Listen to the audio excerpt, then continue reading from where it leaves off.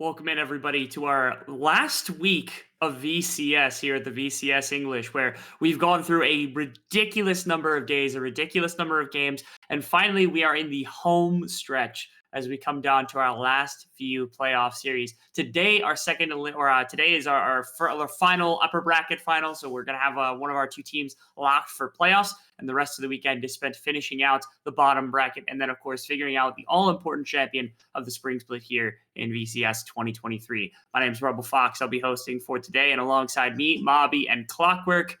How are we doing, everybody? Are we ready for some fantastic VCS action today? I'm doing good. I'm nice and recovered from the Wales disappointment, and now we can just look onto the teams that have been looking good for today. So we have GAM. They've been fantastic. We have a huge step up from SBTC. It's good to happen. It's good to see. Unlike Mabi, I have not recovered from the Wales disappointment, but I know that today is going to be a banger series, so I hope that will be enough to make me forget. And let's grab up the brackets just so we could tell, show everybody that we're talking about right now, because we had our first round matchups go on last week, as well as our first elimination match, where GAM won in a 3-1, SBTC won in a 3-1. Those two teams, Cerberus and Wales, fell. And in a 5-game banger, Cerberus made the upset against Wales happen, as Wales was our number 2 seed for the split. And are now knocked out of the entire tournament, which is kind of wild. So the winner of this series, which is what's happening right now, GAM Esports and SBTC Esports, the loser is going to fall down, play Cerberus to try to get back into the finals, as the other will take the number 1 seed heading into the finals. That's it. That's all we got. Like it's not the craziest bracket. It's not the largest bracket. Our top 4 teams have made themselves a case, and we're excited to see where they're going to be able to go. So let's just dive right into our 2 teams on the day, because one of them, I think, is going to have a pretty significant edge over the other in terms of our predictions and our faith, and that's GAM and their level of dominance. You can't bet against GAM. It's just foolish to do so. They've come in, they've got another clean sweep of the split, like in series score at least. And even when it's like, oh, GAM should lose here, nope, they win. They've just continued to have top players in every role, even swapping out B for Xin. We saw Zin's potential sort of realized in the support position alongside Levi. And because of this sort of just the sort of player dominance, they haven't necessarily had to play for early game. They're also definitely they've just shown themselves up as the smartest team. Like I'd say outside of Levi, they don't have the best player in any position, but they make up for it because they are such a cohesive unit and they are the best team.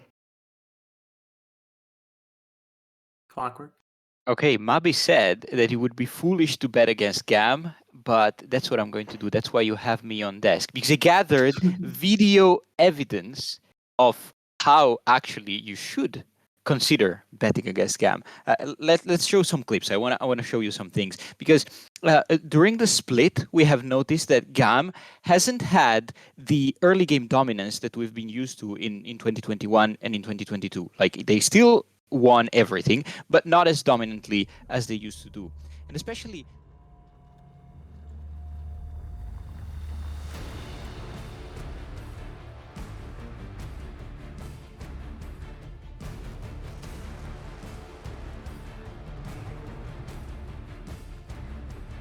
still have from last year's.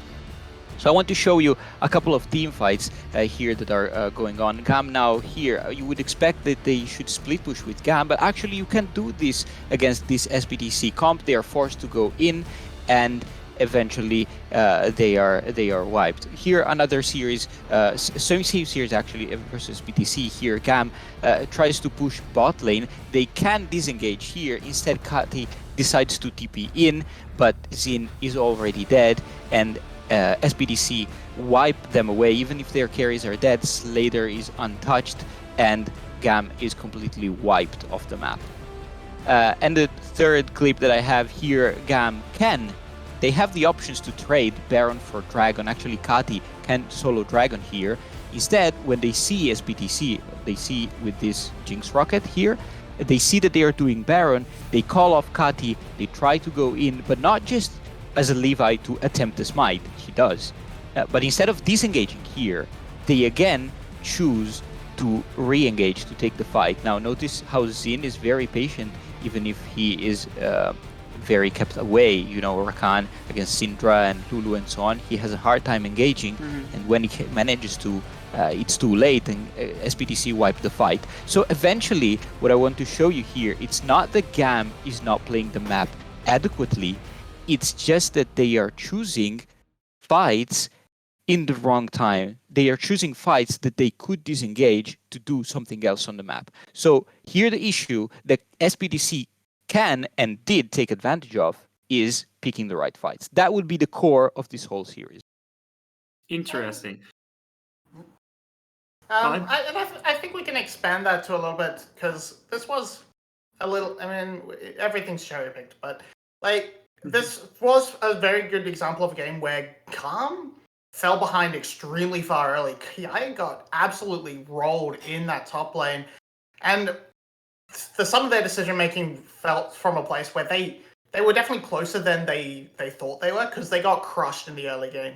They definitely had opportunities to trade and try and make things back, but because they were set so far down in the early game, they sort of had to think, well, how do we get back? How do we try and force this to come together? How do we get things to come together and try to win a fight now to salvage the game?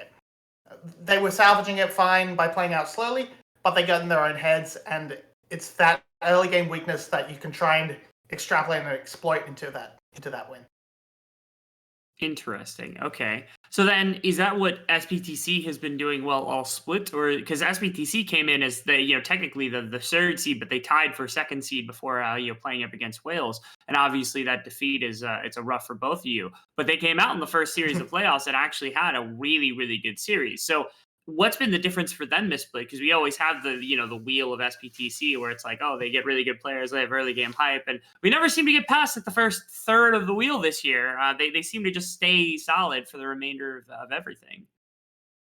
Right, in my opinion, the biggest difference is that now they're a well-coached team, legitimately. Like, the entrance of Ren in this team has given them so much more confidence and so much more adaptability, and we have seen this especially in the series against Wales, where even despite a quite heavy loss in Game 1, they managed to address every issue and then pick the series back up and eventually win against Wales, actually.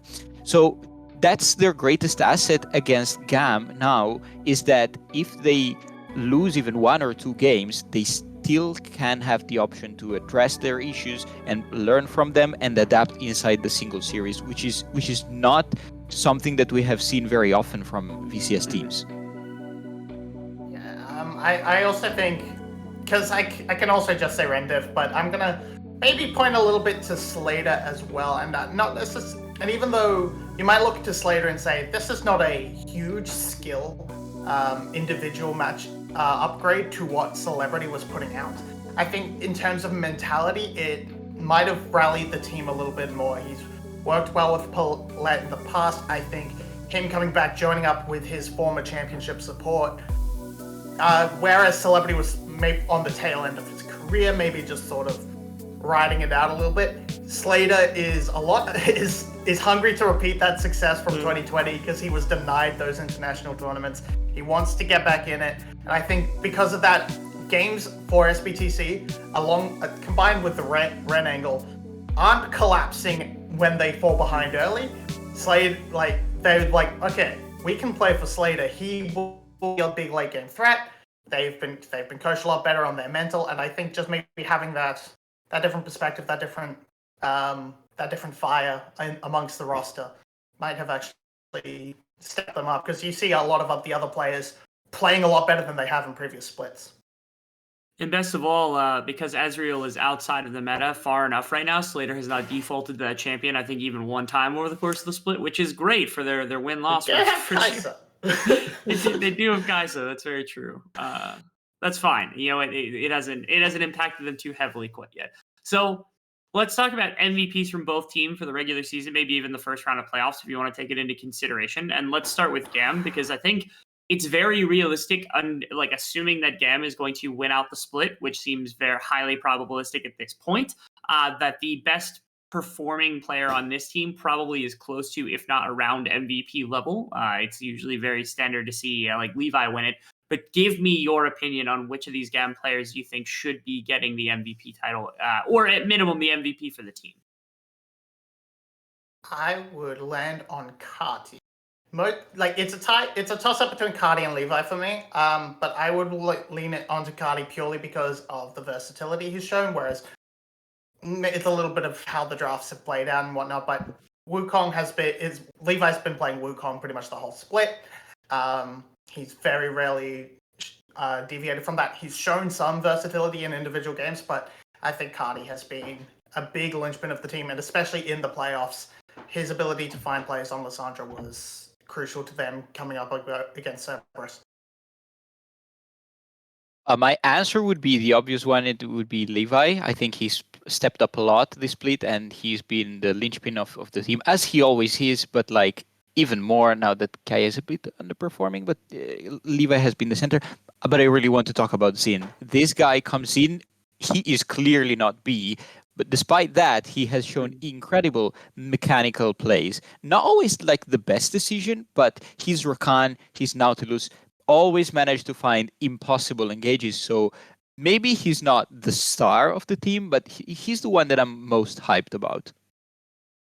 Yeah, entering from a position like Zin did, where I think they were coming off of a pretty bad split onto a roster like this, actually reminds me a lot of Style. When Style came onto the roster, we were like, oh, Style's never even going to start. This is basically just a backup. And then Zin, takes over for B, and somehow the team has maintained their ability to be the most dominant of the split by going undefeated up until this point. So even if you can't give Zin MVP voting, I don't personally think that Zin is a great player. You have to give respect for the fact that a team like this did not fall off a cliff when they added a different player, especially after last split when B was gone and they lost a handful of series ahead of time.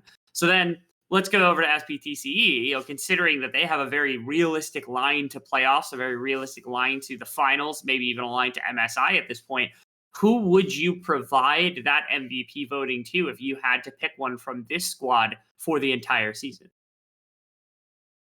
We have talked a criminally low amount about Emperor in this desk. Like, how did we not mention him still? Like, this guy was coming up of a great year in 2022, has had some kind of subpar regular season, but in playoffs, he came up against Nagia, which we in the VCS English analyst crew, he was a massive top laner, and he made like quick work of him. He literally recycled him. And I mean, the Emperor is back, and SBTC, a lot of times they rely on Emperor winning his series, having a good lead to snowball. So in order for SBTC's plans to work, Emperor needs to win, and he does. He's that reliable. So he's absolutely my MVP for SBTC. For playoffs, I'll keep it quick. For playoffs, definitely Emperor.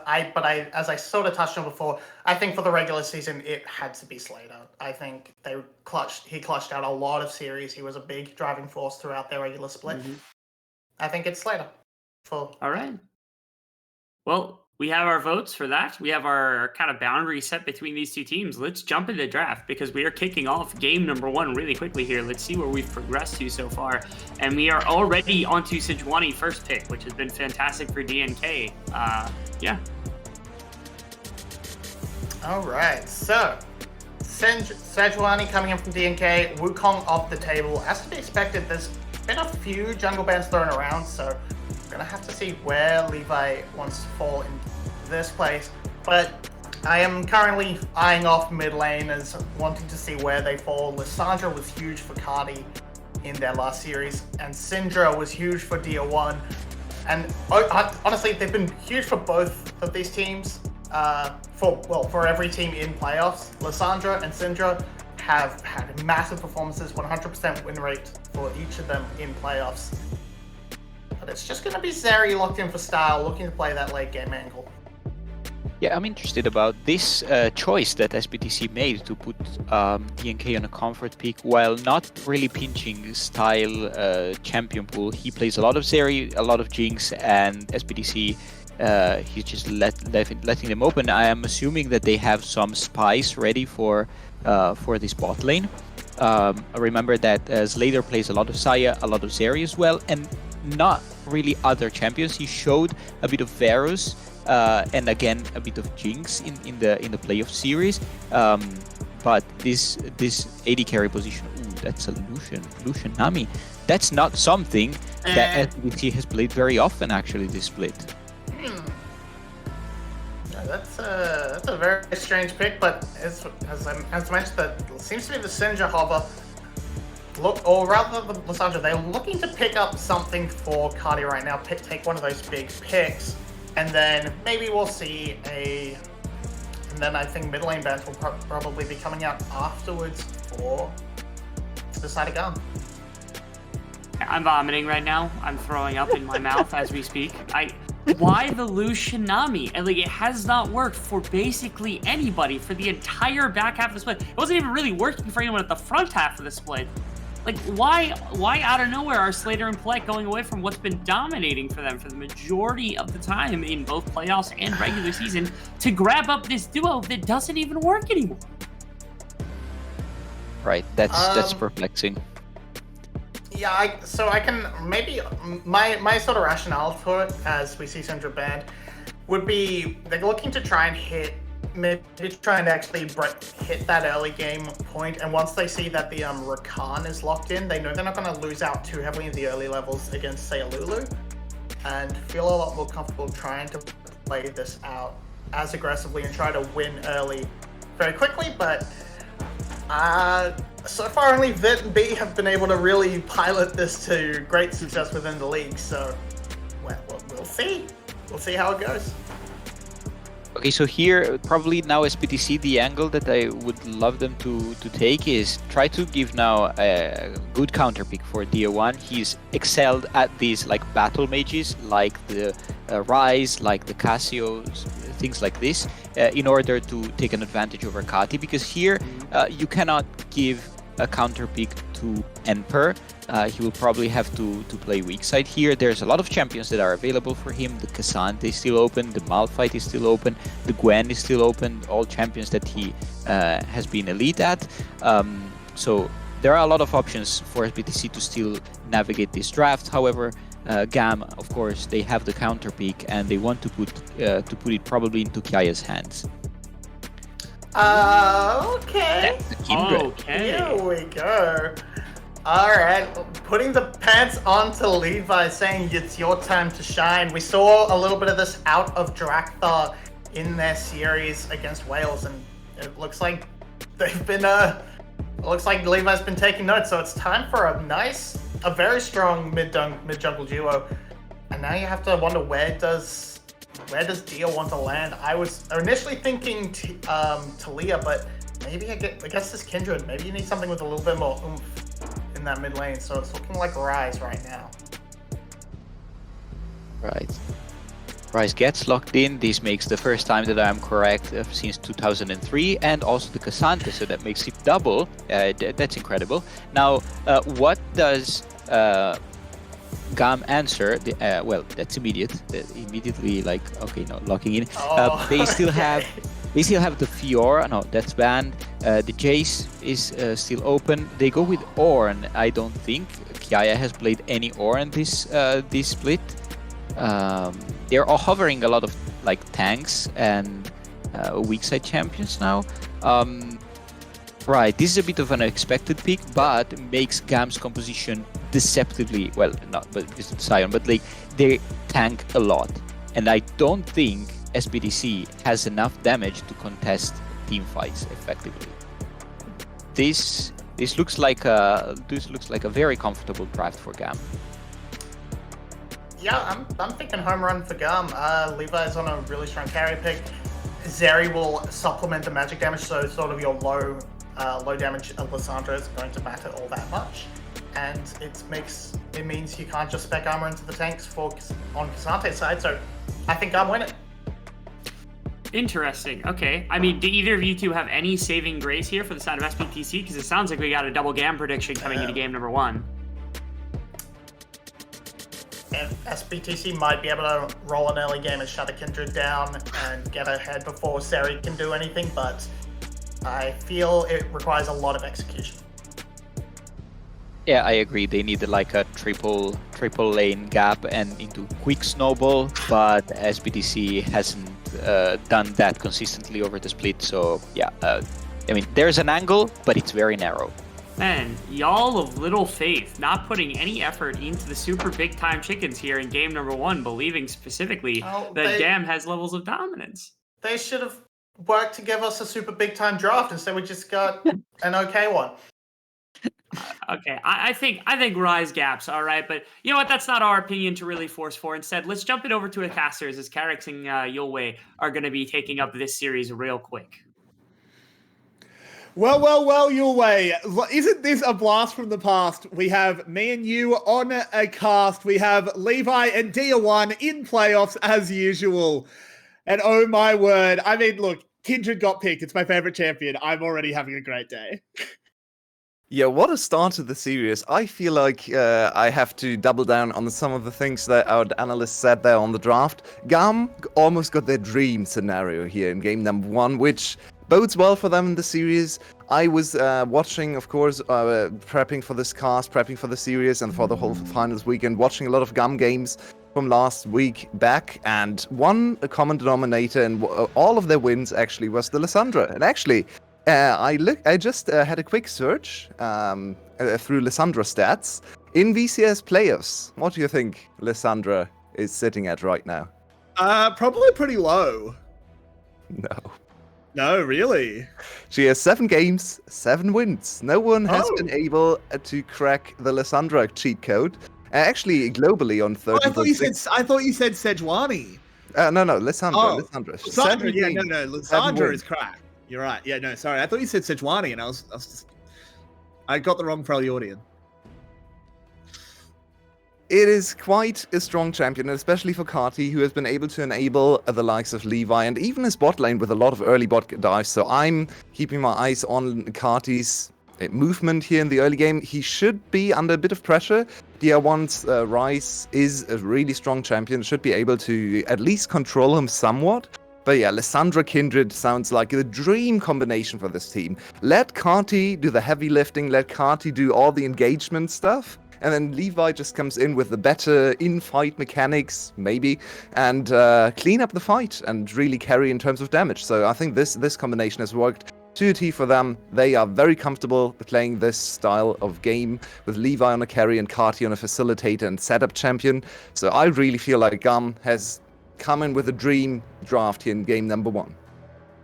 I think the one thing to keep in mind, there's something to keep an eye on as we go into the game, is that you do have the potential situation of the bot lane for GAM being pushed in. They're fine being pushed in, but they should be pushed. Rise should be able to keep his lane very, very clear as well, which might mean things like this, where Levi gets harassed in his jungle, and DNK puts on a lot of pressure, which should also mean Levi can never cross the river into DNK's jungle, which slows down the marks dramatically.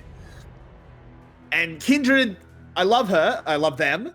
Not a champion until 4 marks.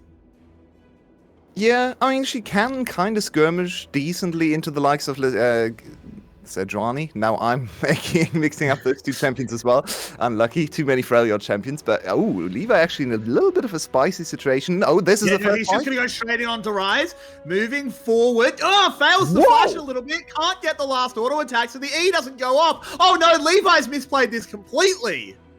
The Kindred we haven't seen in a while from Levi, and that was not the look we wanted to see either. That's a very good start for DNK's most played champion, was there to react. We just talked about this. You just brought up the Kindred marks, and look at that. That's first kill against the Kindred and the mark taken away from DNK. So this Kindred off to a really, really rough start in game number 1.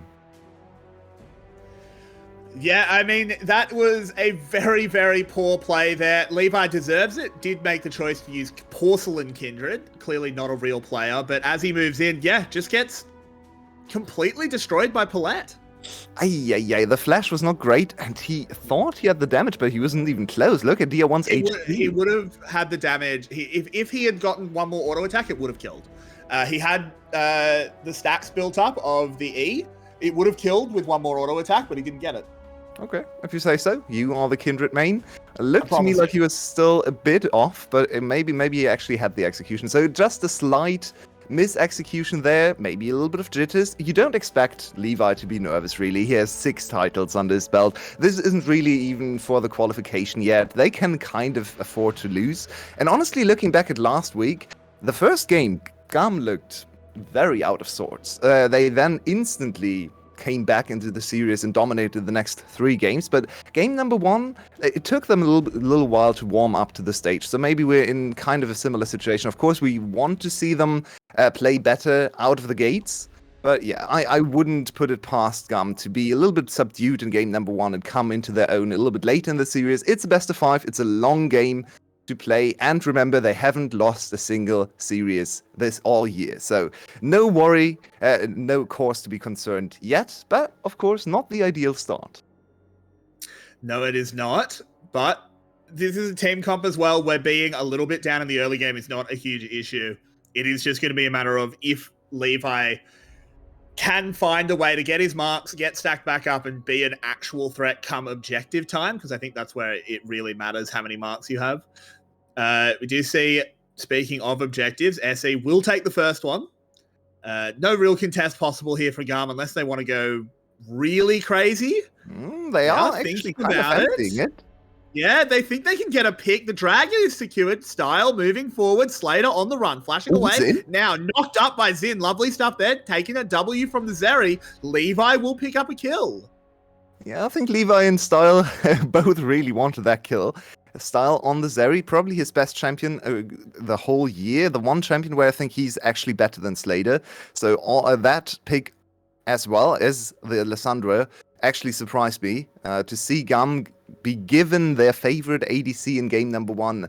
Just points to a very comfortable draft, but of course GAM finally able to strike back. The dragon still goes over to SE, and this dragon is quite nice, especially for someone like Rice in the mid lane who likes to trade priority for his HP bar. So having this extra sustain through the early Ocean Drake is always a really cool thing to have under your belt. Same for a tank matchup in top lane, and of course the Nami who just perma trades in bot lane as well. So everything going SE's way, maybe not quite as hard as you would like to see, because of course their composition looks a little bit more early game focused, but it is important to stay in the game against GAM.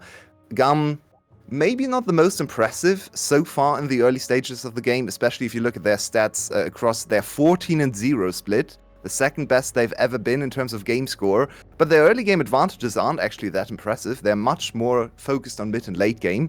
But playoffs, in their one series they played in the 4 games against Cerberus, they actually got off to better early games, on average up more than 1k again, so they're slowly improving their early game again. First objective for SE is to stay in the game and give themselves a chance in team fights against GAM later on. So I feel like for 8 minutes into the game, they've actually achieved this kind of first hallmark. I agree. Levi as well, he's going to be able to pick up this Rift Herald, so that is going to be more early game gold going over to GAM. Cardi coming up to just make sure everything goes to plan. Look at the bot side. They are setting up a dive, but very good vision coverage. Very good vision coverage for the side of GAM. They know exactly where they have to defend, and of course Zin also spotting our DNK here on his warpath. So no problem whatsoever for GAM to defend against the dive. Style, yeah, he has to see. He gets away there. DNK now in a really awkward position. He needs to evacuate. He has overstayed his welcome. Oh, but with Dia1 coming down with a Realm Warp, Style forced to ult and run, as SE will retreat back to their tower. That turned out way differently than I thought. Carti on his way as well, but too far away. Levi also walked down bot lane, and there was a very interesting timing there between GAM and SE. If GAM had been able to delay them for a few more seconds, I think this could have been disastrous for SE, because DNK was in between towers. Both jungler and mid laner from the enemy team collapsed on them in between towers as well. But DNK found the one timing where he actually had the winning play, and they get the flash and the ultimate out of Style. So while there's no kill for SE on the counterplay, when GAM got the top side objective, they at least put a little bit more pressure onto the enemy AD carry. So it's still a very even game. It also does mean that when the next dragon comes up in about a minute and a half, that flash will still be down. Could let SE get both of those early objectives and get themselves off to a really good start, potentially close the game out with a Dragon Soul. Dia1 needs to be careful. He can smell that something's wrong, and the ward will confirm it. Yeah, look at all this vision coverage, Carrix. This is VCS in 2023. A few years ago, everyone would have just walked into that bush and died, but we improved so much when it comes to macro and understanding of vision setups. I was already very impressed with the 2 pink wards placed on the bottom side for GAM to be able to defend against the very likely invade on the other side. And flashing forward, using the ultimate Kiaya on the run out, and just has to burn his flash as well. But yeah, now actually take a look at the top lane matchup. We're not really too keen on watching 2 tanks battle it out, but this is not supposed to happen. Look at the CS difference. Kiaya is ahead on the Sion against K'Sante. That matchup is not easy to play for the Sion side of things. Can they get the smite down? This is close. Oh, that's going to be really close. That's not going to charge. Oh no, Disaster. GAM. Ay, that's an ego herald there for GAM. Unfortunately, they can't actually pay off with the 2 platings for the herald. So that actually sets them down behind a bit in terms of tempo on the map. Of course, they kind of got this herald for free, if you think back to the sequence a few minutes ago, where it was just the flash paid for the price of the herald on the other side. So in the end, it's not too bad. They didn't actually give up any platings. Ooh, aggressive counterplay from Palette. So it just resets the game to very even game state, 1 dragon for a 500 gold advantage. But now with GAM on the 2nd dragon, they are finally here to dominate the mid game. I feel like this was a really shocking passage of play by SE. Getting the Herald Smite, like, sort of unrelated to that, they moved DNK down for this gank. They used, like, the Nami ultimate to sort of say, like, ooh, our jungler can't be here because why would I use my ult like that? But now DNK's been here for ages. They've lost a dragon in the meantime. Yeah, gamble. This is... If you get 1 kill here, I don't think it's worth the time investment. Yeah, now it's way too late. Now it's kind of desperation. It's You're not even going to chasing get the it, they're losses. just backing. Yeah, he's doubling down because he's already committed more than a minute of his time to the bot lane, but nothing is happening, so this is a huge loss in time. Now, it is Sejuani, so she can kind of get away with that kind of... Oh, never mind. They actually I get the still kill. don't think that's worth it. It's not gonna be a positive play, but at least it's now almost an even play. So they still lose the dragon, they still lose a lot of advantages in the bot side, but they do get a lot of gold funneled onto their ADC, and they did pick this Lucian army to dominate the mid game into Zeri from style. So it's still at least the minimum they had to get out of this play. So they make it work in the end. It's look at the flashes. They needed to make this work. They were instantly ready to invest all their flashes, all their summoners to at least get 1 kill out of this situation, and they do get back to even gold. Losing the dragon after setting up so much for the bot side does hurt them though. It does. It absolutely does. We did see Levi finishing his Kraken Slayer. Very early mythic for a jungler. Always good to see. I mean, Kraken Slayer on Kindred, absurd amounts of damage. Yeah, Can also go Gale Force. I believe. He got He's 1. on 3 at the moment. Yep. So 1 away from his range extension to actually have the longest range in the game, in terms of ADCs at least. Oh, Dia1. Dia1 in some trouble, locked up by the Lissandra ult. They come in to confirm it. Levi will get another kill. That was too easy. That's just some Lissandra magic, and not going cleanse into Lissandra has to be punished. There's the most This famous is example as well. we can talk about later, but yeah, this is just Lissandra magic, and this happens every game they get Lissandra. This time actually a little bit subdued in the early game. Usually Kati goes out of lane and dives spot lane way earlier, but at least they set it up, and this is exactly why you pick Lissandra Kindred, right? You have the Lissandra to set it up, Kindred to get the last hit, and suddenly your Kindred is accelerated. Your Kindred is already sitting on 1 mythic item. She's gonna go into Black Cleaver next. So DNK is not gonna have a good time facing off against this Kindred in the mid game. Yeah, it's going to be really hard. They do have tools to deal with the Kindred. Of course, you can sort of just slap a Sejuani ult in their face, and obviously very hard to assassinate the Kindred because of the ultimate, but you can lower their effectiveness if you just force them to ult and run away. We'll have to see if they can actually do that, or if Kiaya will be standing directly in front of Levi saying, sure. "Yeah, have fun." Yeah, he actually got 4 off the Raptor camp that he got after the kill. I've been tracking it. I'm watching. This whole game is just Kindred watching for me. You should know that. Wait, 5 is insanely good for 15 minutes in competitive play, no? Yeah, it's really, really strong. So after a horrible start, think back to level what happened level 3 and losing the first mark after dying in mid lane. He's now off to 5 stacks already. So Levi, we know he's just the carry jungler in this league. If you can trust him with anything, he plays your Karthus better than anyone else. He plays your Kindred, of course, and yeah, here he is again. He's ready to carry. This man has 6 titles for a reason. Play onto the mid lane, onto Style, but of course, it's Zeri. You're not catching her. She's going to E over the wall.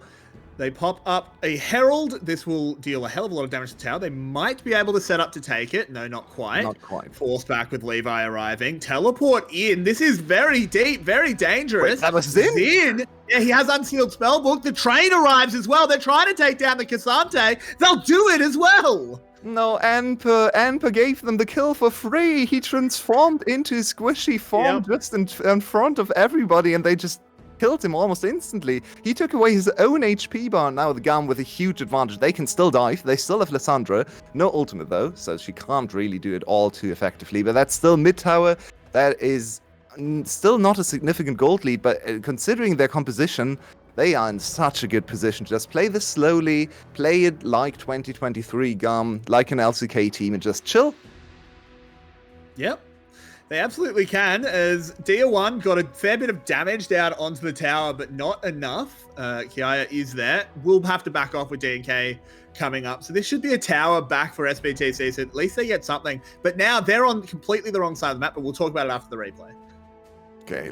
Yeah, that was a nice Sion ultimate, but honestly, even if Sion doesn't hit, they might be able to chase down this very squishy Cassante.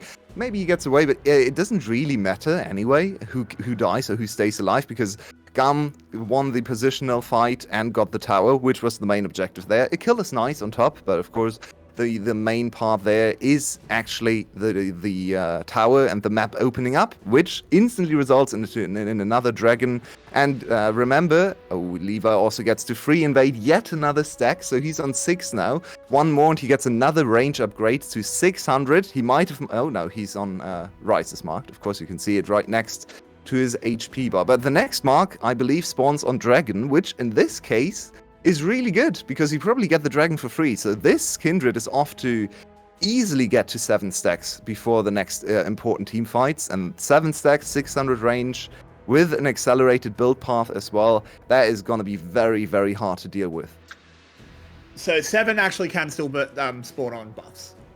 Oh, okay, fair enough. Buffs, Krugs, and Wolves, I think.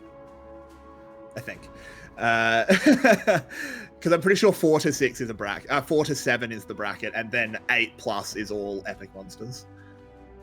That's actually kind of annoying, but maybe you can get to 7 with another kill. I don't think GAM is going to play for kills, though. You can already see both teams have resigned themselves to playing a very vision-focused and just positioning-focused game. We are also on the Cloud Rift, so everyone can rotate between lanes much more easily, which makes it harder to really set up the picks effectively, because everyone can escape so quickly and walk between the lanes. So I think this game is going to slow down in terms of just action. We're probably not going to see GAM go for anything crazy. If they find anyone out of position, maybe. But yeah, there's no reason. Oh, there we go. Dia1 overextended a bit. Bad time for me to sneeze, as DNK does come over the wall, gets locked up by the Lissandra ulti. GAM not really finding a good entrance into this one, so they are just going to call in Kiaya and back off. Yeah, you can see both teams know that they shouldn't fight here right now. This is not the VCS of old, where everyone just walks into the towers and fights for no reason whatsoever. honestly, I can't believe they backed off. What league are they watching? Yeah, it is. These teams have gotten much better with their restraint, with showing that they understand what they want to play for. Look at Levi's items right now. Levi knows he's very far ahead, but on this item breakpoint, honestly, I mean, he's still very strong, but he probably wants to get to Black Cleaver before he fights a big fight, and he wants one more stack. So they know, okay, we're kind of in between items right now. Same goes for our ADC. So let's just not risk anything here. Let's just not fight a stupid fight that makes no sense whatsoever. The gold is still very even as well, so you could absolutely lose a fight, especially with Karti overextended and using his ultimate onto DNK as he did in the last fight. So GAM call off the fight. Same goes for SBTC, and both teams back to farming some of their carries to a better position. I think those were marked Krugs. I think he just hit 7. Well, he has gotten every single. I'm not 100% sure, but I think he might have just got another. I don't use porcelain. Yeah, it just disappeared. It just disappeared. Yeah, it's a bad skin. I don't use it, so I'm not 100% sure on the animation for the marks, but I think that was 7. Yeah, I'm pretty sure you're right, because I saw them mark just disappear from the map. So he should be on 7 now, which means another range upgrade. And if you look at the other side of things on SBTC's composition, they have no range between their champions whatsoever. The only thing of range is kind of the Lucian ultimate poke, which can be annoying for Kindred to deal with, especially around objectives, because she doesn't really go into lifesteal all that much. So she has to rely on heals from taking jungle camps and so on. So that's kind of the only thing I can see that is in favor of SBTC when it comes to standoffs around objectives. So you might just put Kiaya on top of Levi and laugh at the Lucian, because Kiaya is not going to take any damage from this Lucian. So I feel like GAM is still in a very, very comfortable position when it comes to team fights. Yeah, Levi will have the decision to go. You could go third item Bloodthirster. It's actually got a pretty high win rate if you look at Kindred, but it's just the choice between that and Infinity Edge. And I feel like with this many marks, with this much range, you just go IA every time. Actually, in competitive, I've seen a lot of people go Black Cleaver into Wits End. Double defensive, double bruiser also items. The reason I didn't. Interestingly, you normally go Wits End into Black Cleaver, but it's not that it really matters. The only reason I didn't really bring that up is I don't think Wits End is very good at this game. You can see this game is nothing is happening in this game. It's just bit of a catch onto Kiaya, but this is sort of just a bit of a tickle fight. But they want to turn it a bit more serious. As in goes in, DNK in a lot of trouble, knocked up by Kiaya. Levi will take himself that kill. Dia 1 next on the chopping block, taken down by Style. The Cassante goes in to try and save the team. He manages that, but can't save himself. And now GAM turned directly onto Baron, and everything's just gone from bad to worse. It's just a measure of discipline. Which team can actually play the snoozer more disciplinedly? And SBTC got bored. They thought, there was a Sion, maybe you can get some chip damage on Sion. And Snap engage from Zin. He didn't even use his flash there, just a really good angle with the ultimate and W. And now the game has broken open completely for GAM. They get the Baron, they get 3 kills on this team fight. They will also get another Dragon there. This might just be the end of the game, honestly. Very, very slow, very low action-packed game, but this was the important team fight, and you can't fight at this very juncture. This is too much. There's too much CC. There's too much too many Venn diagrams, too many circles going on GAM's composition. Just can't fight stacks. 8 stacks have already been collected by Levi. No joke. Today, I booked a tattoo session to get Kindred's mark on my shoulder. So I'm in heaven right now. Yeah, and what a game to start the series off, no? Like, it's so controlled, so measured. They got all their favorite champions. I'm still looking at that Lissandra and thinking, okay, SBTC, ban that champion away. Because GAM is now, if they win this game, they would be 4-0 on the Lissandra. Lissandra would go up to 8-0 in the VCS playoffs. This has to be the last time this split that Cardi's allowed to play this champion. Yeah. It's just a mistake not to ban it. It has to get banned every single time.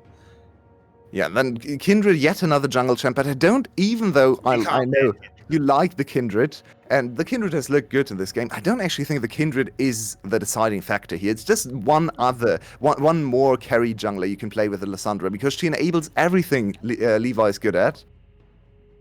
Enpa barely survives the bite. But yeah, no, I completely agree. The Kindred, as is actually Kindred's role in... my screen has frozen, so if anything's happening, I'm sorry. I'm looking at this feed, and it does look like they've picked up a kill onto Dia1. Apologies, we are having a minor tech issue. It'll fix itself soon. The Kindred, yeah, it's just been a beneficiary of what the rest of GAM's been able to do. But I feel like if you give Carti Lissandra, you basically let Levi just go, which greedy jungler would I like to play today? Yeah, He has a very long list of those junglers, and he's a freak at all of them. Yeah, we have so many options there. Like, he can go AP, but AP is not very good with Lissandra, so he's probably gonna go... he can go Lee Sin, because Lee Sin is insane. He can go heavier carries like Kindred. He could go into even Graves before the buffs. I mean, it's Levi, he can probably do it. He can go Hecarim if he wants, Talon. Like, everything is possible for Levi, as long as he gets enabled by Carti. Oh, and we're back. There we go. Sorry about that. We were having just feed issues for a moment. As you can see, the mid inhib has gone down. GAM managing to use their Baron to push that into to about 2.5 minutes on the next Dragon. GAM are on Soul Point, of course. Could move themselves up to get a Cloud Soul. Pretty useful for their team comp, particularly for Style. He'll absolutely love the extra movement speed. Yeah, I mean, it's just nice to have. It's also really nice for Levi to have extra range and movement speed to kite. Like, the enemy team is already struggling with his range. Now you give him extra movement speed, so how will you ever be able to shut down Levi? Look at his stats. He died once in this game, and that was only on him. There was nothing the enemy team did to kill him. He killed himself, flashing into a really bad position in the mid lane. And afterwards, has not even been close to dying. I don't even think he had to use his ultimate, really, to protect himself in any of the fights. So it's an unbelievably comfortable game. It's probably the best Kindred game you've ever seen in terms of how easy it is to play Kindred into this composition. And to me, it all comes down... yes, there has been a significant thing about execution of this game too, but it actually comes down mostly to draft. I want to see a hugely different draft in game number 2. Yeah, they're going to try and turn it around. Enpa, the target of the Lissandra ult, probably not the best decision ever. He was able just to dash out, still on half health. Kiaya, brick wall, gets stunned up for a moment, but is not even slightly afraid. But now, with camps respawning, GAM will just turn around and go savage themselves some more gold, have a reset, and get ready for the next objective. Yeah, and there's so little to talk about in this game because SBTC is honestly barely playing the game. Their champions are on the Rift, but they're not really doing anything. Honestly, they can't at this point. They're just hoping for an overstep for GAM. They can't really contest them at anything. They don't have the greatest engage. I mean, they're playing Nami, so all the engages on their on their 2 tanky champions, but they're so easy to kite, and the enemy team also has an unbelievably strong Sion to just head them off. Just stand in the middle of the team fight and nothing is going to happen. So honestly, at this point, SBTC is probably thinking about the next draft, is thinking about adaptations they can make, maybe try to put Levi on a normal champion in the meta. His Wukong is insanely strong, but maybe not as strong as his Kindred, you never know. And, of course, look at that bot and mid lane, because those champions are way too comfortable. And GAM has shown once again today that they can play these champions and these compositions to perfection. The interesting thing is I unless I misread some things in the draft, I think Syndra was available. That's what something Marby was talking about. Second phase, I believe. Second phase, yeah. So I think you could have potentially picked up a Syndra for yourself. Dia1, as you and I certainly know, is an absolutely incredible Syndra player. I would have liked to see him moving over towards that, and I still think you just have to ban Lissandra every single time. Sure. Dragon Soul secured. Levi.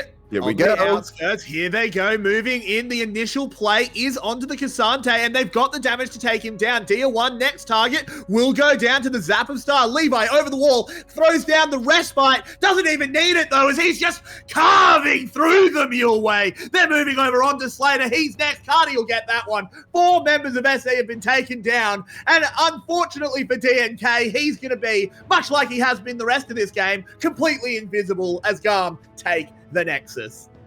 The game is over. GAM has locked this game up. 10 minutes ago, we already knew they would win this game. It's finally over. It's not. They actually don't have a wave. They're not going to finish. They might not be able to finish, They're but the not game's gonna still finish. over. The point still stands. This game is unsalvageable for SBTC. The Lucian army, once again, looking like the wrong choice, unfortunately. You can't really blame Slater and Palette too much. I think individually their play has been okay. Their bot lane synergy, their laning phase was alright, but in team fights has just not been able to accomplish anything. And unfortunately, it's once again going to go down. Oh, GAM This is a actually little bit super low in dangerous. HP. Yeah, Levi doesn't have Lamb's Respite, but he is healing. It does get the smite as well. And DNK, he was a hero to stop the wave, but he can't take the Baron. DL1 in trouble, gets over the wall, but there's a claw following him. That's another kill for Levi. Levi. Kid was eating well tonight. Death has come and it's hunting SE as he picks up a double. And it might take 2 rounds. It might take 3. Who knows? But I think GAM have well and truly locked up this game. And Levi came in today and said to Hanke, look, I know the meta is Vi, I know the meta is Sejuani Maokai, but come on, I have won 6 titles, I'm gonna win my 7th title this year. You pick me and a champion I can carry with. And Hanke said, yeah, alright. Take the Kindred, we get Lissandra, and here we go, Levi's first game in the winners bracket final ends with 6-1-7, maybe 1 or 2 more kills. I think it might go a little bit higher. Is in goes in. Lovely Rakan play. They find their way onto Slater, take him down. This Lucian has done nothing this game. An absolute shocker of a pick and a play from the bot lane of SE. But who cares about the SE bot lane right now? Let's talk about this triumphant GAM as once again they're in the base. They're fountain farming SE and they will take down their biggest rivals in game number 1. That game was way too easy for GAM to play. They got all their comfort champions. They got the Zeri. They got the Lissandra again. Lissandra now at 8-0. One more time, I'm going to mention that. 8-0 in the VCS playoffs. You cannot let this champ through, and especially not to Kati, who has used it, and the whole of GAM have used it to perfection to build compositions you just can't answer. We On need red to side, by the way. Yeah, SBTC needs to go back to the drawing board. They need to adjust their bans. That was not the way to play into GAM. But game number 1 was the most comfortable I've ever seen a team in such a highly contested series as this one should be. A little bit of a snooze at the start, so we are going to hope for a bit more action later. But I feel like SPTC is going to completely change everything up for game number 2 and come in a little bit more fiery. And Kindred with a 100% win rate in the VCS playoffs. We're going to a break. We'll see you in about 5 minutes with the desk.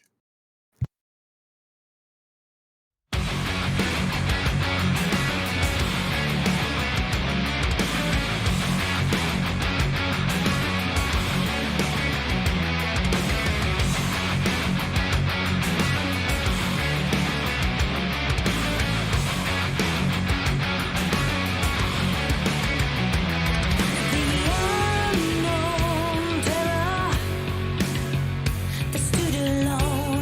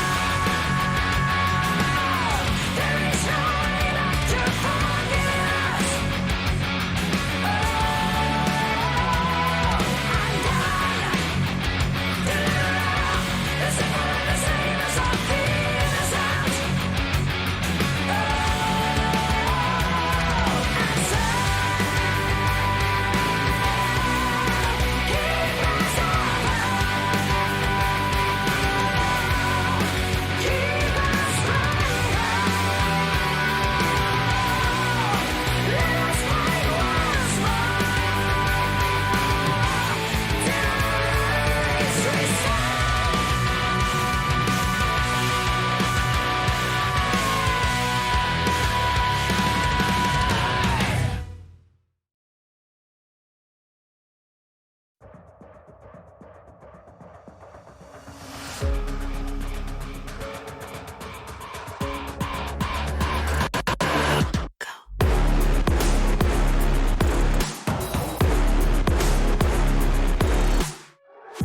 at the top again, now what? We lay the crown, but count us higher than a mountain. And we be up here for the long run, strap in for a long one. We got everybody on one. Now you coming at the king, so you better not miss. And we only get stronger with everything I carry up on my back. You should paint it up with a target. Why would you dare me to do it again? Come get your spoiler, but we're taking over. We're taking over. Hey, look at you loving my name. You ought to know by now that we're taking over. We're taking over. Hey, maybe you wonder what your future's gonna be, but I got it all locked up.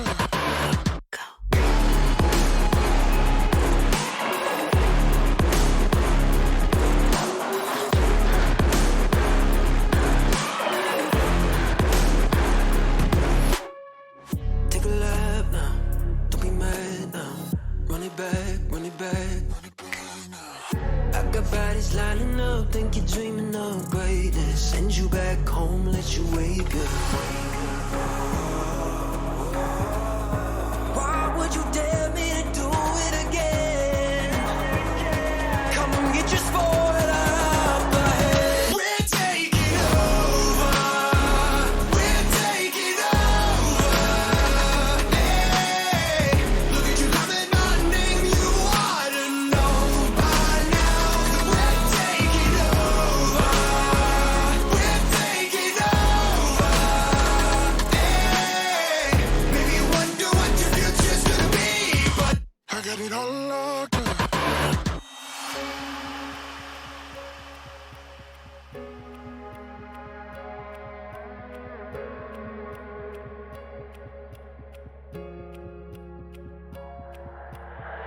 It's 在以后，除了是傻子，还有其他吗？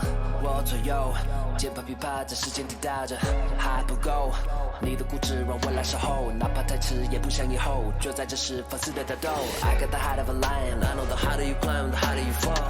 I'm at the top of the mountain, too many bodies to count. I've been through it all. I had to weather the storm to get to the level I'm on. That's how the legend was born. All of my enemies already dead and born. I'm ready for war. They know I'm ready for war. I told them. Welcome back, everybody, to the VCS English Analyst Desk as we step out of game number 1 with GAM having taken there's no other way to say it. That was a commanding victory over top of SBTC Esports. They weren't ready for the Kindred. They're not ready for the Lissandra. They decided to take Lucian Nami. And their game plan didn't really actually end up spurning any sort of excitement in the slightest, at least in my opinion, as we come back. I don't know. Clockwork, what do you think about that? You're the one that wants to slander here. I'll give you some space to do so. Okay, so as my girlfriend often says, I'm not angry, I'm disappointed. Especially like the bot lane, of course, was picked to snowball, and that did not happen.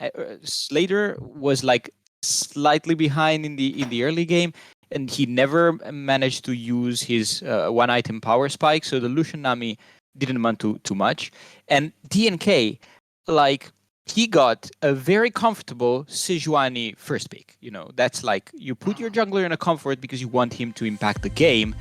And despite the early like counter gank that set Levi a bit behind, everything else was invisible from him. He did not significantly impact Levi's game. He, like, the Kindred went wild. He did not help Emperor secure his lane advantage. That's what SBTC always rely on to win the games. So what did DNK pick Sejuani P1 for? I want to see better from him because he played better than this against Wales. I'm gonna jump to a defense here and say you can't play a game when your lanes are just. You can't play as a jungle when your lanes are getting smashed in that sort of getting beaten in that sort of manner. Like, he tried to make his presence felt in bot lane, but yeah, but he's setting up a barbecue.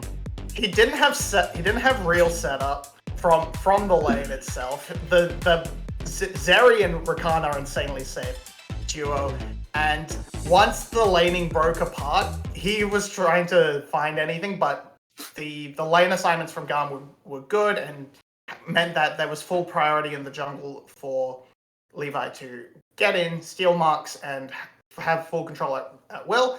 And then eventually he tried to link up with DNK, but with Dia1 rather, but then you're into a Scion, and the Ryze and Sejuani do not have the ability to kill Scion before three items and a Void Staff or Rabadon sort of comes in. So it was a hard game to play for him, and it was kind of all that snowball from the draft.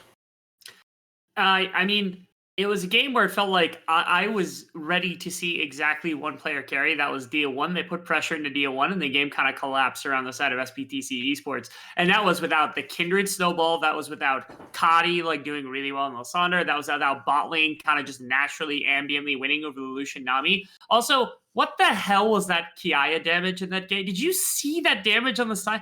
Where did he get 20,000? He beat Levi. Levi's a full damage Kindred. Look, tanks lie. Damage graphs are a lie when tanks are in the game because they spend the first 10 to 15 minutes just standing there slapping each other in the face, inflating their numbers. Okay, then why is it Emperor up there? because Emperor is has a less % health damage than the Scion does. Continue to make excuses. Huh? Thanks, Light. So Kiaya, more like Laya. Yeah. Thank you, Clockwork. Glad we brought you back for playoffs. Real beneficial for everybody here. Okay, sorry, that was uncalled for, and I apologize. That was kind of mean. Yeah, the intention was to be mean. He loves it. All right, you heard him say his girlfriend's often mean to him. That's perfectly fine. I'm willing to absorb the necessity of being mean to Clockwork so we can have funny death segments. So what does SBTC do then? Again, in draft, outside of draft, like how do they tackle a game like this? Because it felt like there was not an avenue for them to win at any point. At no point was I like, oh yeah, SBTC Esports can win the game by doing this, and then they just lose it or something. Like they didn't have a dragon win condition. It didn't feel like they had better team fighting. Never felt like their scaling was going to be better. So how the hell does this team win if they're just going to lose in every aspect of the game? So I think, considering how freely Xin was able to run around and impact the map, I think you need to set up that either Palette can follow, because Nami cannot follow particularly well, or you have something that can make it so Style cannot sit comfortably in the 1v2. You need a bot lane with high kill threat, kill pressure, and try to punish that left alone AD carry. That is one angle to sort of offset the impact that Xin is having on these roaming champions like Rakan. You can always take the Rakan away yourself to do that as well, but then when it comes to mid lane, you either need to actually get a matchup like get the Syndra, get something insanely strong for yourself to match up against the Lysandra, or just ban.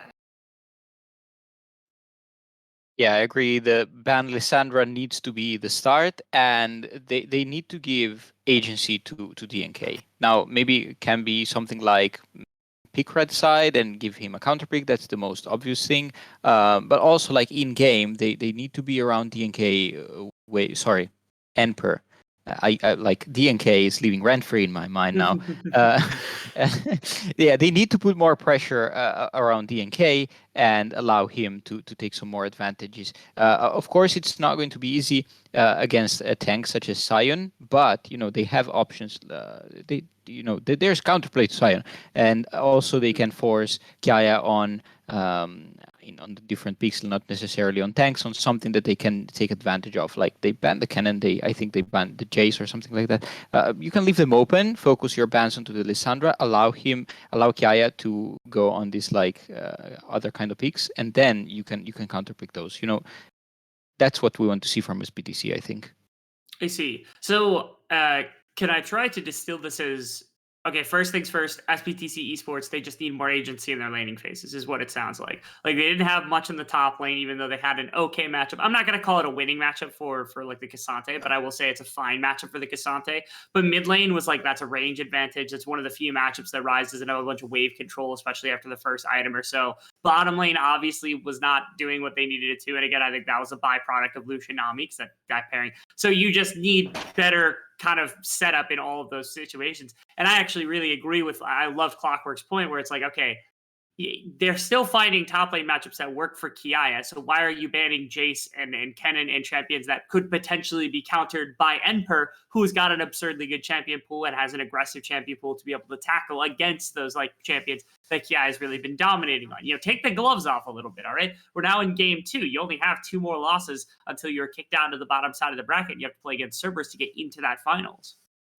Yeah, especially if you're running towards that Cassante angle, because the one thing that has made Cassante into sort of that meme champion is he can absolutely flip a matchup he's supposed to lose and find a solo kill. And that's kind of what Emper's built his whole reputation on. So, like, you would passively lose a Jace matchup harder potentially, but you also have the potential to outplay it, get a kill, bring a jungle up, get a kill. Sure, Kiaya seems to, when he was down against Cerberus on the Jace, managed to open up the portal to Froggy CS, but other than that, like, yeah, I feel like a more volatile matchup actually tends to play out in the favor of Enper a little bit more, at least in what they wanted to do. Of course, Kiaya can always turn it on, but from what we've seen, I would lean it towards Enper thus far in a volatile matchup. So I think that definitely works out for them. So avoid those bans. You don't need to. You also, now that they've shown Kindred, you don't need to throw a ban at Vi and Lee Sin. You can just ban Lissandra. All right.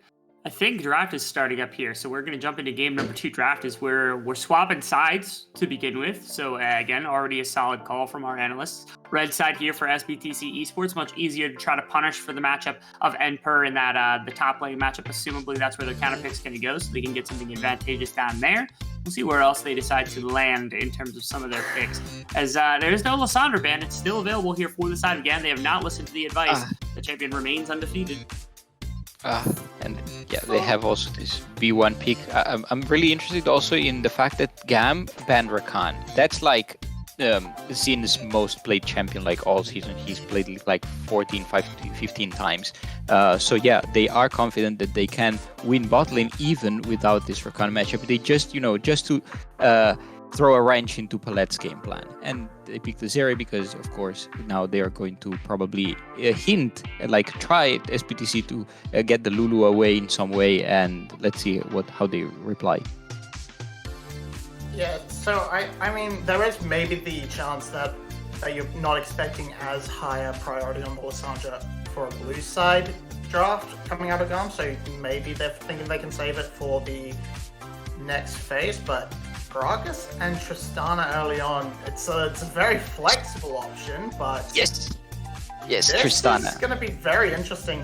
I'm interested to see where they land, because if Lissandra comes out early, I would rather take the Gragas into it than the Tristana, but this is a great answer, I think on the side of SBTC, because Gragas is actually a flex. They can put him like jungle, top, even mid, but the Tristana mid is what I absolutely love. This has been one of the key pocket picks for the O1, and we know that he can absolutely pop off. Now, popping off into Lissandra is significantly harder, so maybe not the smarter decision. Even you could have picked the Lissandra. That I like the Tristana, don't get me wrong, but picking the Lissandra was probably the smartest choice. And and now Levi is also on another comfort pick. Maybe Tristana's hoping to get the pre-6 angle where you just play Assassin Tristana and just kill the Lissandra a little early on, and then try and snowball. I don't know. You had to predict the Lissandra's coming through, but I think that's... Why are we picking Gwen this early? This is just... confusing. Unless Gwen jungle is back, I don't get it. Some Ren tech probably. Yeah. I see what makes this disastrous to me is that now on R4 you have to pick support to defend the Tristana flex, because if you don't, then effectively you're giving away both of your solo lanes, which have already been revealed to the side of GAM. You're giving away your bot lane, like you already know what the bot lane role is, so like if you pick, like you're probably not getting like a pure unadulterated counter. If you pick a mid, then it's like, okay, you're playing into Lissandra, like what are you picking that's going to be good into Lissandra? I worry that they've given up too much information by picking basically like potentially both solo lanes and also the jungler if they end up giving away what the Tristana's going to do, but again, then it gives counter pick to Xin in the support role. But what if they pick a jungler and flex the Gragas to support? Yeah. At that point, I think you've done too many swaps. I think at that point, like you're just like Red is drafting himself in a circle at that point. Yeah, I'm perplexed I don't here know. because like they have the option, the very obvious option to keep the counter pick for Emperor. Instead, they decide to blind pick the Gwen, and so this means that SBTC really wants to focus on the bot lane now. However, they could have picked an AD carry already, because they already know that there's Darius there, and yeah, they banned the Lulu. What can Xin pick now? Let me check. The Nautilus, of course, as Rebel mentioned. The Leona is still open. Not like they have already a lot of engage on the side of GAM. So they go for the Jinx. This is also with the Xayah band. It's better than the Lucian. It's better than the Lucian Ami again. So yeah, so far, I mean, not the worst, but I'm still confused as to what is the SBTC game plan. I feel like they can pretty much just run back Sion and like pick Nautilus and then maybe run back Sion on the top side for Kiaya. Maybe not. I guess you have that Gwen matchup, but so what does Kiaya sort of default to here? Maybe he goes for the Gnar. That's a very Kiaya champion. Jace as well. The sort of ranged matchups definitely make a lot of sense for him. And now we have to see where SBTC throws their support. Braum's okay, but you're kind of really relying on this mid jungle to explode and then to carry you through to the point where Gwen and Jinx will take over, I suppose. I'm not sure. I don't know. I don't think Braum is a very notable R5 pick that you can put your star player on, but let's see now the swaps where they come to. I still think this is going to be Tristana mid and the Gwen top lane. I mean, there's options to play this like front to back also, but they rely a lot on hands this time, which in principle it's like good. We just told SBTC to give this agency to Emperor. However, it's like the GAM's draft is significantly easier to execute, in my opinion. Yeah, SBTC didn't take them off anything that they had working for them in game number 1. Both of you with predictions, I guess, coming in, this feels like another GAM win on the way. Like, can SBTC actually make combat against this squad?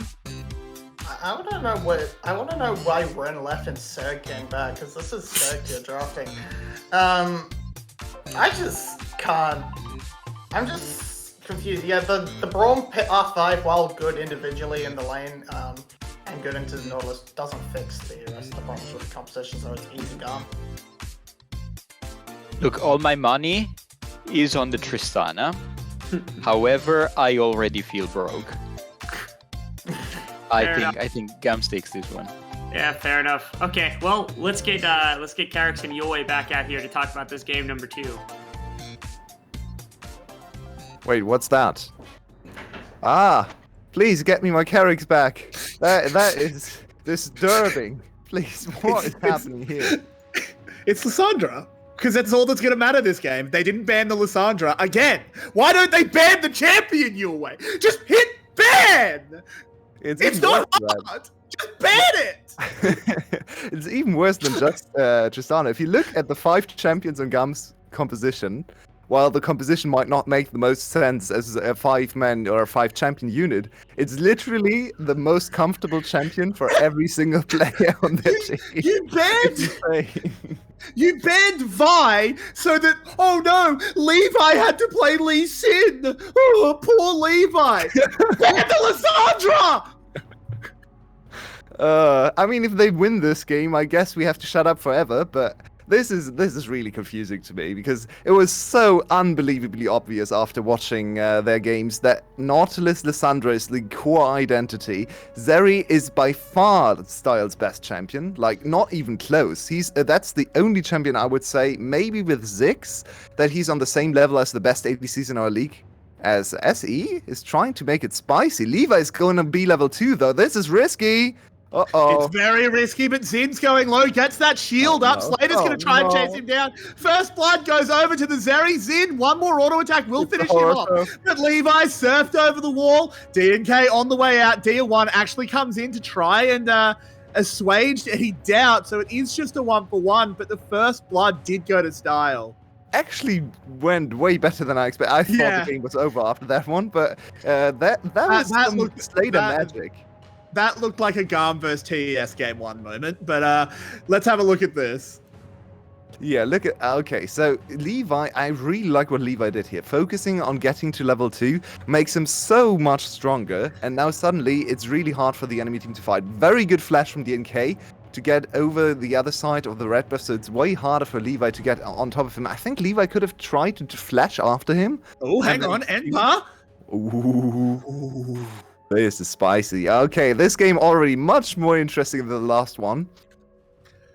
But we start off with a 1-for-1 kill trade, I guess, but I think it's still... Oh, never mind. Oh, This goes... Style just dies. This is huge.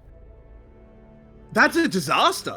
No, that completely changes everything, because Jinx is not supposed to get early kills here. And with the Braum, this means they can never trade back into the Jinx, because the Braum can always defend the Jinx, and she's now set up to scale very, very easily into the game. As we see how this transpired again, just a very aggressive flash. That was some Hylissang Braum play. That's lovely. Playing him like an engaged support, you love to see it. Yeah, that is a really good start. This is exactly what we needed to see. This is exactly what SE has to rely on. Their bot lane needs to dominate GAM's bot lane. GAM's bot lane has been fishy, has been iffy, especially the second half of the split. Zin, after an initial burst of form, has kind of gone back down to average, and Palat should have his number every single game. And then, of course, Slater is just a much better ADC than Style, especially when Style is not on Zeri, but even on the Zeri, we can see Slater can get the better of him. And now off to a 2-0 start, because he also got the early trade kill. This is now Slater's game. Slater has to be the one to get SBTC back on track, to win against GAM's most comfortable champions. And of course, Slater is familiar with beating GAM in playoffs. One of the very few people that can actually say that, given his time on Flash in 2020. DNK invading Levi, does steal away the big Raptor, and Dia1 with permanent lane prio on the Tristana, always able to come and support him. Maybe this is how they deal with the Liss. Yeah, and actually Tristana was one of my champions I had in my draft analysis and just champion analysis too, because for me, a lot of this matchup is decided by which mid laner can actually roam and enable their bot lane, mostly, which didn't really happen actually in game number 1, even though GAM got another Lissandra game. They didn't really transition it into bot lane advantages. It was more through jungle actually this time around. But the Tristana is yet again another champion that can get early priority over the Lissandra, which will give this Jinx a little bit more freedom to play her lane, to scale into the mid game. And that's the first step towards victory. Now, we still have to deal with the Lissandra in teamfights, which is not going to be easy, but this is probably the best start SBTC is ever going to get into this composition for GAM. Yeah, and I mean, you're saying we still have to deal with the Lissandra in teamfights. Obviously, you are correct, but you also have to deal with a 2-0 Jinx in teamfights. And Jinx has sort of been, around the world, just unstoppable. completely. It has been considered just an auto win, particularly in the LEC. Under the tower, they go. Slater taking a fair bit of damage, but DNK and Dia1 are here. The minions are being cleared out, but Styles about to get stunned up. Oh, really He good stun. get locked up, he will get taken down. Dia1 gets the reset, gets on out. Yeah. A bit cringe, the dive. That was not well bit. played by Slater and Palette, but they still get the job done. They get the kill. They put Style even farther behind, and now this should also result into played. Actually, the play was supposed to also give them Dragon, but because they kind of fumbled the play a bit, the Dragon is not going to go into their pockets. So GAM instantly try to counterplay on the top side, and this will give Kiaya a decent chunk of change. This matchup should also be something he's very familiar with, but SBTC is here to defend. Enpa's not level 6 though, that could be big. It certainly could be. Dia1 needs to be really careful. Doesn't want to get on the wrong side of Carty, but GAM are just going to quite intelligently just slip away.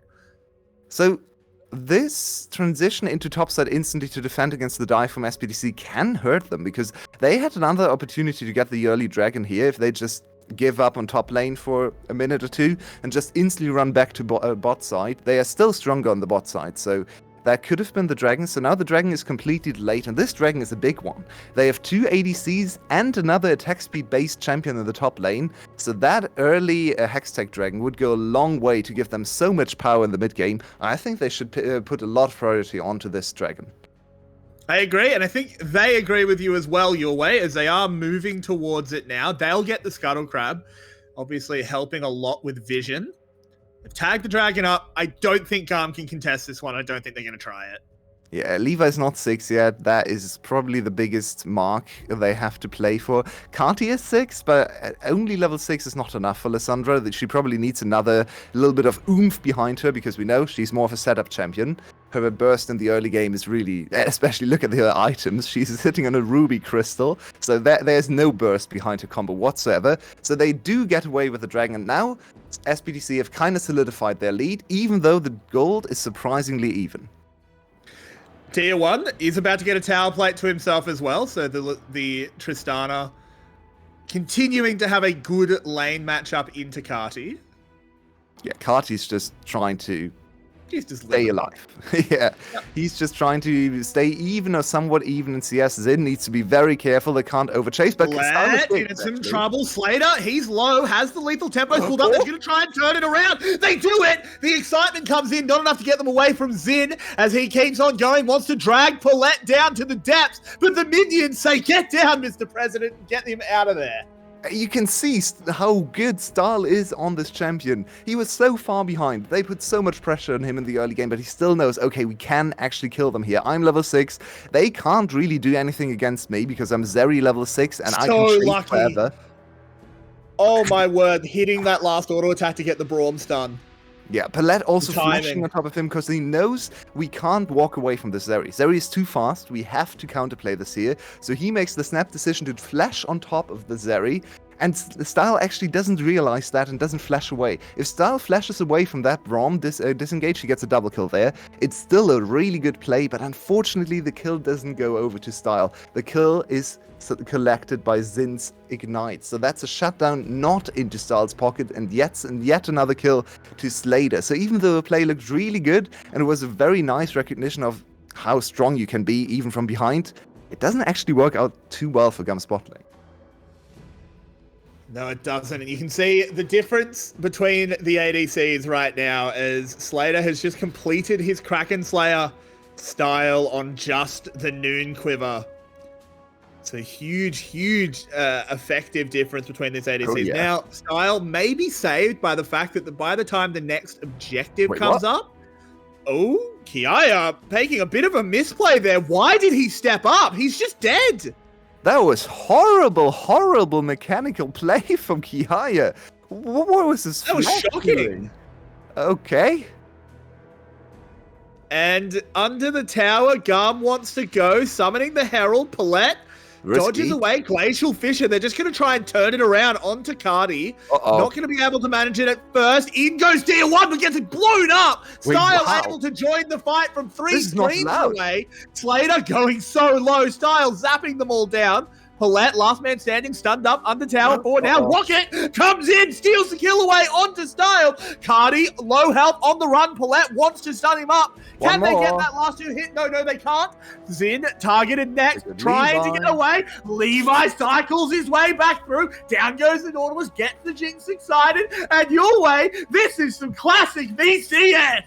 Ooh, we have finally started the series. Game 1 never happened. Let's forget about that snoozer because here we are. We are back to our fighting meta, and what a walk on the edge for both teams. That was absolutely incredible. You just pointed out the item difference between the ADCs, but these fights do not look like Style is behind in items. Look how confidently he's playing this Zeri, and his chase was unbelievably effective.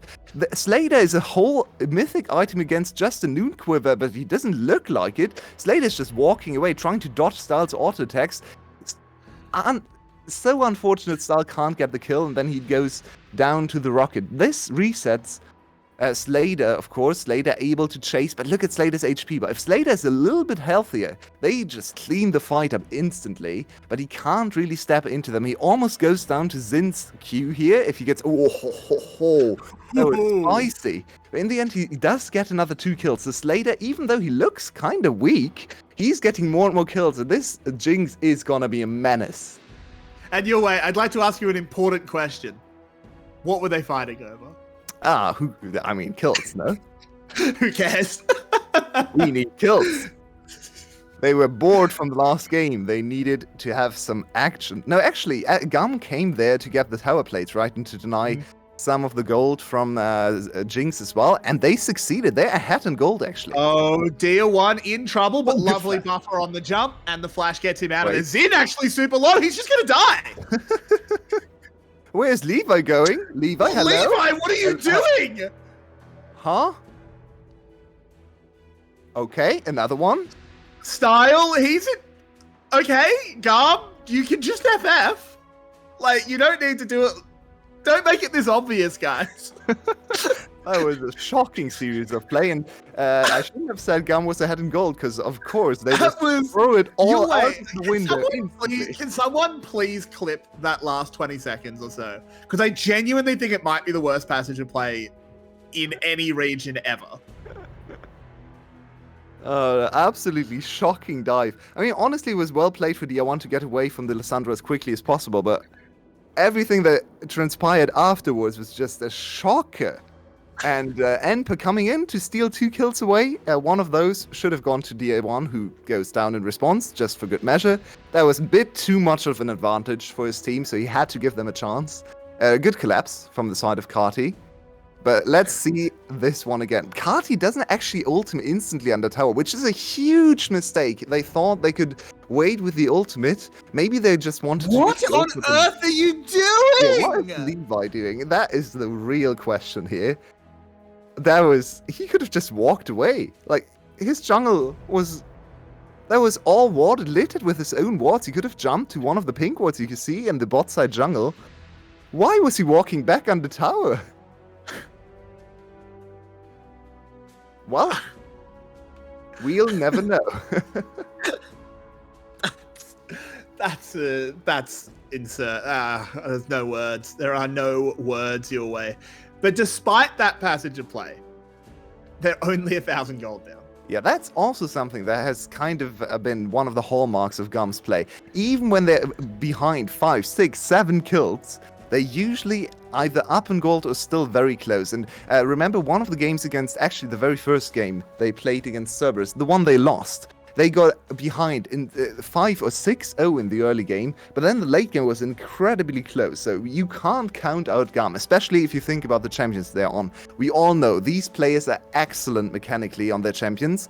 Yes, okay, I know we have just seen this game together, and we have seen some missteps. We have seen Kiaya completely lose his mind in top lane. We've just had a look at Levi's Lee Sin, but that's decision making more than mechanics. So they can still absolutely put together an incredible game and win this game out of nowhere, even against a 6-1 Jinx. They can, but it's really hard because the other beneficiary of these players is the Gwen. Enper is 3-0, able to scale up. Enper has always been a big game player. He is super, super clutch. So moving forward onto Xin. One more auto tackle, do it. Won't quite get there. Now coming in from the side, Kiaya landing some poke, but I don't think there's a fight here. Nah, they're too weak to fight right now. They would need to isolate one target and try to rely on Lissandra passive resets, which is possible. Oh, Carti, here he goes. Oh, in they go. A lot of damage being dealt. Carti having to self-ult. He's going to go down to the Gwen, trading back onto DL1. Never mind. Jinx does go down, though. Levi finds the Q. Huge shutdown over to the GAM jungler. This has to be the weakest 6-in-1 Jinx I've ever seen in my life. She just looks so weak in every team fight. But Slater collects yet another kill. The fight, I mean, it looked good at the start because Carti gets a huge AoE on this W, but there's still the tower. You are playing into the tower way too much, GAM. They lose to the tower again. It ends with a 2-for-2, which doesn't really do anything for their game state. Yes, they get 2 summoners out of Jinx, which might be the one thing they can really look back on here, but they don't get an objective. They can't really get the tower afterwards either. So at the moment, it's just a 2-for-2 trade. They now have a window of opportunity for 4 minutes, roughly, to try and get on Slater and maybe snowball that into a significant advantage. Get Slater, get the dragon in 1.5 minutes, and then we can talk again. I mean, we'll see. I think this is a really hard game to talk about your way. There's been a lot of very silly things going on, but we can confirm that GAM will get a Rift Herald at the very least. Yeah. They are still getting objectives. This is some GAM magic going on here. But of course, the enemy team is probably a little bit scared now because Slater is missing both of his summoner spells. And yes, he does have a Braum. Yes, Lissandra just used a lot of her tools to get the engage, but still, there's no cleanse on that Jinx. So Lissandra pressing R and laughing at her is still an absolutely useful play there for the side of GAM. So yeah, I think SBTC is just going to chill for a few minutes and try to get close to the dragon.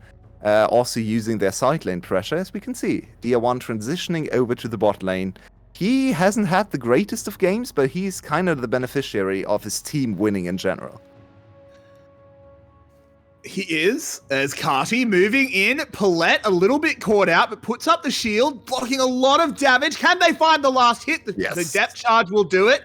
Enper now, Joe, turning it around. TNK flies in, lovely stuff. Can they get that kill? They can. Jinx is excited. Gragas has gone down. Slater hitting over onto Zin. Look at the health bars. They're so low. Slater moving forward. Can he find just a little bit more? No, it's okay. The Lee Sin shield was enough. Yeah, and because that didn't crit. Yeah. That would have been an instant report from... if my jungler did that to me as mid lane, I died to a crit there. That is an insta report. That is a novel typed in chat. Holy moly, Levi. Please. We're unlocking... Yeah, if that'd have to be, we're unlocking some ancient slurs. But anyway, let's have a look at the replay. So the focus on Paulette actually is not too bad because they fight here in a weird corner where the enemy team has a big problem reacting, but then DNK finds the greatest E-flash we've seen in a while, and that changes everything in the fight. And even though Slater gets grabbed, Zin is kind of alone, and they isolate him. He doesn't... does he die? Yeah, he does die. And now, this is Jinx Tristana Dreamland. They can chase forever. Unfortunately, don't have the vision. And SBTC walk away with another fight, but they did lose the dragon. So once again, the winning team doesn't really get much out of it. They don't for now, though, Yue. It's only for now. As every dragon is going to be like this. I think that's the reality we live in. Every dragon is going to be on a knife's edge. Slater going second item RFC. I'm not a fan. So... Jinx usually goes second item attack speed, right? And I don't like what you just did now. No, that is disgusting. Okay, never mind. He's just scared. Okay, this Jinx is refusing to build any damage, but the next item, Style, is gonna hard out damage the enemy ADC who has 8 kills. What is Slater doing? He shouldn't be this scared. He has so many defensive tools in his. I hate when ADCs do this, but now Kiaya's in trouble because. Tier 1 doesn't get the reset. Yeah, it's fine. But yeah, this Jinx has a Braum. Last pick Braum to protect her. She also has a Gragas that can peel for her. Even Tristana can peel for her in some situations. And she goes third item GA. on 8 kills. That's speaking to Slater's mentality. I feel he is terrified in this game. He shouldn't be that scared. Just go Bloodthirster. If that's what you really need, go IE. But if you really think you need a defensive item, go Bloodthirster. I think go IE. Yeah, I can't agree with this. Yeah, this is really strange. I mean, they do have a lot of damage on the rest of the champions, to be fair. They still have Enper building almost the highest damage build you can go for. Oh, DNK is looking for something. They need to be careful about Carty, but they are clumping together, which is good. Also, Palette can kind of completely take Carty out of the equation with his E, blocking the Lissandra E. But yeah, they do have some damage on the other champions, but the Jinx being this accelerated and then not playing for damage is really weird. Both teams posturing for something, I'm not entirely sure what, but they're just walking away now again. Oh, Kiaya landing some nice poke. Don't think there's going to be anything that really comes of it, but it does give GAM control over the top side of this river. They can threaten a Baron, even though they obviously will probably not start it. 2 minutes to the next dragon, and Yulwei, this might be asking an impossible question given how this game is going. How are they going to spend the next 2 minutes?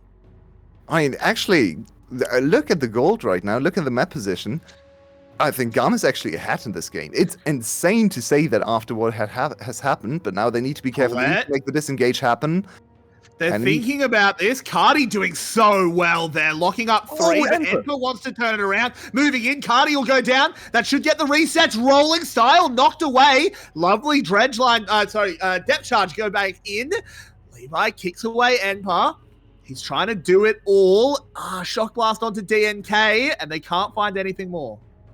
So SBTC really wanted another kill there to go for Baron. Now Baron is a bit too risky, I think, so they will have to reset once again. It's another fight that kind of doesn't result in anything because the next dragon comes up in 1 minute 20. Let's look at the summoner spells Enper used quite a bit. With the ghost down for the next teamfight, that's not great. DNK also doesn't have the E flash to get on top of Carty or Style. They did get Carty's flash, which will be huge because Slater does have his. So Slater plays this correctly, should never be in range of Carty, especially with Braum being able to block Lissandra E. So I think SBTC is in a decent position to fight. They are lacking a little bit of their damage spikes they should be sitting on.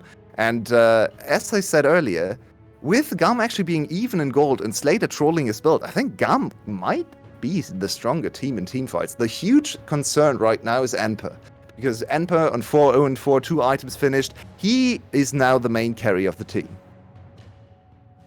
He absolutely is, and this is something that was pointed out earlier, even though we've obviously been talking about the Jinx given the KDA, was Enper being the beneficiary of so many kills as well. Has those 2 items, as you said.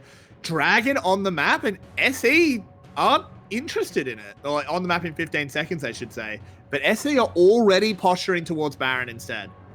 SE kind of gave GAM free entrance into the bot side river, so GAM now with better inside track towards the dragon. Unfortunately for them, Infernal map makes it very fast. Yeah, but Infernal map actually makes it easier for SBTC to react here because too late. They lost, though. Yeah, it's done. It's just too late. They had to go to the Baron. They had to commit to the play. And they're just they don't let tagged up. Style is being zoned fairly well by DNK. Levi moves over to defend him. Carty low, but can just self-ult, stopping all the damage. Okay, that's no Lissandra ult now. Can they go for Baron? They might actually that's low. Fancy it. He's only a Braum, though. SBTC is not doing it. They're losing objective after objective for nothing. They should not be in a position to lose this so easily. They just watched on. This was the classic thing people always flame some bottom tier NA teams for, where you go to the objective, you don't contest, but you also don't do anything on the other side of the map, so you essentially just wasted time. The ultimate from Carty is almost halfway up again, so they didn't really get anything there. They need to force a fight right now. They're going to try. Zin has the bomb on him, but no follow-up available. Again, you have to start hitting Baron. That's the only way you're forcing a fight here. Enper with a tower could make it easy for him to walk to Baron. They finally started it. Can they keep Levi out of the pit? That is much, much easier said than done. He is on this Lee Sin. He is the maestro. of Baron steals. Zin Becomes the engage. going to be taken down. Cardi moves into the backside, tries to get something done, but has to self-ult. On the other side, DNK has gone down. The jungler is gone. What can we do? Slater moving forward. He's excited, throwing rockets, flashing forward. He finally found his balls your way. He's got himself a triple kill. Moving forward onto Kiaya. Next target found. Next target killed. 4 kills for SC, and they'll go to Baron. As they finally win a team fight against GAM, and they will move with the Baron into a position where they can finally win a game too. They have taken 2 games off GAM, and one of their series was very, very close in the third game as well. The first game almost looked to me like GAM was off to another 3-0 towards the finals, but SE is not done yet. They are going to strike back, get the Baron a 6k gold lead, a triple kill for Slater, who is now forced to build good items because all the bad items are out in the shop. And this team fight might change the texture of the whole series. It might. Look at Slater, he's so aggressive. This is Finally. what we want to see. He didn't really have the damage, but if you get enough auto attacks, then it doesn't even matter if you build an early IE or not. Not the optimal build, but now finally in an unbelievably strong position. And it was really well done by the rest of the team shutting Style down as well. So he did 490 damage. That is nothing. Yeah, GAM forced to fight with no good Lissandra setup, with Style still behind in items. He was actually kind of close to a third item. They could have been better than Style's build, even though Style is sitting now on 11 kills, I believe. But Style is weirdly close in itemization because of the whole item that went into defensive stats for Slater. But now he should be ahead of the curve, even with 1 item difference. As the tower goes down, Inhib next. They've still got Baron, still got a big wave, but they're not going to overextend. Nothing too insane. Slater, so incredibly strong despite interesting build choices. Levi finds himself a way out of the potential pincer. SE, I don't know how much more they can really find out of this Baron buff. They've only got a minute and a half left on it. That should get them into the next dragon quite nicely, though. Yeah, finally the dragon shouldn't really go their way. They kind of lost the last dragon because of fun-built macro, so they can make up for it now with just better team fighting, better items, just stronger champions. They just have to walk down the river, and all GAM can do is really try to steal with Levi. But if Levi lands the steal, then suddenly there's a decent potential for GAM to come back with a 4 Infernal Drake's Infernal Soul. That would make them insanely strong, even with their composition getting outscaled by what SBTC has brought to the table in this game. 4 Infernal Dragons is definitely something that can kind of get you over the hump. Yeah, I think 4 Infernal Drakes with how accurate Kiaya has been with these shock blasts. His scoreline doesn't really show it, but this has been a very good Jace game. Enpa has 2, but he's got friends, so he's going to turn this around, puts up the W. Teleport coming in from Cardi. Can they get away? There's the Lissandra ult used. Enpa going gold. Dia1 getting a reset. Moving out of this one, and here comes DNK. Rocket will miss, but GAM are getting blasted into space. The attempt I don't hate for GAM. Just try to make something happen. Try to get 1 pick to move into Dragon. But it gets counterplayed. Too many tools in Enpa's arsenal. He had the Zhonya's. He was 4-0 before the fight started. He was just a little too strong for them to make this pick happen. I don't hate the play. Just a little bit of desperation showing in GAM. And they will lose this game. Their second game in playoffs. That will go to the enemy team. SBTC equalized the series at 1-1 with Slaydown Jinx and Enper and Gwen. Well, it turns out you don't have to ban the Lissandra. You just have to smash them everywhere else and have a 5-1 Jinx at 10 minutes. That's easy enough, right? Let's see if they can repeat it in game number 3. You never know. And to get ready for game number 3, we'll be going to a... Ooh, my producer's telling me that we have to talk a little bit longer. So, your way, looking forward to game 3. Okay, now the producer's saying we're free. So we're going to a 5-minute break and then it'll be desk. All righto.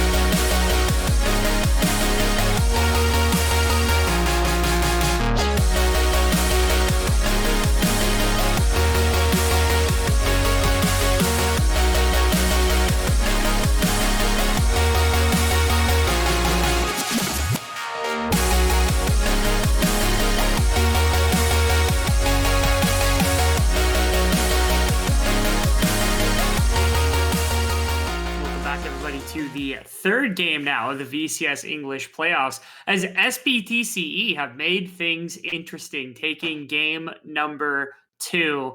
And analysts, I mean, I don't think that was okay. That was a wild game. I'm gonna leave it up to you two to describe exactly what we saw in that game, because it was not great from GAM. Spot definite. That game was a banger for all the wrong reasons, but it was a banger. Like, SBTC made it messy and dragged GAM down with them. It shouldn't have worked, but it did. And, you know, you roll with it. You know, we take those. Yeah, I mean, SBTC went for that early invade, and it definitely set the tone for the game pretty quickly on, because GAM went, all right, this is how we're doing it. We're gonna just randomly go into the jungle and try and make plays happen. Okay, absolutely, sure, let's go, fight. And SBTC kind of came out on top in a lot of those fights. Style died 5 times in 15 minutes, which was pretty impressive. Nice target selection from GAM, killed the ADC a lot, and got their ADC rolling, who then built no damage, and so Empire had to do the actual work. Mm-hmm. Yeah, And I'm going to extend Mabi's point, if I may. That way that SBTC, of course, they made it messy, but they also exploited 2 of the glaring weaknesses that we highlighted for GAM. Number 1, catch style red-handed when he disrespects or mispositions, done. And secondly, force GAM into taking team fights that they should not take or that they should disengage. And that was done as well. And of course, it was chaotic, but it was all the ingredient necessary to notch them a win.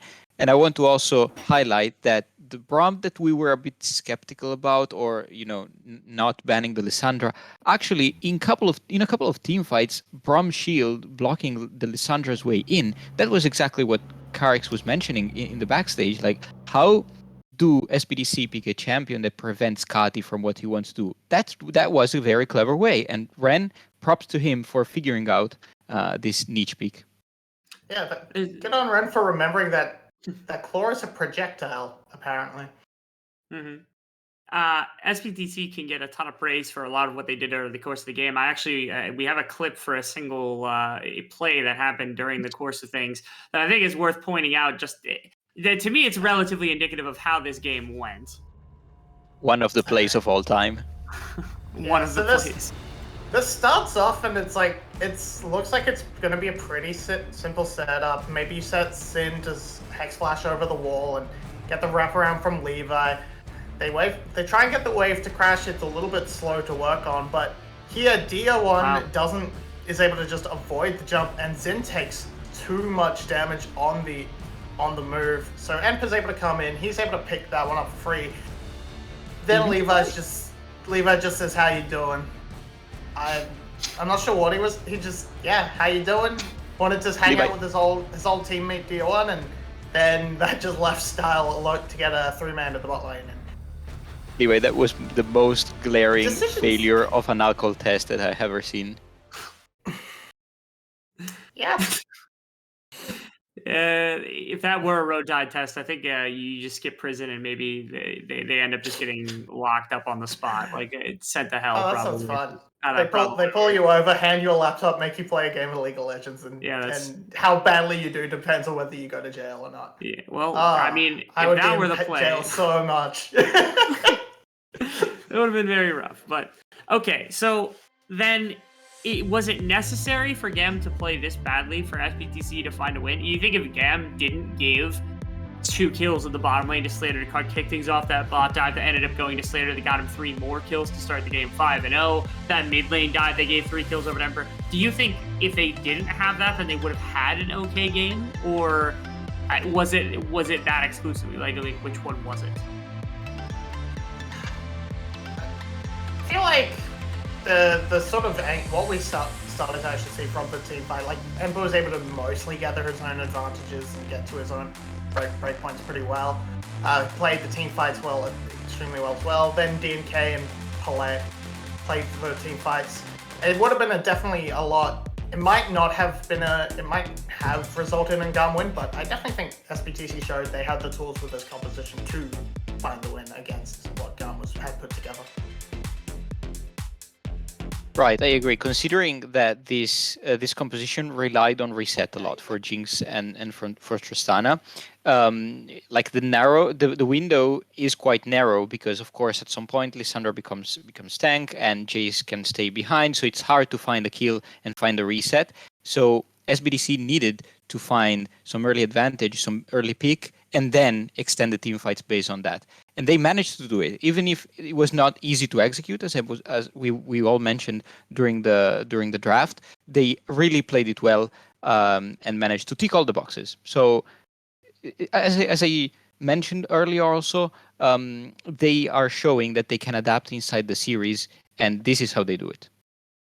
Yes, I think that's completely correct. So now, I mean, at minimum, we get some fight back. At minimum, there's some competition against GAM. I actually have also really enjoyed the thought process behind if you get to an early advantage, like way too big of an early advantage, it feels like GAM can pull back and they can kind of play defensively and play around objective play. But the trick to playing GAM is like fishing, where it's like, okay, you can't pure beat them and you can't pure lose to them because then they'll just be, you have to keep them just hooked enough to keep fighting you over and over again to lure them back into combat every time they're around a neutral objective. And that's how you beat this team. It's like you have 2,000-3,000 gold, you have it in the right place. And then the GAM's like, oh, we can fight, right? Like we've got a powerful Jace that can do a bunch of damage. We got a Zeri who can end up winning a team fight. And then you just get trounced every single fight. And so that is an interesting dynamic that we'll see if SBTC can kind of pick up on, because as you're mentioning that, and as I'm watching these games unfold, I'm starting to realize that that is very true, that GAM, if they're close enough, do get baited into combats that they don't necessarily need to take. And while sometimes it flips them games, it actually has cost them, I think, more games than necessary over the season. Yeah, and I mean, that's very reflected in the goal graphs for both of these games. It's sort of a straight line, a little bit of a wobble as goal goes up and down, and then it's just a big shove, big push towards whoever picked up the Baron or find the team that breaks the game. So very similar goal graphs. Games are being played extremely close until they're not. So it really, you can't look at gold as an indicator. You have to look at how they're playing forward, who's utilizing the map pressure correctly, and setting up traps and executing well. So if you're GAM walking into this game, like what do you change? Because they were on basically unadulterated comfort inside of that one, like almost unnecessary comfort. Like I wouldn't be surprised if they even went for a salty run back and said, hey, we'll play the same composition a second time. We have no problem with that. Because it felt like a lot of the early game kind of miscues were part of their problems. But if it's not the case, if they decide to, where do you see them swapping their strategy at here? Okay, so in general, I think the draft was not bad. We know that Kaya can play Jace, Lissandra and Lee Sin were comfort picks. I think the main way that you want to address this is give a style something safer. Safer AD carry, like for example, don't ban the Xayah and let style pick the Xayah. So he can fend for himself. Of course, well, Xayah peels for herself starting level 6, and if you die 5 times in 50 minutes, that's not going to be enough. But what I mean is having a bot lane that can, not hemorrhage as much. The Varus, for example, I think was a good enough pick that can farm from afar, just, provide poke even if he's a bit behind. So something like that. That's the starting point, I think. Before any more contemplation on this point, let's make like a green vegetable and let us head over to draft real quick, because I think that's kicking off here any second now. Thank you, Clockwork. I appreciate that. Never mind. Mobby, you're off the desk. Clockwork is on for the rest of the split. Okay. Tragedy. Massive downgrade. So this is sort of a response to what I was about to say. A slate of locks in that first pick Jinx. I was going to say maybe the look is to try and get wave priority. So this could actually... Oh no, they banned Desire, so never mind. But looking for something that can try and match the Jinx in terms of wave pressure. They're not going to do that, so never mind me. Xin is going to be locked. Style is going to be locked onto tower, and if they choose to, that might choose to put the pressure into the bot lane like they did like this in the last game. Xin is not going to be able to leave and have as much impact on the map as he did in that first game. So that's it might just be that run back. See, this is why we say that Ren is based. He listens to our advice, while Hankei bans the Saya, not based. Now SBTC goes again. The Gragas worked very well. DNK actually proved very aggressive and not as shy as the Sejuani, so good thing that they pick it again. Now they have the options to go for a support or probably pick some Lissandra that's still open, and that's a comfort also for DO1, but the Tristana, like, he's that not scared. Alright.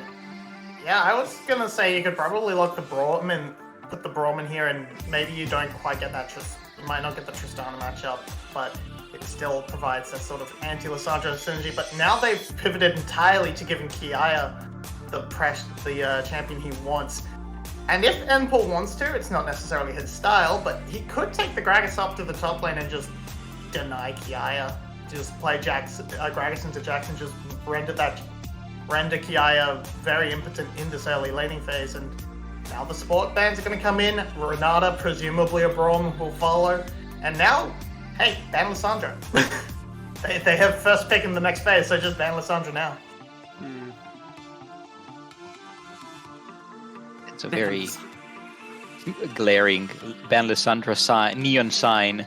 Yeah, okay. Banning Syndra also good. That's fine. Maybe they Still see got this as a positive matchup for the Trist, and so they don't care about Lissandra. And maybe GAM thinks the same way, because it feels like they could have maybe picked Lissandra already in that spot that the Jax was in.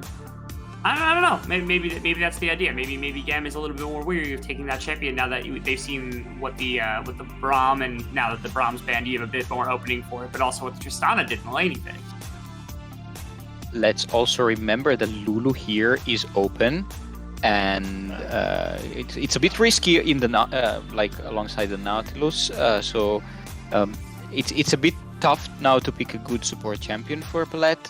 He will probably need to go a bit deeper in his champion pool. We know he played also other stuff like the Annie, like the Blitzcrank, the risky stuff. Sejuani gets picked for Levi now, not a carry for the star player on GAM. Goes a bit on the safer, on the supportive side. I think this is a fine choice, and now they want to keep the counter pick actually. Well, they could have counter picked already, so I'm a bit confused by this Sejuani pick here. Yeah, there's still flexibility, I guess, in they could have potentially put top lane Tristana, which would have been a little bit weird into the Jax, but right, Sejuani could be mid lane. It would Omega suck into the Tristana, but it could be mid lane. Could be AP Sedge top with a Jax jungle. Yeah, as it is, I think we're pretty much expecting them to go in their normal positions, and then maybe you're just looking to make sure there's nothing that'll make the life of something, say, a Vega, extremely difficult. You just want to make sure that maybe a safer mid lane play is going to come, a more risky mid lane pick is going to come through, and just want to make sure it doesn't find itself facing a Nautilus, a Blitzcrank or some kind of champion that'll completely throw it out of position. Victor's kind of that, so yeah. Wanted to just make sure it was a little bit safer, didn't have anything flying at it that would ruin his day. Okay, I mean, if they're going to pick a mage that's that far range and scales that hard, why not just go for it and pick a hard siege mage, right? Like, if you're going to get put out of position, like, you're going to die anyway as the victor, then, like, why not pick something that's going to punish the Jinx and the Tristana from well outside their range, like Vel'Koz or Xerath? Why go for the victor in this case? No one can play Vel'Koz. No one can play those champions. Ati, right? Nobody can play. Ati, right?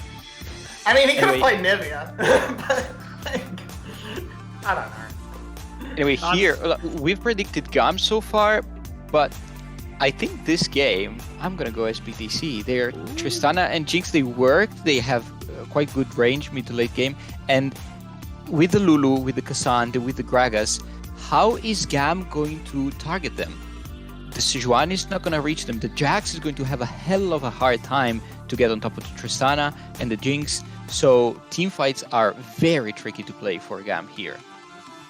I think this is a much more sort of a pretty standardized composition for GAM, but with the way they've been playing it out, it's going to take a lot of lifting from Kati on the damage department, but Victor has not been great so far. So I'm leaning SBTC, but it's a close one. The double analyst, double marksmen have won every game. So yeah. Double analyst prediction for SBTC. Let's jump into game 3 as Carrix and Yulwei are on the other side, waiting to receive. We are waiting to receive, and receive we will, as SBTC getting some stocks from the desk your way. How do we feel about that one? Predicting against the big dogs of GAM. Well, we just saw them win a game on Jinx and Tristana, so I definitely saw GAM lose a game. That is true too, yeah. But I can definitely see why you would be willing and maybe even would tend to go with the Tristana Jinx again, because of course they just did it. But don't you forget who's on the other side, okay? We are still talking about GAM, and we're not just talking about the organization GAM, we are talking about an era of dominance from these players that is almost unprecedented, because the Kiaya Levi era has been absolutely incredible. Tier 1 might die Tier 1 in some trouble there. Ooh, good flash to avoid the follow-up auto from Zin. Can you please stop interrupting my beautiful point, GAM? Please stop with the early plays. Okay, let's go again. Let's bring up the graphic. Finally.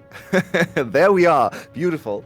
The Levi Kiaya era, of course, ever since 2019 summer when Levi came back to the league. This are their stats. They have 4 titles, which is not actually all of the splits. They lost 3 of the titles they could have gotten, but they went to all 7 finals. Their game record, this is of course in best of 5s, 43-20, so more than 67% game win rate in best of 5s, and 11-4 in best of 5s. And by the way, every single loss on that list, all 4 losses, was a 5-game series. They have never lost in less than 5 games in those ever since 2019 summer. So this era of the top side of GAM with Kiaya, with Levi, and then later also adding Carti and Style to the mix has been absolutely incredible. We can't count them out at any point.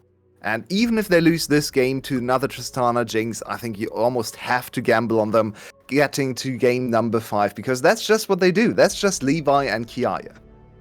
Yeah, and I mean, look, GAM have honestly played some of the most exciting 5-game series I've ever watched in general League of Legends.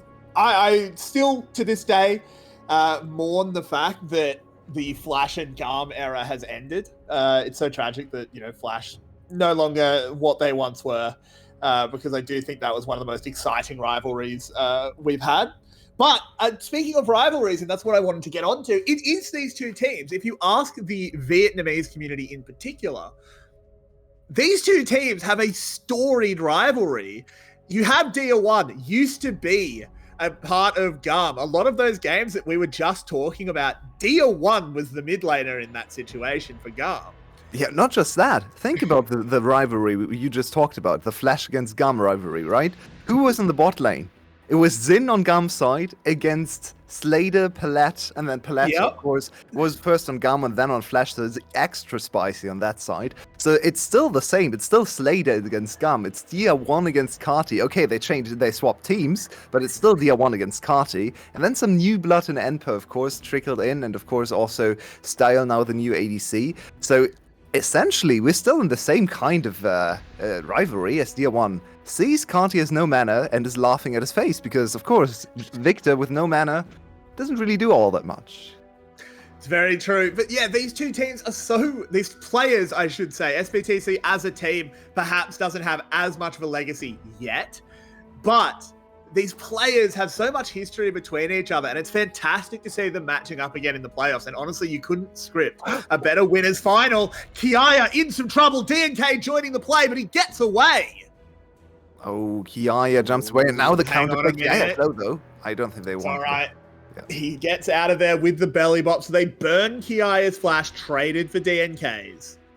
I think GAM was actually overplaying their cards there, and finally disengaged from Levi, who was kind of banking on the fact that DNK would not chase him, because if DNK had tried to go for an aggressive play there, I think they would have lost, but in the end, nothing really comes of it. The flash is blown from Kiaya for flash on DNK. So, top lane, maybe a return gank could be possible. The problem is, Kiaya is a pretty hard target to kill, especially with K'Sante. It's not a great matchup for the K'Sante, especially in the nerfed version, into the Jax. So Kiaya should still be alright in this lane. Of course, losing Flash this early is never good, but it's still a Jax. He has a Q, he kind of has the supplement Flash anyway, so the first gank doesn't really land from SBTC in game number 3.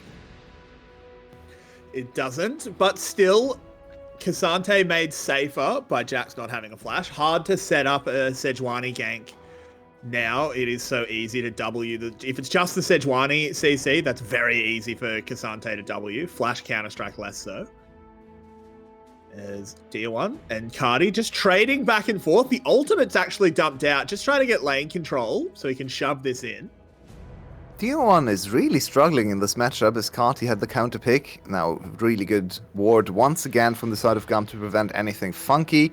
So Carti can just walk back, has full control of this lane, and DNK even has to stay to eliminate some of the minions, which will take away a lot of experience from Dia1, who's still level 5. He is really severely down in experience now compared to Carti, who already dropped the ultimate on his head like half a minute ago. So Carti with a great early game to kind of just put Dia1 in the dumpster in early laning phase. That he is, as Levi just poking around in the jungle.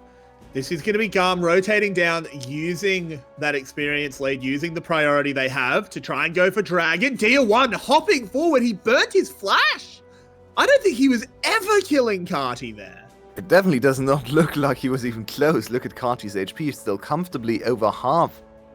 So Dia1 is either he's very unfamiliar with the matchup or just desperate because it's not supposed to go like this. But yeah, Dia1 struggling very, very hard for the first time. I actually think I know what happened, but it really doesn't reflect very well on SBTC. But we'll just see if anything plays out here as Levi moves in.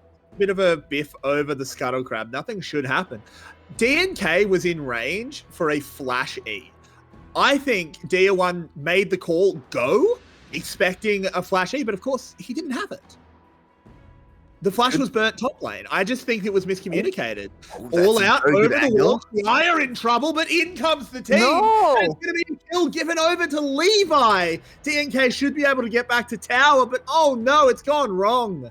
Oh, and SBTC is just kind of outplaying themselves in these instances where they wanted to go, they wanted to be the aggressors this time, they wanted to be assertive, they wanted to be the ones making the plays, but it's all going wrong, unfortunately. Yes, Slade and Palette are dominating the laning phase, which they should, they have Lulu. So that is going alright for them, but the top side letting SBTC down early and first blood over to Levi. So this starts out well for Enpa. He gets a really good all-out through the wall, nullifying the counter-strike as well. So he does deal a decent amount of damage, but then Levi finds the perfect angle for his own ultimate and just shuts down the crazy all-out shenanigans for the side of Enpa, because Enpa could have just danced around back and forth in that fight and gotten a lot of that weird K'Sante all-in stuff out of there, but he just dies instantly to Levi's CC. Very, very nice collapse from the jungler of GAM. We just talked about the Kiaya Levi error, and they strike first in game number 3. And here they go again. They're going to have another crack. They deny the eye, so the Herald will not be able to be picked up. SBTC, that's not what you wanted. They needed to actually get that Herald to get themselves righted back in this game. Dia1, again, being harassed. He just dumps the Chaos Storm on him, says you can't step up to the tower. Carti being an absolute bully. But also beautiful rotation from the GAM bot lane to instantly walk into mid lane and get one plating for free, as Jinx is still pushing down in the bot lane, so she can't respond with a plating of her own. GAM just showing their very, very smart map rotations earlier than usual in this game. Usually they come alive at like minute 15 to 20 when they rotate through the lanes and try to set up their side lane advantages, but it's starting early this time around. At GAM, they just equalize the gold once again. First Herald is not going to do anything. And this mid lane matchup, I feel like SBTC really wants to get out of here because it's not going their way. Dia1 is still down in experience. They actually made it worse for him by ganking his lane in terms of experience. And yeah, you can see he's just getting hit from afar. He can't respond ever to Carti. It's way too risky to jump in at this point. So He's just playing a very, very sad Tristana mid lane game. Look at the enemy tower. If you play Tristana mid lane, the enemy tower is full HP at 10 minutes, you know you effed up. Disaster. Yep. Something has gone terribly wrong if Tristana has not been allowed to touch the tower. Tier 1 as well, he is the Tristana mid enjoyer. This has been a champion he has always played. It has not really mattered what the meta is. Oh, speaking of the enjoyer, oh, DNK, you hero! Okay, he actually gets it back. Oh, Lever, no! Levi thought about going back in. He's in some trouble. Paulette is here. Dia1 dancing around him, auto-attacking over the wall. And the rocket from Slater! Okay, GAM, something has happened to GAM. Their brains are scrambled. They need the 20-minute reset after this game because it looks like they are actually nervous. These plays scream nervousness, scream jittery nerves, whatever to me, because this is not usual GAM. You saw them in game 1 play such a clean style of game. But look at that absolute amazing hero save from DNK. Wow. His Gragas, the last 2 games has looked so clean. Maybe they actually need to do something about DNK's Gragas now after watching these 2 games. And Levi, once again, a bit too aggressive, relying too much on his outplays that happen 80% of the time, maybe even 90% of the time. But not today, not in these past 2 games. At SBTC, at least the momentum is in their favor, even though the game's still even and it doesn't even look like a big advantage for them anywhere. But it must feel good, especially for players like DNK. It is looking... I mean, this is such a strange game, Yue.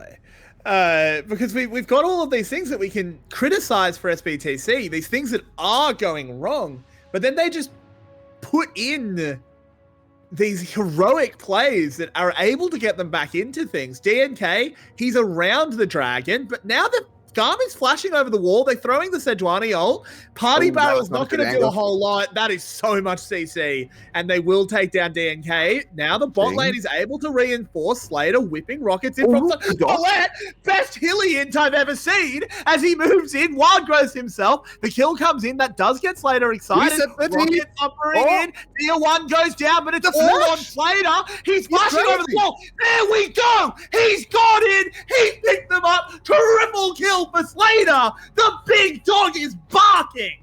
Here we go. That's the jinx we wanted to see last game. Slater finally stepping up in the team fights, and that's Reset City. What an absolutely crazy fight. Keep your eyes on the Lulu. That has to be the most aggressive Lulu play that actually works out I've ever seen in my life. Palat just... he walked away with this team fight, honestly. I mean, Slater had amazing positioning too. Look at him flash onto them. Okay, the ult might have even been a bit too early, but then Dia1 and Slater, with all their range, have such amazing position. Dia1 decides to go back in. They have to focus on him. And meanwhile, Slater, with Red Buff, with Kraken Slayer, accelerated. His attack speed is probably at something like 2. This early in the game, he just deals too much damage, and they win the team fight. 4.2k damage at 10 minutes. He had 1 item. And one thing I absolutely loved seeing from SBTC here, both Paulette and Dia1 did it.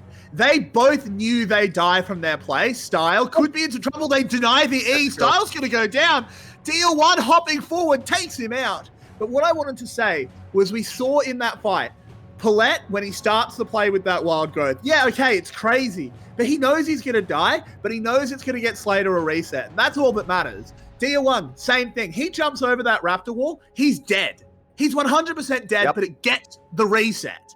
And I think they know that's what matters. You can really see the reset in the mental after the last game, because think back to game 1. Just 2 hours ago at this point, they did nothing. They just rolled over and died. They tried a few engages, but it never worked out, and then they just resigned themselves to counterscale, which never worked. The game was over after 10 minutes because you could already see GAM would outscale them easily. They just played the most comfortable late-game scaling team anyone has ever seen, and SBTC never did anything. I was worried at that point that SBTC would just play like that for the rest of the series and just slowly die in every game, and we would sit here for a snoozer. But instead, they've activated their playmaking potential. DNK and Dia1 together on this Tristana and Gragas combo are just making stuff happen. Okay, not all of it is good. Some of the plays are ints. Remember last game where they tried to dive bot lane tower and it was ugly. They made it work, but it's still, they are making stuff happen on the map. They're challenging GAM and they're winning the fights in game number 3.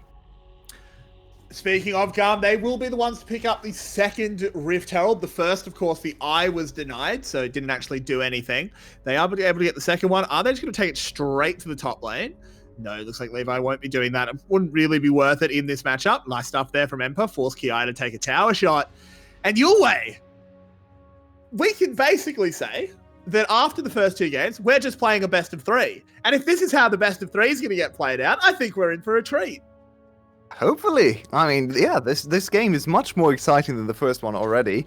And game number 2 was a banger with a lot of plays and misplays. But game number 3, I think, is even higher quality when you look at what happened earlier on, when Dia1 was completely lost in the matchup and seemed to lose every single trade, and then he just transitioned into some plays on the side lane. Now they just keep him in bot lane, which is so much more uncomfortable to play from the Victor side of things compared to the Tristana, because long lane makes it kind of easy to collapse on him.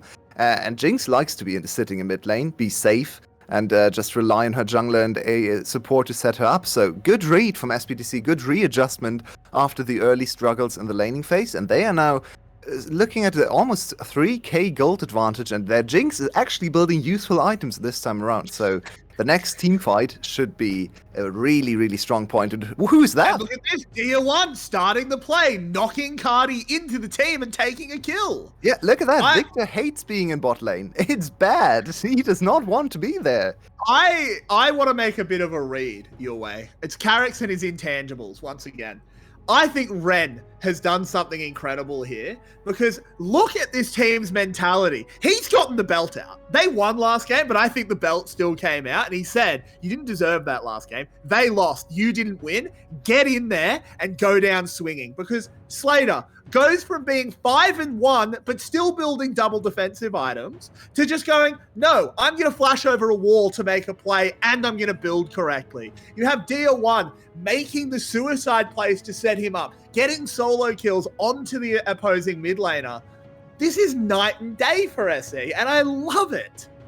Yeah, and it's so risky too. You have to think about how much how much pluck it needs to actually go for this, because after game 1, we looked at their composition. At the composition, GAM drafted Lissandra, Zeri, Nautilus, Rakan in game 1, and we thought, oh, what have they done in their draft? What is the coach doing, right? And we both love Ren, and Ren actually won a best of 5 last year against GAM as one of the very few coaches actually to do so.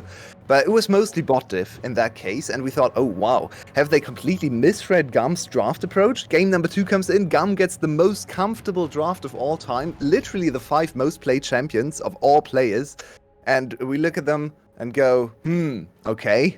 That really does not look good for the SE read. But SE actually wins. They draft a composition that gives them agency. They know GAM is a slow team, so they want to be the one to decide where to fight, when to fight, which fights to take. And it works so well. And now we have to wonder, is the Zeri still good for Style? It has been his best champion all year, but it doesn't seem to be doing much in these games. And they're falling further and further behind. This Herald can be stopped if SE is here in time. And this might be yet another big fight. The Herald is going to get its charge off, almost certainly. It does. Just, actually got kind of close. Kiaya casting to Counter-Strike away, because Slater, he is armed with a howitzer right now. This Jinx is so extremely strong. Carti, just poking around. He does have this crown. I'm not 100% sure I agree with that decision, but regardless, for now, it keeps him safe from any engage. The dragon, about 3.5k, not super important. In goes Zin, gets chunked out. DNK goes gold. Levi gets the smite. DNK stunned up, has Chaos Storm on his head.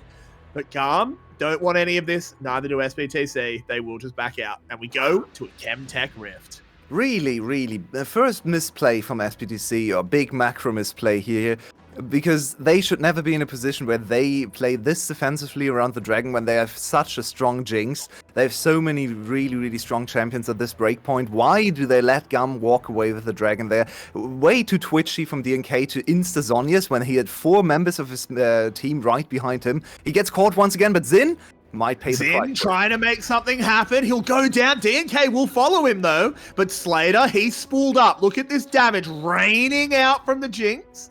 They can't find anything more, even with that lethal tempo stacked up. Slater even pressed the Ghost. Really thought it might have been go time.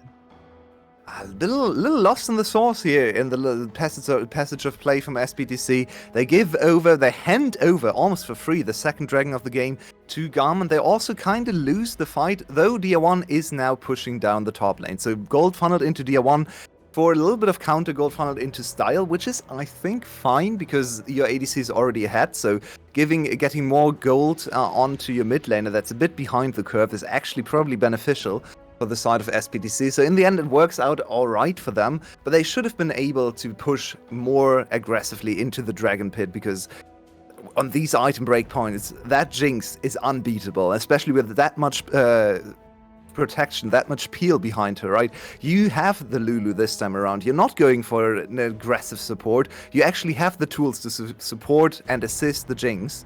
So I feel like they made a little bit of a blunder there. It's not too consequential though. So SBTC still have time to readjust and get into better position. It does take away one big win condition though, because now the Dragon Soul is way out of reach. So GAM can slow down the game again.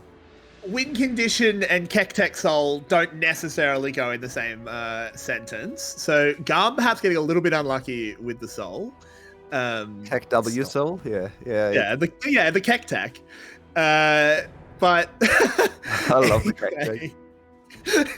I'm so proud of that one. Anyway, getting back into the game, the man on your screen is the man to watch. It's Slater. 2 games in a row on the Jinx. 2 games in a row he's had massive performances. But despite the kill score not being as impressive yet, I'd say this game is light years ahead of last. Oh, he's playing so much more confidently. Last game, he was actually scared in all the team fights. He was 5-1, but actually putting out less damage than Style. So Slater in this game so much better and better set up by his team too. I think he had a little bit of interesting flash there for Slater. Safe now. DR1 getting out to safety. Cardi crown pop. Do they want to try and go in now that he's a little bit more vulnerable? Enpa on the side will find Kiaya. Counter-Strike keeps him safe though. Risky. On the other side, there's a big pull in. Enpa low. He has gone all out. Look at the damage raining in from Slater. No. 2 kills to come. Kiaya, again, the Counter-Strike getting so much value. Slater just unable to find the damage. Can't run through the gravity field. And so far, they're doing a good job keeping this Jinx away. Absolutely amazing positioning in that team fight. When we have the replay, I'm gonna keep my eyes on GAM because that was some amazing back and forth for them. The way they conducted themselves in this team fight is so good because they never give a free target to Slater. Look at that. Now Zin is the target, but he kind of walks away. DR1 tries to get the kill, does actually get the kill, but this doesn't do much for Slater. Slater has to hit Kiaya, who has his E, so that's no damage whatsoever. And then it's both tanks walking back and forth, so Slater can never get the execution. Really, really nice team fighting for GAM, and they are not out of this game yet.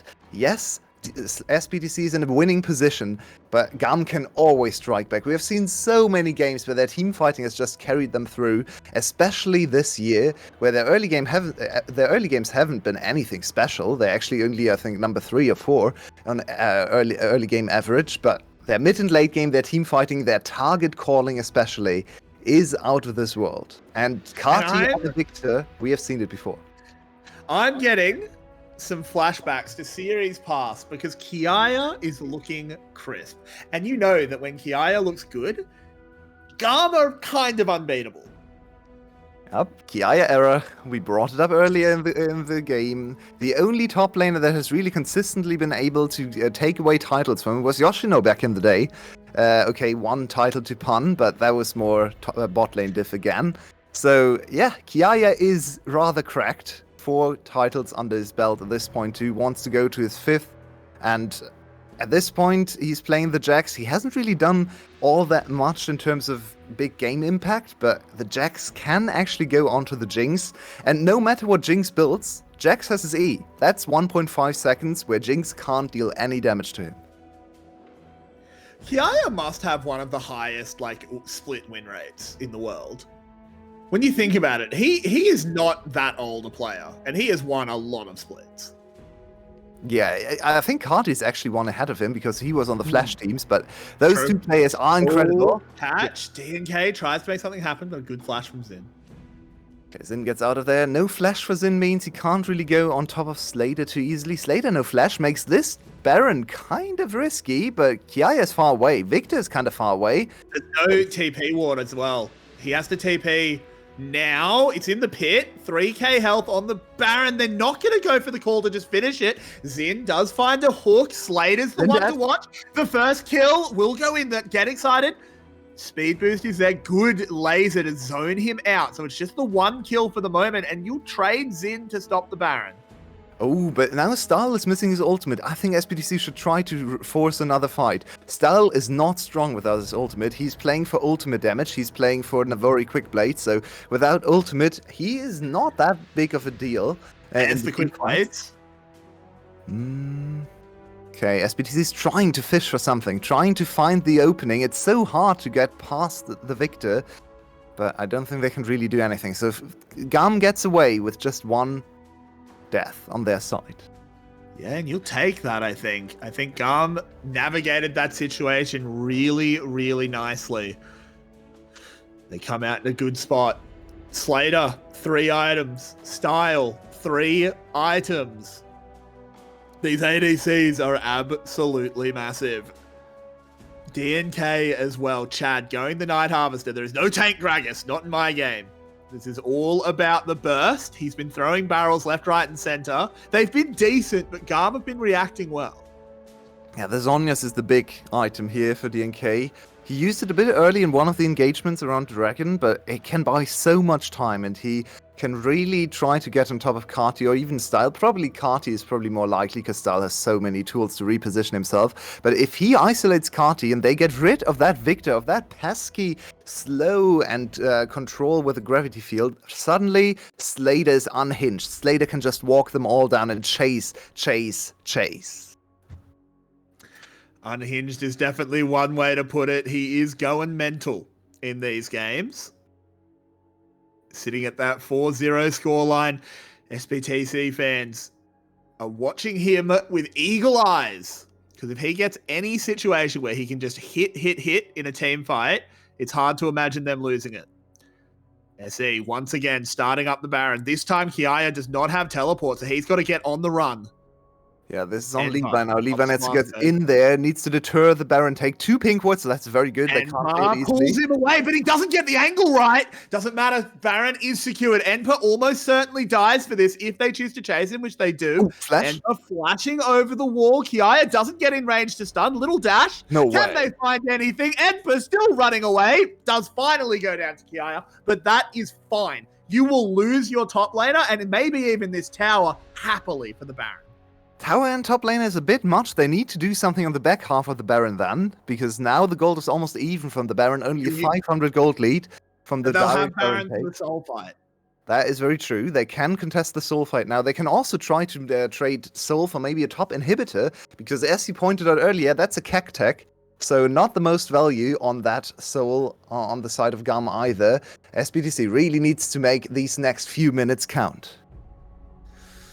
This is an exciting game your way. GAM currently has control of this bottom side river. We're still quite far away from Dragon, so it's no big deal.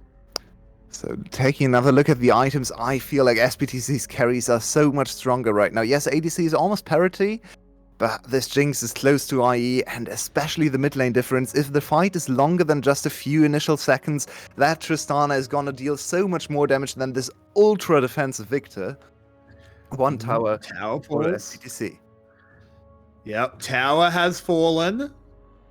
30 seconds now on the Drake. SE moving over, trying to get as much vision control as they can. They know where Levi is. He just walked past a ward. They're not going to collapse on him or anything like that, but they need to track him. He's, of course, an extremely major player. They'll get the mid lane shoving as best they can. Kiaya not letting them do it well at all.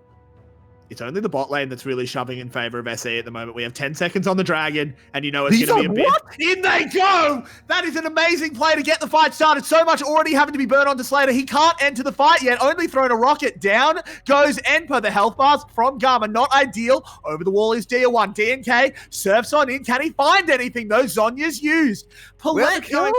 Wow, this is fantastic stuff out of Gum. They're just dancing up, but there we go. Finally turned around. DNK finds the angle, and Slater gets excited. He pulls his way forward, and let's go SBTC as they clean up 3 from Gum. That will be the dragon for them. That will be the team fight for them. And SBTC are looking lovely in this game.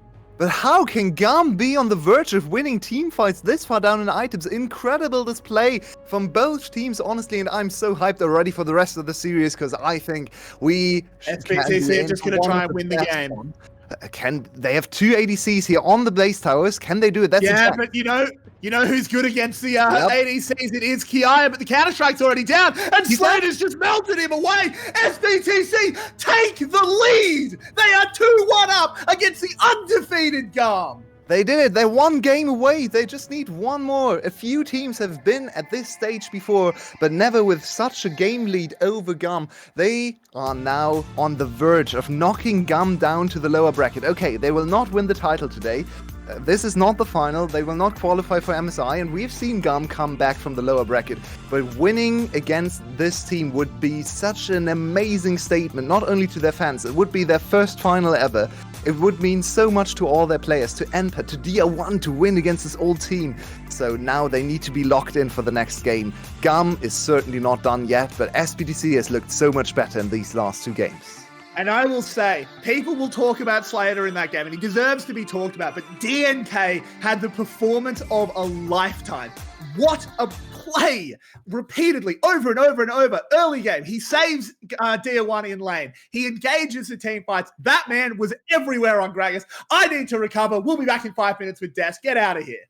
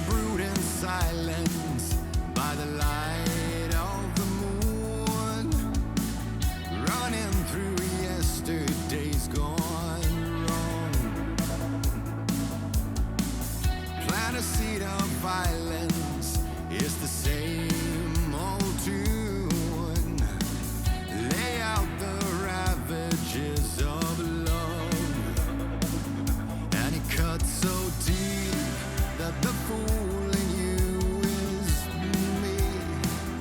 But it pays to see the unholy cast a disharmony. Bittersweet revelations, let the mirror come alive. Glorified sensation, your name in the headlines. Oh, revelations, salvation is poison we mystify. It's love with a black eye and no alibi, no illusion to save you this time. You are asylum to my solitude, playing charades all alone. You are a siren where I lay marooned. Here I thought nothing could go wrong, and it cut so deep that the fool in you is me. But it pays to see the unholy cast a disharmony. Bittersweet revelations, let the mirror come alive. Glorified sensation, your name in the headlines. War revelation, salvation is poison we mystify. It's love with a black eye and no alibi, no illusion to save you this time.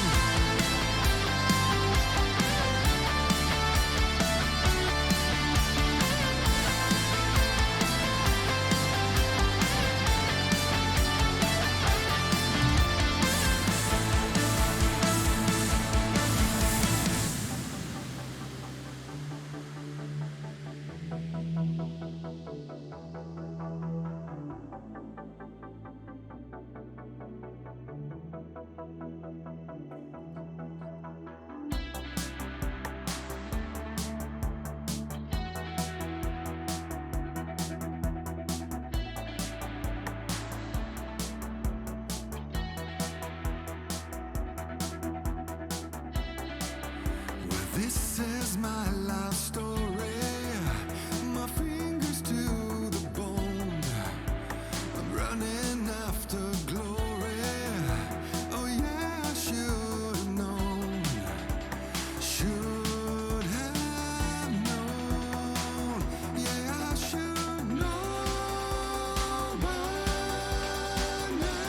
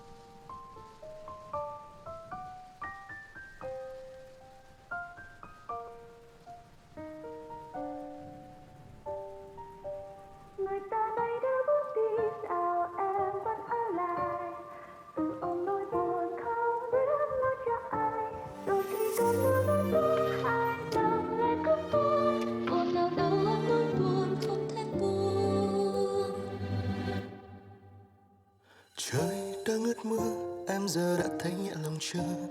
Sao bao nhiêu nỗi buồn về chuyện đôi lứa? Người ta đã quên, sao giờ em vẫn chưa thể quên? Tình yêu sao lại tàn nhẫn như này? Kỷ niệm xưa giờ là những thước phim dư thừa.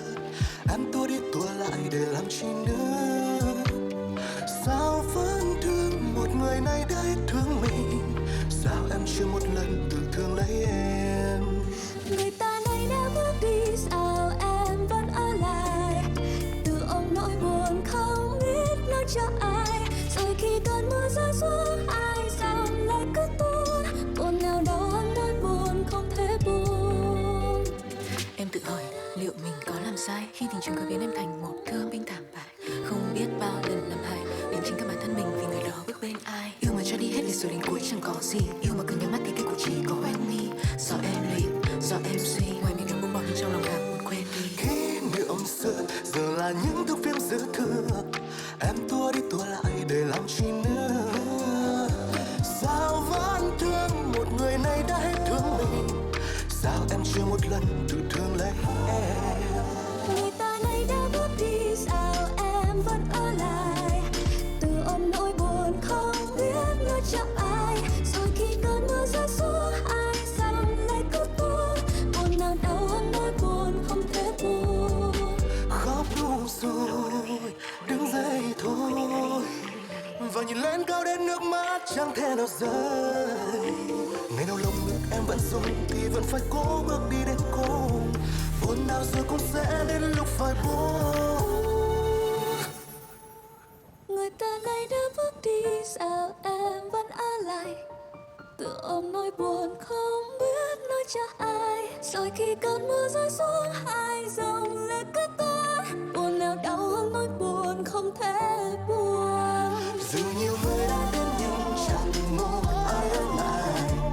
Tự than trách mình không biết đúng hay sai. Chuyện hợp ta đây cũng phải trải qua đến bao lần. Người nặng lòng hơn sẽ là người buồn hơn. Nhặt lại những mảnh vỡ mà người đó đã gây xong. Em đúc thành chìa khóa để tự mình phá xây nhau. Băng bó vết thương đầy lòng. Liệu em có đủ mạnh mẽ bước hết chương này không? Không, một ai giúp được em. Nỗi buồn của mình vẫn chỉ muốn góp chút lượt xem. Cố chấp là tâm mệnh dần dần thành tâm ma. Sống có không cảnh được khóc sẽ mưa tận tàn.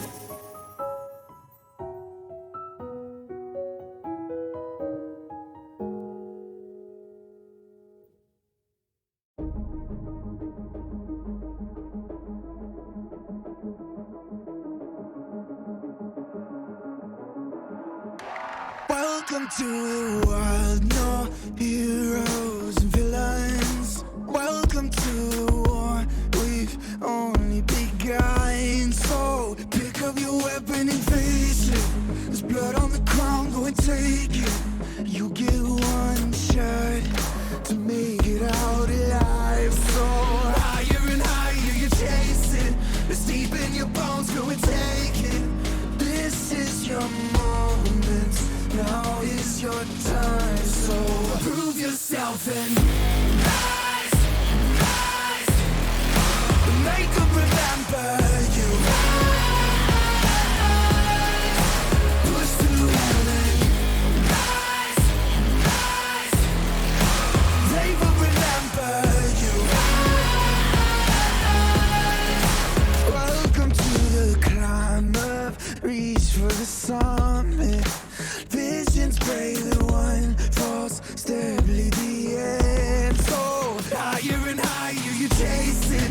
It's deep in your blood, go and take it. This is your moment. Take to the skies, go. Prove yourself and rise, rise. Make them remember you. Rise, push through heaven. They will remember you.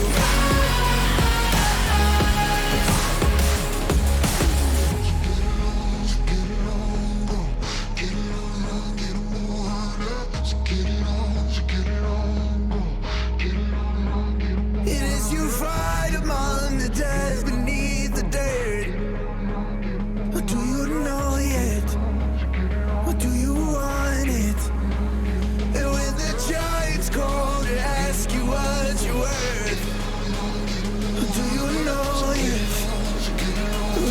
time.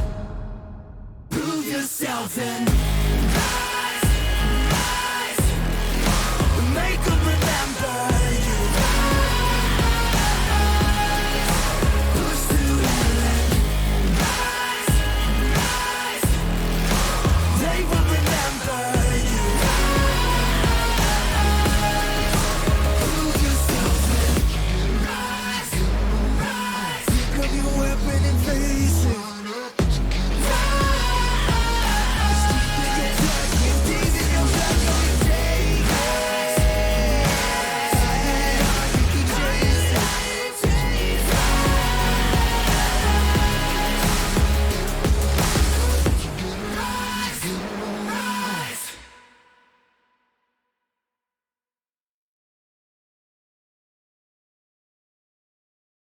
Welcome back, everybody, from our extended break. I hope everybody had a wonderful dinner. Clockwork, Mobby, what did you have in the meantime?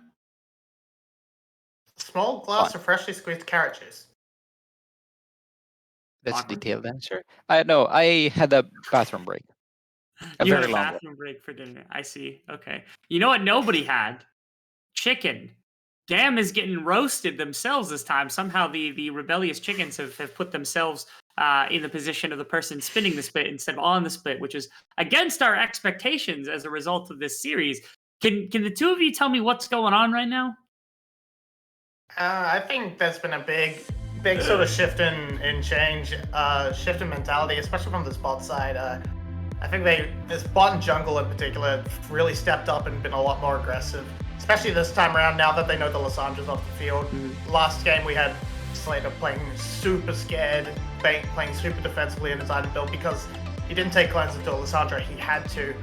This time around, no, there was nothing to threaten them in that mid jungle duo. So full on aggression from the Jinx, full on aggression from DNK, who is showing up to be a secretly a Taiwanese player with how good his Gragas is. Yeah, I maintain that Ren has been Jay's brain in a vat next to him. Now DNK played game 1, and then the other two got played by the brain in a vat because those was like twice Brain Jay. Those two Gragas performances were like incredible. We have known DNK for a long time. He's always like the second to go in, always wait for his team to engage and then maybe follow up, like reserved jungler, always like hesitating. But the Gragas was cracked. Early game, he absolutely salvaged the DS lane with that amazing flash and cask under the tower on Kati, and then multiple times in teamfights he managed to find crucial barrels. Also playing goalkeeper, stopping the backs in the last push for SBTC. He's like, Carrick said it well. He's everywhere. He's absolutely cracking open this map, and I think GAM has to ban this Gragas, because if this is the performance that DNK can put up, you're going to lower bracket. That's true. Another really big aspect is that it feels like both these junglers over the first 3 games have spent a good amount of time out of the mid lane. We don't always see a bunch of mid lane ganks, but these two mid laners, given just how pivotal that they are to the series, it's been a little bit crazy to think about just how much action we've gotten around there and how little that GAM has been able to convert since game 1 and how much they've been able to convert for Dia 1. Because again, that last game, you saw even the damage graphic. Imagine if Kati hadn't been brought down early. Imagine if Kati hadn't been able to be shut out a little bit. That could have been exponential. They could have been through the roof for the victor. But instead, some of the early game clamping, game 2, that Lissandra got basically nothing done, all as a result of mid lane or jungle pressure coming through from the side of DNK. So how do you unlock mid lane now? It feels like that's a weapon that Kati's been amazing for GAM all season. How do you get this guy back in the series? I mean, it's gonna be interesting. We've definitely saw Dia 1. He's been trying to take it to Kati with this Tristana, and we can actually throw up a head-to-head graphic to show how these two have actually played up against each other a bunch since Kati joined. Like, we see that 2020 era, that when it was super close, that was when Dia was on GAM. That was when Dia was smurfing on everyone with the picks like the Tristana. Since then, Kati took his spot, and it's been pure all Kati all the time. In this time around, though, can DR1 get that back? Can he actually finally trump Carty, who not only took his title, he then took his job, took his reputation? I don't know. Took his girlfriend. Why not? I don't know what Carty's been doing behind the scenes. Hide your kids. Hide your husbands. Huh? What now? He's stealing everyone out here. He's stealing everything out here. It's an old meme, but it checks out. Leave me alone. All right, we've been saucing up these chickens a lot, and even if I was the first one critical of GAM in before the series, I have to admit that for this game 3, actually, this point of contention that's like team fights and choosing the right moment to initiate a fight, they are polishing it up. Like SBTC is not the only one adapting, but GAM is also paying attention to this. Several times in this game, they have reached a point where they noticed that they lost maybe Zin at some point or one of their members, and they addressed the situation calmly. They disengage and avoided SBTC from actually extending the fight and building up on these resets. And they were also like, especially the last team fight, navigating it wonderfully. Then of course SBTC manages to crack it open and literally end the game out of that. But that is how GAM needs to play against this reset CT that SBTC is fielding with the Tristana and with the Jinx. So not all hope is lost, and I believe that if they like literally keep polishing this detail a bit, there's an angle to get to game 5. I am really astonished also with the number of kills that Slater has just been gifted over the last 2 games. I swear I don't think I've seen a Jinx get more kills in the first 10 minutes of 2 games back to back than these 2 games specifically. So it would be nice to see one game where GAM is not just handing the opposing ADC, especially somebody like a Jinx, that much gold to start with. Okay, but I feel like in the second game, it wasn't as much GAM handing it over as it was SBTC handing it over. I mean, Paulette with the most unhinged put that guy in an institution for what he was doing on Lulu in that fight. It was insane. But it panned out. Dio also joined in on the I'm gonna die, but this Jinx behind me is gonna get so fed off of this play, and it got fed, and this time around Slater felt super confident to go for all-out damage and carried it on through, and I hope we see the similar levels of aggression despite the long break. All right. Look, I think what made the difference is presence. Slater was there in all these early plays, while Style was always somewhere else and it was away. He was absent, so no wonder they give him gold when he's there to take it. And again, SBTC opens up this draft with this crucial Jinx ban the GAM left open, and they need to address it in some way. The Xayah is banned, so again, they need to find a pick that is safe for Style. That works. The Donger. That contests the wave pressure. That's what I was after. Going to be very different. It's going to rely on the solo laners to do a decent amount of carrying come the later stages, but that is a curveball I'm happy to see. Okay, now SBTC needs to take the Lissandra to make Varus as scared as possible. You need to keep him away from the fight as much as possible. The Maokai is open, and DNK immediately takes it, even with the Gragas open. That's important. Right. I think this is crucial if you want to make this Varus as unsafe as possible. They go for the Lulu. I don't think it was necessary, but could have taken it later. But anyway, arguably, GAM doesn't necessarily want the Sandra angle unless they're going to pull out another carry jungler for the side of Levi. That Kindred in game 1 was pretty impressive, so maybe that'll be their angle this time. Unless, of course, the bans come through and we just see it taken away. But I think with that setup, they might be looking again for Levi to carry. Graves definitely an option. Not as high presence as the Kindred on this patch, but with a few more things being buffed on live patches, they might feel confident taking them anyway. So this Jax pick again in R3, third pick.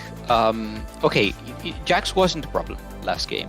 Kaya actually played it very well, and his counter-strike was crucial against this double AD carry composition, so that's fine. But at the same time, you're again leaving SBTC the possibility to counter-pick, where at the same time, who are you leaving your counter-pick to on GAM? Do you counter-pick for Kati? I think that's a good way to put him out of the painful spot that he was in this last couple games, especially with the Victor. That did not work out. You want to give him another pick. He plays a lot of champions. He's like 15 champions played, so surely he has more cards to pull out of this deck, and I want to see more.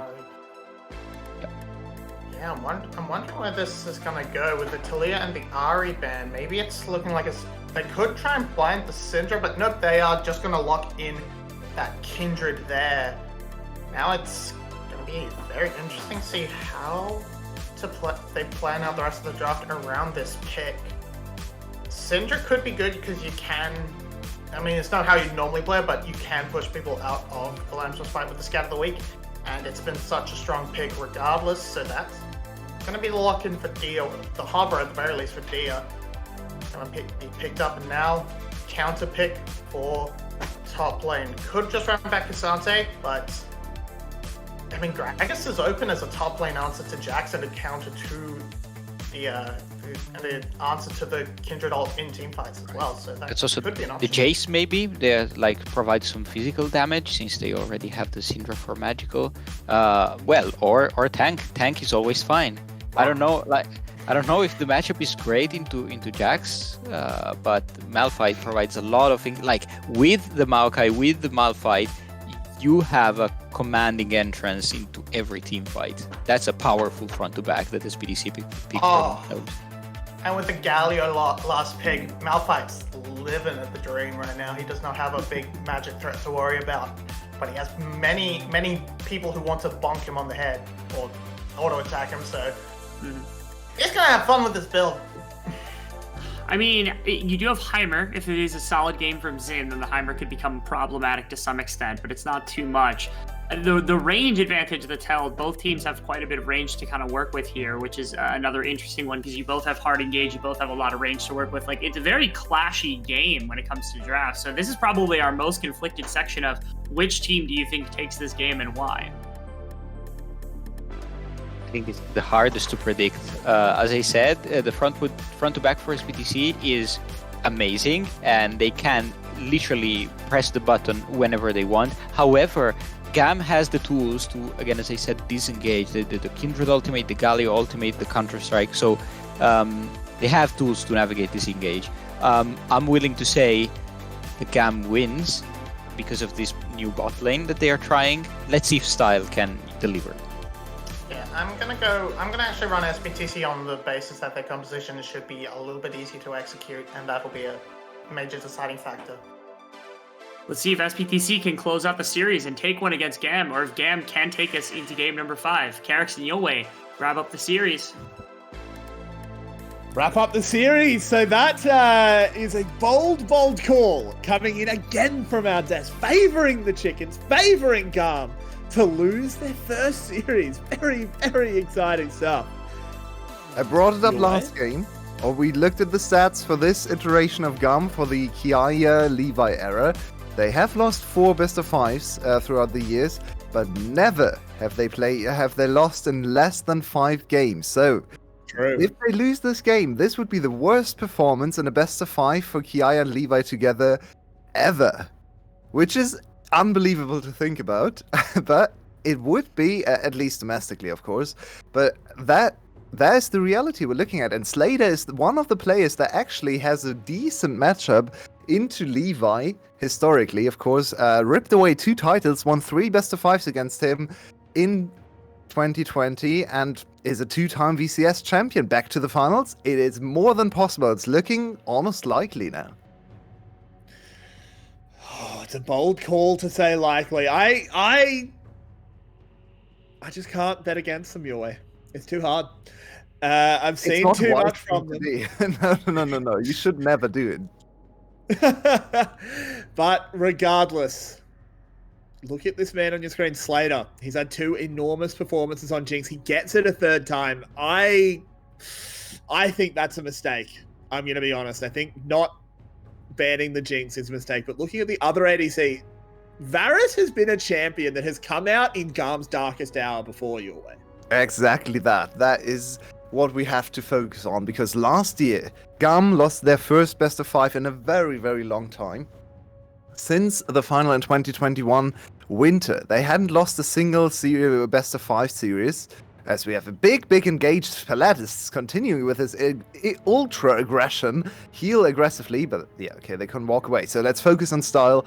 Style Varus was the pick that completely changed the entire series against SGB. They lost against SGB in the upper bracket final, the same stage they're at right now. And 2-3, because of bot difference, Shogun just outperformed Style. And then 3 days later, they played the final, and GAM 3-0'd SGB in the summer finals. And you know why? Because they found another ADC. They found the Varus pick for Style. Style was able to stand up to Shogun and neutralize the lane, and the rest of his team carried. So they're trying this once again. Slater has been the better ADC on the day, so they're back to Varus, they're back to equalizing, neutralizing the bot matchup, so that the legendary topside of Kiaya, Levi, and Carti can carry. I do just want to go back to that earlier play that we talked a little bit over.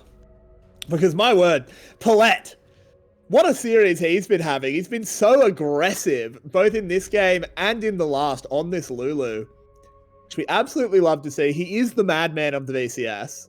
DNK lurking in the brushes, looking to get Slater ahead once again. DNK, this is a hard one to make work with the flash. Style doesn't have flash, so they move forward. Style, will he go down fast enough? He will, but in comes Levi. That's a mark picked up. Slater, now, next target, cleanses to get away. Levi needs to be careful, taking a lot of damage, but Paulette is on the chopping block. He goes down, Sin picks it up. That's the Levi magic. That's back on the hard carry champion. He's here to bring his team to yet another final, to once again stamp his authority on this league that he has dominated ever since coming back to it in 2019. 6 titles for Levi, and the first strike goes to him in this game. So he has the 1 stack on his passive. Let's have a look at the replay. And It just took a little too long to kill Style. Levi is here with blue buff, with red buff under his belt, and the Conqueror stacks pretty slowly, actually. It's only stacked right now, I believe. You can see it turn yellow, yeah, here. So the Conqueror took forever to stack. A different rune would have been better there, but still a bit too strong to contest on the Jinx Lulu, because Levi with red buff and blue buff can just jump forever. Almost gets another kill. The second one going over to Xin is not bad either, though, because, of course, this is a mage support, so it likes some gold as well. Conqueror is very much a mid-game rune for Kindred, when you can spam your Q, stack it up really quickly, but you get a lot of value in those drawn-out mid-game fights. Not as amazing in the early game as something like potentially Hail of Blades, but Hail of Blades is really bad after the early game. Yeah, the one thing that actually went SE's way is yet another early game kill for the Jinx, for Style. Rebel called it out on the desk. Unbelievable how many kills he has gotten, especially early on in the game, the first 10 minutes, and yet again, he's off to a 1 kill start, but they will lose the early game objective on the bottom side. GAM drafted for this, right? They had the Heimerdinger, which kind of has fallen out of the meta because it's very useless after the laning phase, after the nerfs, but it's still strong in lane. They still got the priority down, so Dragon Snowball is an option, and the Keck tech is not on the Rift this time, so that's out of the way. That's always nice, for sure. And a bit of a setup down here. Levi stealing away a Krug camp. This man has had so many Krugs on Kindred today. Yeah, it's true. He's been the absolute Krug monster. His favorite camp for sure to invade. Last game he played Kindred, of course, was much easier later on in the game. Now it's a bit riskier. DNK, look at him. How is he this tanky already? Just 2 ruby crystals, so he's not that easy to cut down for the side of GAM with their relatively low damage composition in the early game, especially when you consider the Galio. And the Kindred needs a bit of time to scale into decent damage as well. So this Maokai and early objectives fights could actually buy so much time for the Jinx. I like the setup a lot, Because while the Gragas was amazing at setting up team fights, it wasn't really the biggest of front lines, right? So this is now a different style of play, or different style of team fighting that SBTC is trying for. A little bit more traditional front-to-back team fighting, and I feel like that's even easier to make work. I agree. GAM's bot lane has pushed in, picked themselves up a plate, equalizing some of that early difference that the kill got Slater. Of course, Style did pick up 2 assists, so he's not actually too far behind. Serrated Dirk has already been grabbed. That was mark number 3, Carrix. Yeah. 7 minutes. Yeah. Oof. I'm thriving. As a Kindred enjoyer, I've been having a fun series to watch. We'll have to see if the Kindred 100% win rate stays true after this game. I do think this game is much harder to navigate. The Galio just not doing anywhere near as much as the Lysandra to give you agency to invade. Yeah, this time they really are the main carry of the whole composition. Yes, last time they were set up as well, or as mid-jungle combination, but there was still a really strong ADC behind them, right? This time around, Varus is gonna be more of a backseat role, more of a poke role, not the main DPS carry, so the Kindred really has to shine here. And yeah, Levi needs to keep accelerating. He's already ahead of the curve, but there are 2 tanks he has to face later on in the game. So if he doesn't stay ahead, that Malphite can be quite pesky. Yeah, the one thing that Kindred does really do here is it stops the one-shot pops where Enper just flies in, a scat of the week goes with him. You just dump the ult, and whoever's getting targeted will survive. Maokai ultimate is used. Kiaya on top of DNK. This is going to be a takeaway. Oh no, Dia 1 somehow manages to... Wait, I thought that was the Rift Herald. What am I talking about? He's killed in the bot lane. Yeah, no, he just killed the Heimerdinger that just sat there trying to save the exit from GAM. It's still a winning play for GAM, I believe, because SE started the Rift Herald and GAM just stole it away, just ran into the river. Now Dia1 needs to be careful. Flash already burned. Ooh, barely got away from that stun. Lovely scat of the week as well. Dia1 showing off those Syndra mechanics. Paulette now moving into the bottom side. Has ult. Style gets away. Another flash burn from Style. Maybe this time DNK can get him again, because he flash W'd him the first time and they got a kill. Okay, it was paid back with Levi reacting there, but this is yet another opportunity to kill Style and get some more gold onto your Jinx, who's doing fine in CS. Yes, she's losing some gold to plates, but that's alright. I mean, the enemy team composition is built to dominate the bot lane early, so losing a bit of gold there is not the worst thing that has ever happened to them. Losing the whole tower is a little bit of a different story. Yeah, that's a bit worse. The Herald has been taken down. They don't have amazing tower take, but they can't walk through Wolf's Frenzy. So they have to just back off. It's all on DNK, but with only 1 minion left, he will hold the tower. He's so tanky so early in the game, so it's very hard to die from. Sap Magic also is keeping him healthy there on the tower. It's a very strange situation on the map right now, where the bot lane can't walk up to the bot tower, and instead it's the jungler sitting on the tower, farming away at those minions, as many as he can. But of course, this is all going in favor of Levi. He's now level 8. He got another cam to steal, and I'm not sure if he going on Style. This is a really bold decision. There's teammates in range, and now DNK going low. He's just going to go down. Oh my god! What has SBTC just done? They've lost their minds. Levi was still on the same screen as them. DNK! Unacceptable. He must have scrimped with Maokai where he went AP, because he thought he had the damage to just one-shot the enemy ADC, but he has only built HP so far. There's no damage behind his initial combo. That was a shocker. Yeah, that is not what you want to see at all. A second dragon now to GAM. We head to an Infernal Rift. Let's have a look at this. I mean, interrupting the back is actually a really nice play from DNK, but he doesn't need to commit at all. Oh, they expected the rocket. They expected the rocket, but it hit Levi. Yeah, but even then, it's still so risky to fight into Levi, who's so strong. Wow, this now gives GAM a huge advantage. Probably the biggest early game advantage we've seen in the game. 2 dragons, 2k gold lead, a Kindred in a really strong position yet again. The red side counter pick paying dividends once more. That's the first item completed. That's a Rod of Ages on Galio. Not sure if that's the normal build, but whatever. The Galio is not really participating in the game. And yeah, GAM is once again super comfortable. It seems like the red side counter pick strategy is working out today. Well, your way. This game is getting very, very interesting. Rocket tried to be used to clear the wave there, but Style sidestepped it, so the explosion doesn't go off. That's going to be a tower to Style. He's massive. Yeah, Style is pretty strong as well. But now Enper with the dive. Maybe DM1 can get the kill. Nicely done. He certainly can. Unleash the power. And once again, Dia1 on Syndra, picking up kills.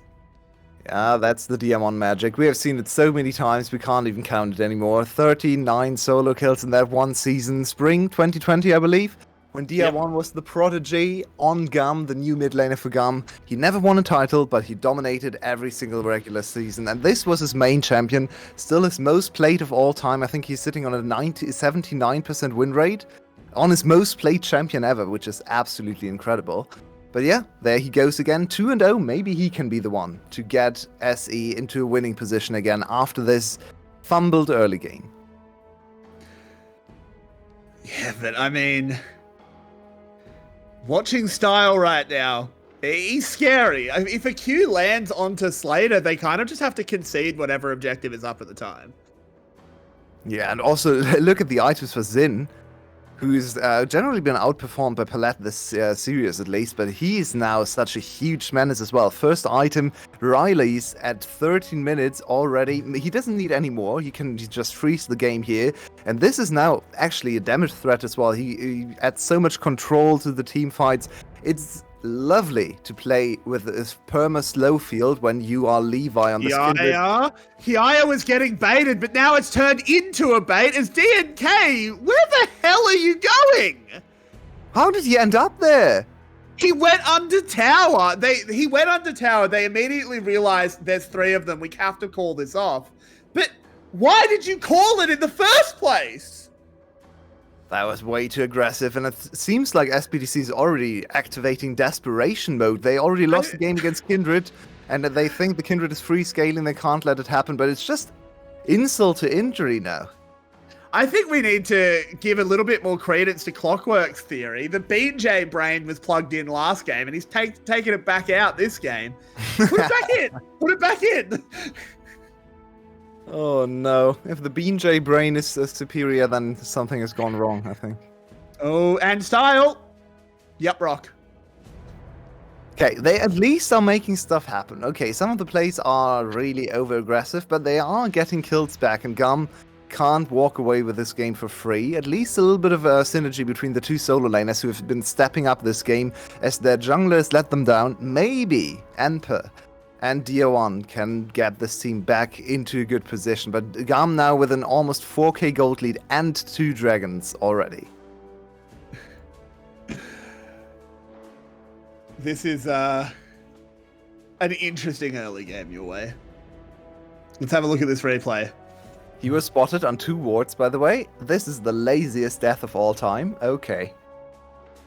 I mean, honestly, if I would Style in this case, I was like, yeah, okay, whatever. Hey, you flash ulted for me. Fine. Kill me. I wanted to go back to base. You got me back to base. Whatever, dude. It's... It was a shutdown, though, so Enper is going to get tankier and tankier. If he can absorb some of that lethality Varus damage, he's not going to care about it at all.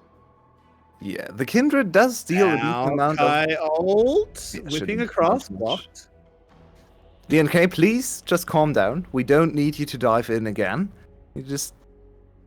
hold your horses. You can do this a little more late game. Of course, Style once again without a flash, so he's a juicy target, but we've seen what happens when he oversteps his line and just goes into the back line. 0-3, much worse game than in the last 2 Gragas games for DNK. He just needs to chill a bit to set up his Jinx to scale. I have to say, using that Maokai ultimate there, with Dragon spawning in 3 seconds, is not the best decision I've ever seen. That's going to move GAM up to Infernal Soul Point. I can already hear the shitty 2012 dubstep playing. What? Ah, right. Silver The Straits. Silver Straits, right. Yeah, of course. Yeah, it's looking more and more likely. And of course, as I said earlier, oh, never In mind. goes that's the Rock! okay. Style, once again, gets rocked. Style is a bit of an inter this series, and that's another kill to Slater. That is not good for GAM. It doesn't change much about the game state overall, but still more time to scale for the Jinx, more gold funneled into the Jinx, and Style overstepping without a flash, without anyone to save him, into a Malphite. I love Malphite. Malphite's such a fun champion. It's so funny to just watch pro players die to Malphite. It's just... we press R, you dead. It's just, watching Malphite in pro play is really fun because I get to go, yeah, I could have done that. I could have made that play. True. I would have gotten farmed in lane and I'd be 0-10, but I could have made that play. And if Slade is your ADC, maybe it doesn't even matter. Maybe not, as he has had a very, very good series so far. Might be able to add a third banger game if he can get himself back into this one, but they are 4k gold down your way. Yeah, and it's not going to be easy for them to defend that tower either. There's so much siege potential. There's such good poke, double ADCs with really long range. Kindred and Varus are probably the only two ADCs you can combine with 575 range. And that's an easy tower for them. Not two towers though, but yeah, that's already setting up for Dragon. And you have Kindred, Galio, and Heimerdinger to set up for a soul fight. How can the enemy team ever even get close to the Dragon? If GAM lose the next Dragon, I think they're going to get a spanking from their coach, because that should be unlosable. There's no way the enemy team gets close to the Dragon even. Yeah, Hanke will not be happy if they somehow do botch the objective setup, given how strong it is. The mythic item completed there for Style, getting even stronger, still not going to make him avoid Emperor ults, which doesn't help. Yeah, there's a bit of an opportunity there, because his flash is still down. If he oversteps once more, okay, the Dragon is still 2 minutes away, but maybe you can kill him again. Maybe you can set up some vision around the Dragon to actually have a chance at fighting that one. Because, once again, I don't think if it's an even map position, there's any chance for SBTC to get close to the Dragon. They would have to do some crazy plays. They do have the Syndra to get away from to eliminate some of the Heimerdinger potential. She can grab the Heimerdinger turret and just throw it somewhere else, but other than that, it's so hard to get into close position, close proximity to these GAM champions. Okay, but you're pointing out a lot of things that would stop someone. Why don't you just use an unstoppable force? Ah. Think True. it through. You just use Enter. It's not actually that easy to play the team fights here. Oh, DNK has to flash. That's huge. That's really bad. He can't rely on his flash W. But to go back to the unstoppable force, it's actually not that easy to do it in team fights in this game, because Kindred on the other side can just press W, ultimate of course, and then just kite you and kill you after you already used your ultimate. So it's not the easiest Malphite game, even though the enemy team has two ADCs. These ADCs are kind of annoying to play against. Maokai ultimate used for nothing. It's going to be up before the Dragon, but that Hopefully, was still a very, very flaccid ult. And looking at the items, nothing really has changed for the side of SBTC either. Slater still sitting on 1.5 items, had to go into lifesteal, or felt like he had to go into lifesteal because of the Varus poke, so to stay a little healthier, he had to invest 900 gold into that annoying scepter, which really throws back his itemization, so he doesn't actually have two crit build items right now. Makes him a bit weaker in the mid game. Then, yeah, okay, Dia1 is actually decently strong on 2 items now, but the rest of the team is really lacking behind. Kiaya was looking for a bit of a flank as well, but again, they've just put the wall up and they're just not letting SBTC into the river. SBTC might have to make the call to give up Soul and go to Baron, and that's such a hard call to make in this position. Yeah, especially with this Soul. This is not a Keck Soul. Yeah, this one actually matters quite a bit. But how do they get to it? That's the it's problem. Already spawned. It's on the rift. Levi's looking for it. He can start it if Giant he wants to, but he has to flames. engage. In goes Cardi, trying to get the party started, doing it well. Slater's already been altered, already had to flash. The fight's already over. GAM has already won it. Enpar running away, has already used the ultimate. The rock is basically useless. GAM, they've chased off the chickens, they've got them out of the coop, and they can go and steal the eggs. Yep, Smite is gone. That means probably both objectives actually going over to GAM. They could just walk into Baron if they want to after this one. Looks like they want to play it safe and just use their Jack's pressure on the bot lane for another tower. GAM back to level to game 1 performance, honestly. Just a slow game, playing with their range advantage, with their team fighting advantage. Much better setup this time around, and they played it to perfection. The Heimerdinger was utilized to just kite back. And I like this from Kiai as well, bringing a little bit of a change to the team fighting, attacking Slater on the side. So everyone is focused on protecting Slater, which means the two tanks that are actually on top of the enemy team just get isolated. And as we said earlier, the enemy team does have the damage to kite out the Malphite and the Maokai easily. So now the game in an almost unreachable state for SBTC. Yeah, it's very hard to even imagine a way that they can win this. The Malphite is becoming more and more useless. The Kindred is able to counter it so well. Kiaya was able to find flanks and immediately blew the Wild Growth and the Flash from Slater. He was unable to participate in the fight. So yeah, he's a 2-0 Jinx. That might look good, but he just has absolutely no agency in this game. He is completely corralled. Zin, every time he puts a turret down, it's basically saying, here is a circle that you're not allowed to enter because of how dangerous the Rylai's slow is. Yue, it's coming down to a best of one. Yeah, and there are so fascinating, such fascinating implications for the draft in the next game, because think about what happened here. Lissandra came in as unbeatable for GAM. Now she's kind of fallen to the wayside, even though she's still a cop to ban here. But then now we have the Kindred 2-0 for both Levi but also Draktha, so absolutely unbeatable it seems in this league.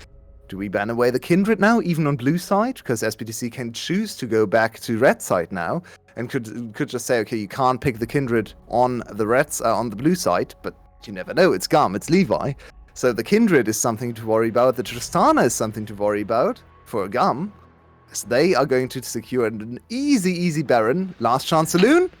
Oh, and they dodge away from the Maokai ult. Enpa can do nothing. He's just walking around in the middle of the team. He's completely useless. He'll get cleaned up. In they go onto DNK. He manages to get over the wall. Kindred not really able to chase into 4. But it doesn't matter that they only get 1 kill. They get the Baron. Ooh, Levi might have gone too far, but Lamb's Respite keeps him alive for now. Walking away. Oh. Rocket misses. We're okay. We're in this. And GAM are very much in this. Yeah, GAM are closing out the game so easily, so controlledly. This is really reminiscent of game number 1. So, what can SBTC do to accelerate the game again? It seems like in slow game paces, GAM is favored to win. 2 games they won in this series were the 2 Kindred games, the 2 front-to-back team fighting games that GAM seems to be just dominating. Even though their composition could play a different way as well. But look at these 2 tanks completely isolated. It's so sad to watch Enpa just walking around so far away from his team, and the Jinx, yeah, she can't follow up on these engages. Yeah. So at this point, GAM is way too far ahead, has way too much damage. Look at the Kindred's itemization. Once again, going for that traditional Kindred build, and she's tanky. She has the extra scaling from the Infernal Soul, and probably something like 10 stacks already, so Levi is way too strong to be overcome. Yeah, and I've heard that Kindred mains are all really smart and handsome as well. It's just a really good champion. But, yeah, I mean, this is just impossible to approach. Part of the problem is, as you were alluding to, the frontline that SE has, you might say, well, it's Malphite and Maokai. That's really beefy. The problem is it goes so far forward that it doesn't actually protect the Jinx from the Jax. So you just have Kiaya just sitting on top of Slater, and yeah, he doesn't necessarily kill him, but he doesn't have to. He just means that you don't get to participate in the fight, and by the time Slater kites it out, the fight's over. Yeah, and this issue is something that has plagued a lot of VCS teams, but especially SBTC quite a bit this split, where they could play team fights differently. Maybe if they were an LPL team or an LCK team or a very disciplined Western team, they would recognize, okay, we can't actually dive in. We need to protect our Jinx, play around our Jinx, and we are going to use everything in our tank's arsenal to play defensively and just use the Malphite ultimate to peel instead of go in. But SBTC never does that. If they are behind, they will still go in. They can't ever resist the temptation. I remember the Rakan games where we were screaming for them to just have the Rakan sit on top of their ADC and play it defensively, and every fight he would still flash ultimate in, die instantly. And we're kind of seeing the same here. I don't want to blame Enpa because I think it's actually more of a team issue where the team just doesn't recognize how to play these kind of situations out, but it's certainly something we've seen before from SBTC. And look at that Kindred damage. It's pretty frightening your way. Varus ult goes out, does miss. A small boon for SE. The Rocket Rain flies through as well. As in goes Enpa trying to get something to happen, but he can't even kill Style anymore. As that is just going to be a team fight going the way, I assume going the way of GAM. Our feed has frozen. But I can look at the mainstream. It's going to be a little bit out of sync, but we can deal with it as SE are all looking out of sync and they're getting wrecked off the map. Looks like GAM is closing the book on this game rather quickly as they did in game number 1. And such an interesting series. So many things we have to think about, and both these teams have to think about now in the pause going into game number 5. Picks that looked incredible. The Jinx finally actually losing the game for Slater, even though he's still sitting on a 2-0 score line. But the Kindred is now the main pick for the side of GAM. Do they have another Kindred-like pick in their arsenal? Do they just go Kindred on blue side in game number 5? Because Levi has looked incredible on this champion. Again, and you know this has to be true because I'm a Kindred main saying it. I don't think it matters that it's Kindred. It's just a farming carry jungler. I think he can do this on lots of champions. I think he could do this on Karthus, Belveth, anything like that. We go in again. Last-ditch effort. DNK is trying to make it happen. Cardi putting up the wall, just taking 0 damage. Elder is on the map. This could be the steal that wins SE a series. It is possible. So GAM aren't even starting it. I agree with it. You don't need Elder to win this, so don't take it down to a 50-50. Zin goes gold, but it does get the fight. They blow Dia 1 up. DNK is really the only person that matters because he's got a smite. They turn around, take down Zin, but Zin is not that important. Enpa trades his life for it, and look at Kiaya just walking forward, doesn't quite land a stun. Levi bearing them down. DNK will move over to him. No Lamb's Respite. Triple kill now for Style. Going absolutely huge. Levi will get one of his own, as will Kiaya. Ace comes in. Teleport to the base. And game 5 is coming. You wouldn't have it any other way. 2 huge rivals of the VCS. GAM and SBTC. It's a back and forth series. It's a boxing match. It is a war. And cue up the Silver Scrapes. We have a game 5. It's GAM. They cannot be beaten unless it's game 5. It was always going to be at least the 5th game because this team, this combination of players, this iteration of GAM, this dynasty has never lost a 4th game series or a 4-game series in the VCS. They have lost a few 5-game series though, so SBTC is not out of it either. Okay, the momentum is firmly in GAM's favor, but SBTC has looked incredible on some of their picks. Can they reset? Can they find another edge in game 5 and beat the demons that are GAM? And we'll be back in about 5 minutes to find out whether GAM will get themselves to another final or if they'll go down in a flash. See you soon.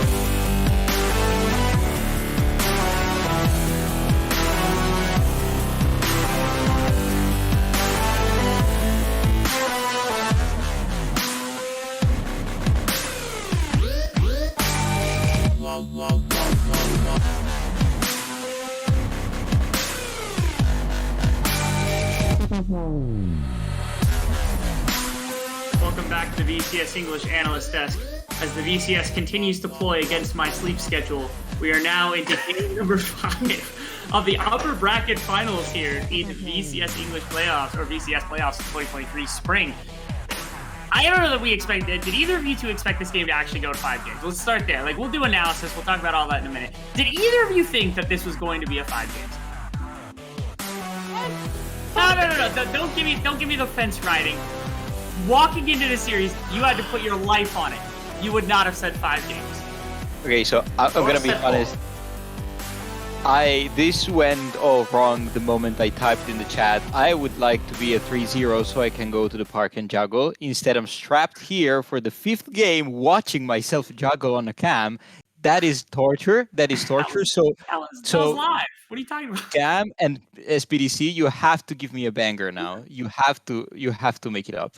Yes, I have to be 100% honest with you. If GAM wins this series in convincing fashion, like a 25-minute victory, I'm going to drop a very angry DM in Hankei's DMs because you can't do this, throw 2 games away. I understand they're scrimming for finals, but okay, not at the expense of my and apparently Clockwork's time here.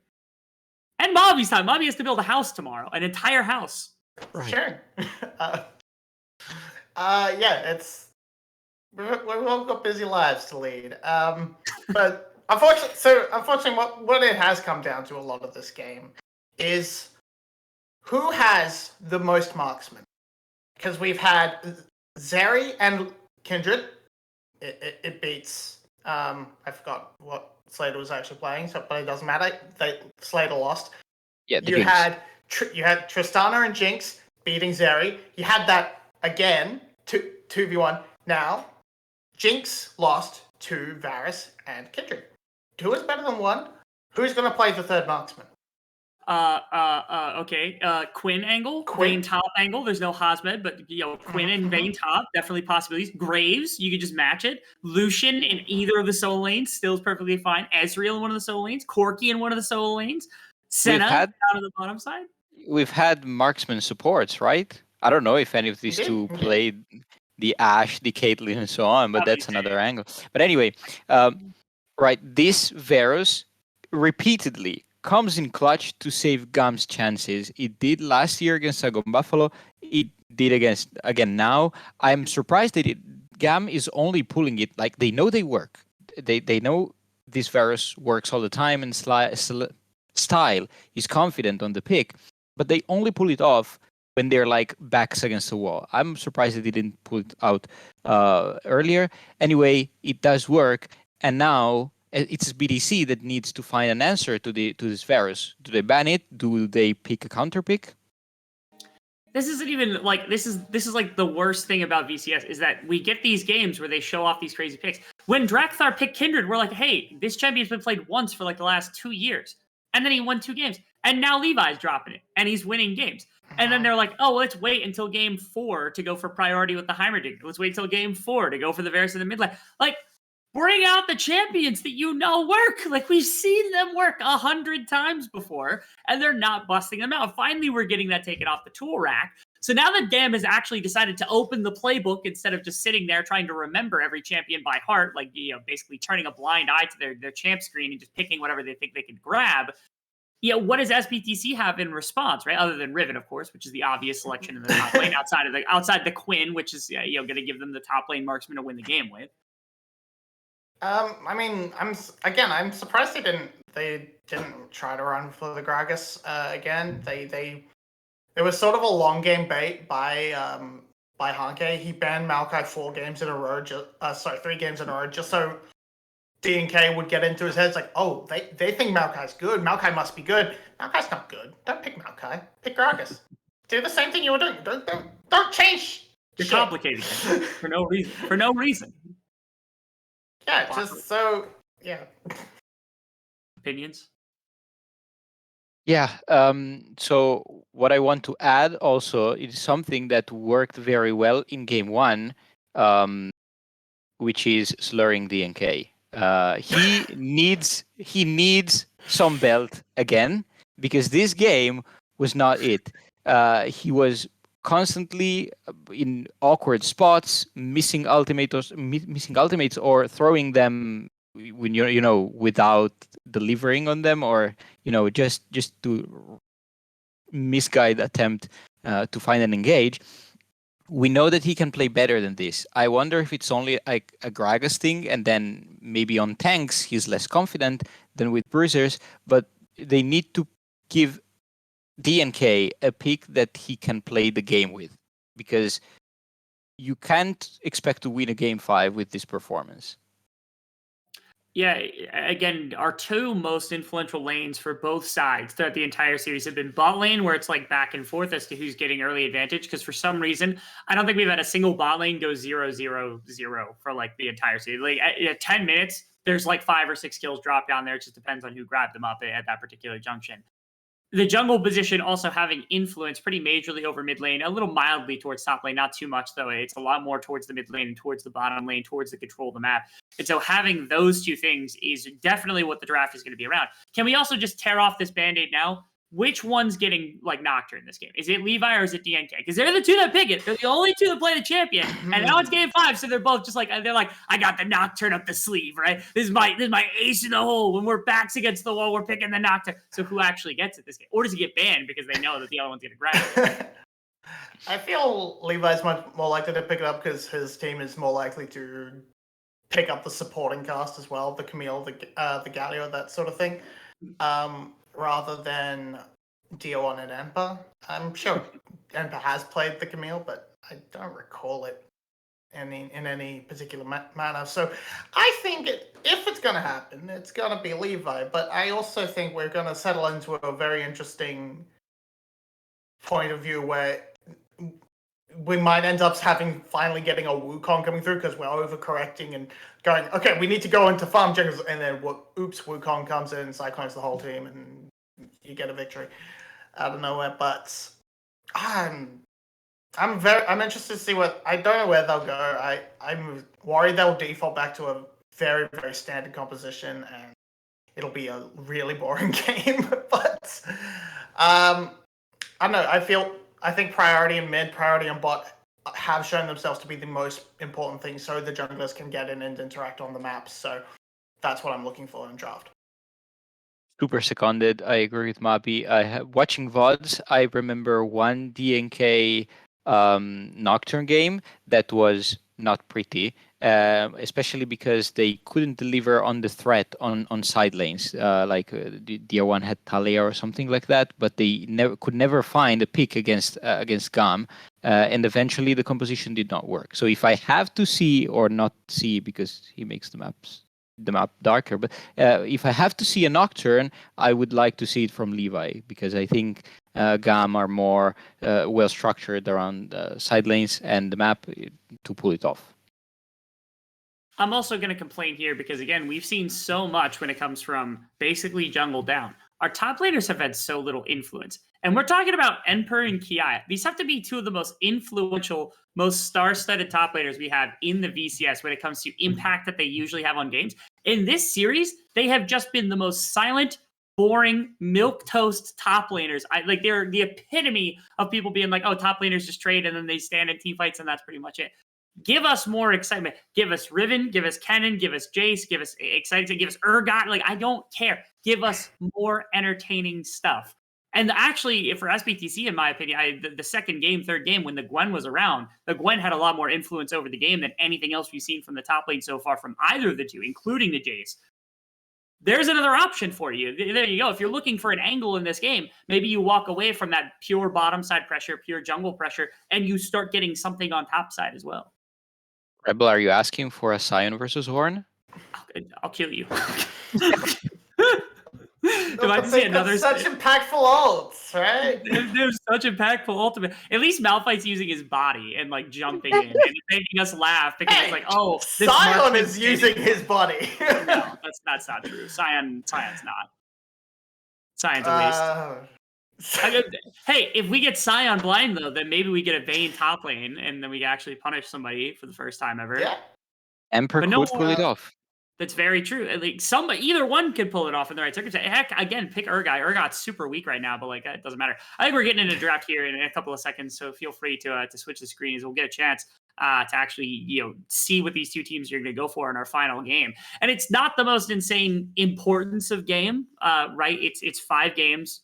It is our 5th game of the series. Winning this gets you a guaranteed potential slot at the number 1 seed. You get to go to the championship. You get to see these two teams, the loser, play against Cerberus tomorrow. But your life is not over right now if you're one of the losing teams. It's a lot of pressure, but you don't actually get kicked out. So it's not the end of the world, but winning here would be a lot of momentum walking into the finals. Hanke's watching the stream. Do your job, Hanke! He's watching the stream. We brought up Gwen. He's like, oh shit, yeah, that's good. That's good. Good point, actually. But now we see Varus taken off the board once again for the side SBTC. So returning back to the ban list, and this is going to be Rakan Open for the first time since game 1. And Zin had a stellar performance on it. So will he be able to repeat that, or does Paulette have an answer this time around? Yeah, it's a good power pick. Now, I think Slater here has to pick Jinx. I'm not too confident with Slater Zeri. It's been one of his least impressive champions. But the Zeri Lulu have won games for SBTC, especially against GAM. Of course, this is like more on Palette than on Slater. This is a good duo overall, very oppressive. However, they're still up the Jinx Open, of course, and the Lissandra is still a threat. Now, we kind of forgot about it, but it's still around and they still need to address it, and now Kati can pick it. The Ahri, I think, is also open. Oh, this has been banned the entire time, because Kiayo was spamming it the moment it got buffed, and then it started getting perma-banned against him because it's the only thing he wanted to pick. The cannon coming on out, and hang on, that Akali didn't get locked, did it? Are we blinding Akali? I think we are. What do you mean? That's top lane Akali. What are you talking about? That's why. Does cannon count as yeah, it's the counter to cannon. For Mabi's theory, does cannon count as a marksman? Yes. If he builds Conqueror and we gotta channel some Reckless. I'll count it. Yes. Yeah, let's go for. I'm hoping Kiaya understands this and builds the Natchez too, but there's a Nocturne ban. Rebel, you were onto something. There's a Nocturne ban. Of course, this was called by the cannon getting picked. Otherwise, the team fights really become very hard to manage, and you cannot ward against cannon's flanks. It becomes very much dangerous.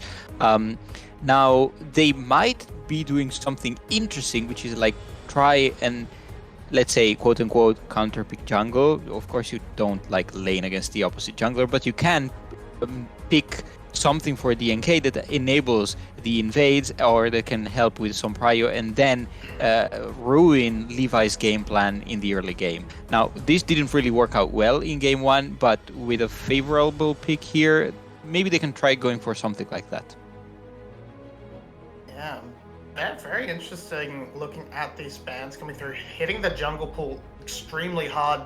This Sejuani ban is almost threat, basically saying to DNK, hey, pick Gragas. I'm fairly sure they're trying to bait the Gragas pick. I'm not sure what their response to that would be, though Lee Sin is still available, so I might just go that route for DNK, and then Levi has to think a little bit harder.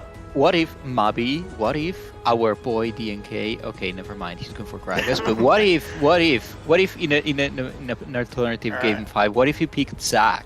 That would have been banger, but rip. That would have been nice. I would love that. But what if there's still the potential? We flex that Gragas, and DNK pulls out the patented Yasuo jungle. Holy no! No. Yes. No. I'm on board with that. Yes. But it looks like they're gonna try and run the jungle carry once. Okay, never mind. It's just a Galio for the sake of Galio. Okay, no. Graves, that is jungle carry. It's got to be Lee Sin, right? This Graves does count as a marksman, so GAM have figured it out. They don't go for it. I think the Lee Sin is the safest option because, well, it's Levi. And also you want to impact the early game as much as possible without, relying too much on mid-late game, or, you need to be in the map early, or Gragas, DNK just takes over the game. And now we have the counter pick for Yeah, it's gonna just Emperor. chase, isn't it? Into cannon. Yeah. There's very little that you can play into cannon that mega stomps him like you would want. Also because it's Kiaya playing it, so there are not many great matchups into it. But as long as you make it a skill matchup, as we said before game 1, Emperor thrives. So I like this choice. Okay. Well, I mean, we have our last bits of compilation. Give me your final thoughts and your final predictions for the series as you see both teams kind of put together here. Yeah, I don't think. I think SBTC kind of lost it over the dinner break. They do not look particularly confident in this one. I'm not sure about this draft at all. I would have much preferred something much more engage-oriented out of Palette to counter their Khan somewhat, rather than just the Lulu.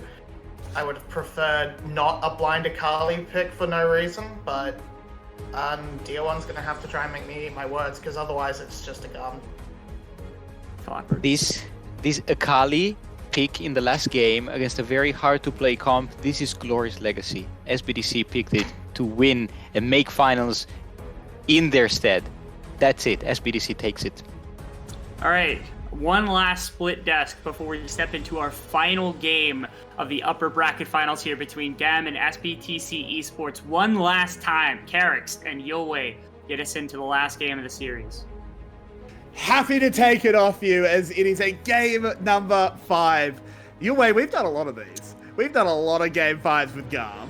We have been treated to a lot of very good series in the VCS history, and yet again, it's a close affair. We were worried. GAM went 14-0 in the regular season. I was getting worried, oh no, is this going to be a subdued split where everything is already decided? But no, teams are close enough. SBTC has been getting better and better, and today, now is their chance to really cement themselves as a top team in the VCS, get to the finals, wait for their enemies in just 2 days' time. Could be GAM again, very likely GAM again, but could also be Cerberus, and getting away from that best of 5 tomorrow is such a huge boon for a team.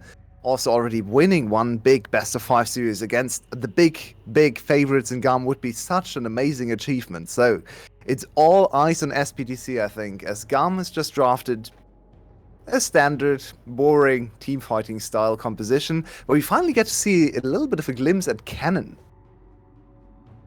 And Akali.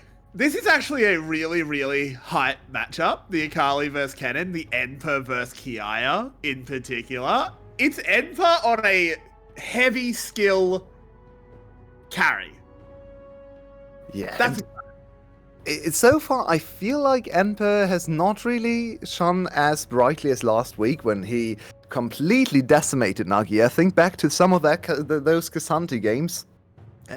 Incredible. I was casting that series and he hit so many 3-man knockbacks on Kassanti, which are illegal. They should never happen. And he just made them happen every team fight. He dominated with that champion against Nagia in lane, but then also in team fights. So now the Akali is a very different look. Why is DNK so low? What happened to his HP bar? I'm very scared of him right now. I don't know. He must have been harassed out of his jungle. I think there must have been someone waiting for him at his red.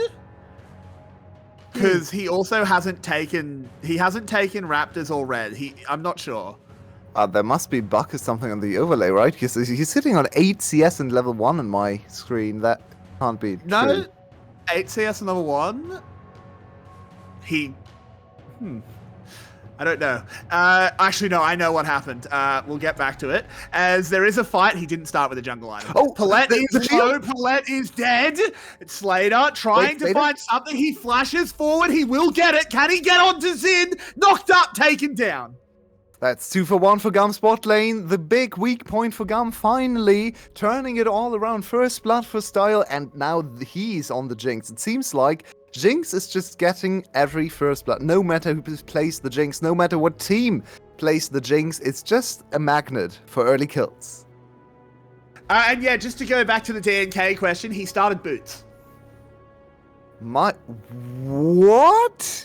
Yeah. In a game 5? DMK? Yeah. Oh my god. Let's take a look at this this fight here. Slater is suffering a bit from being Zeri because so many minions are right in front of Slayer style, so he can't attack him.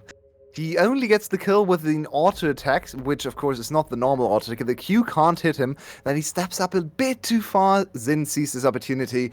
Easy execution there, and that is one of the biggest fumbles I've ever heard of for DNK. Starting boots, teleport instantly forced.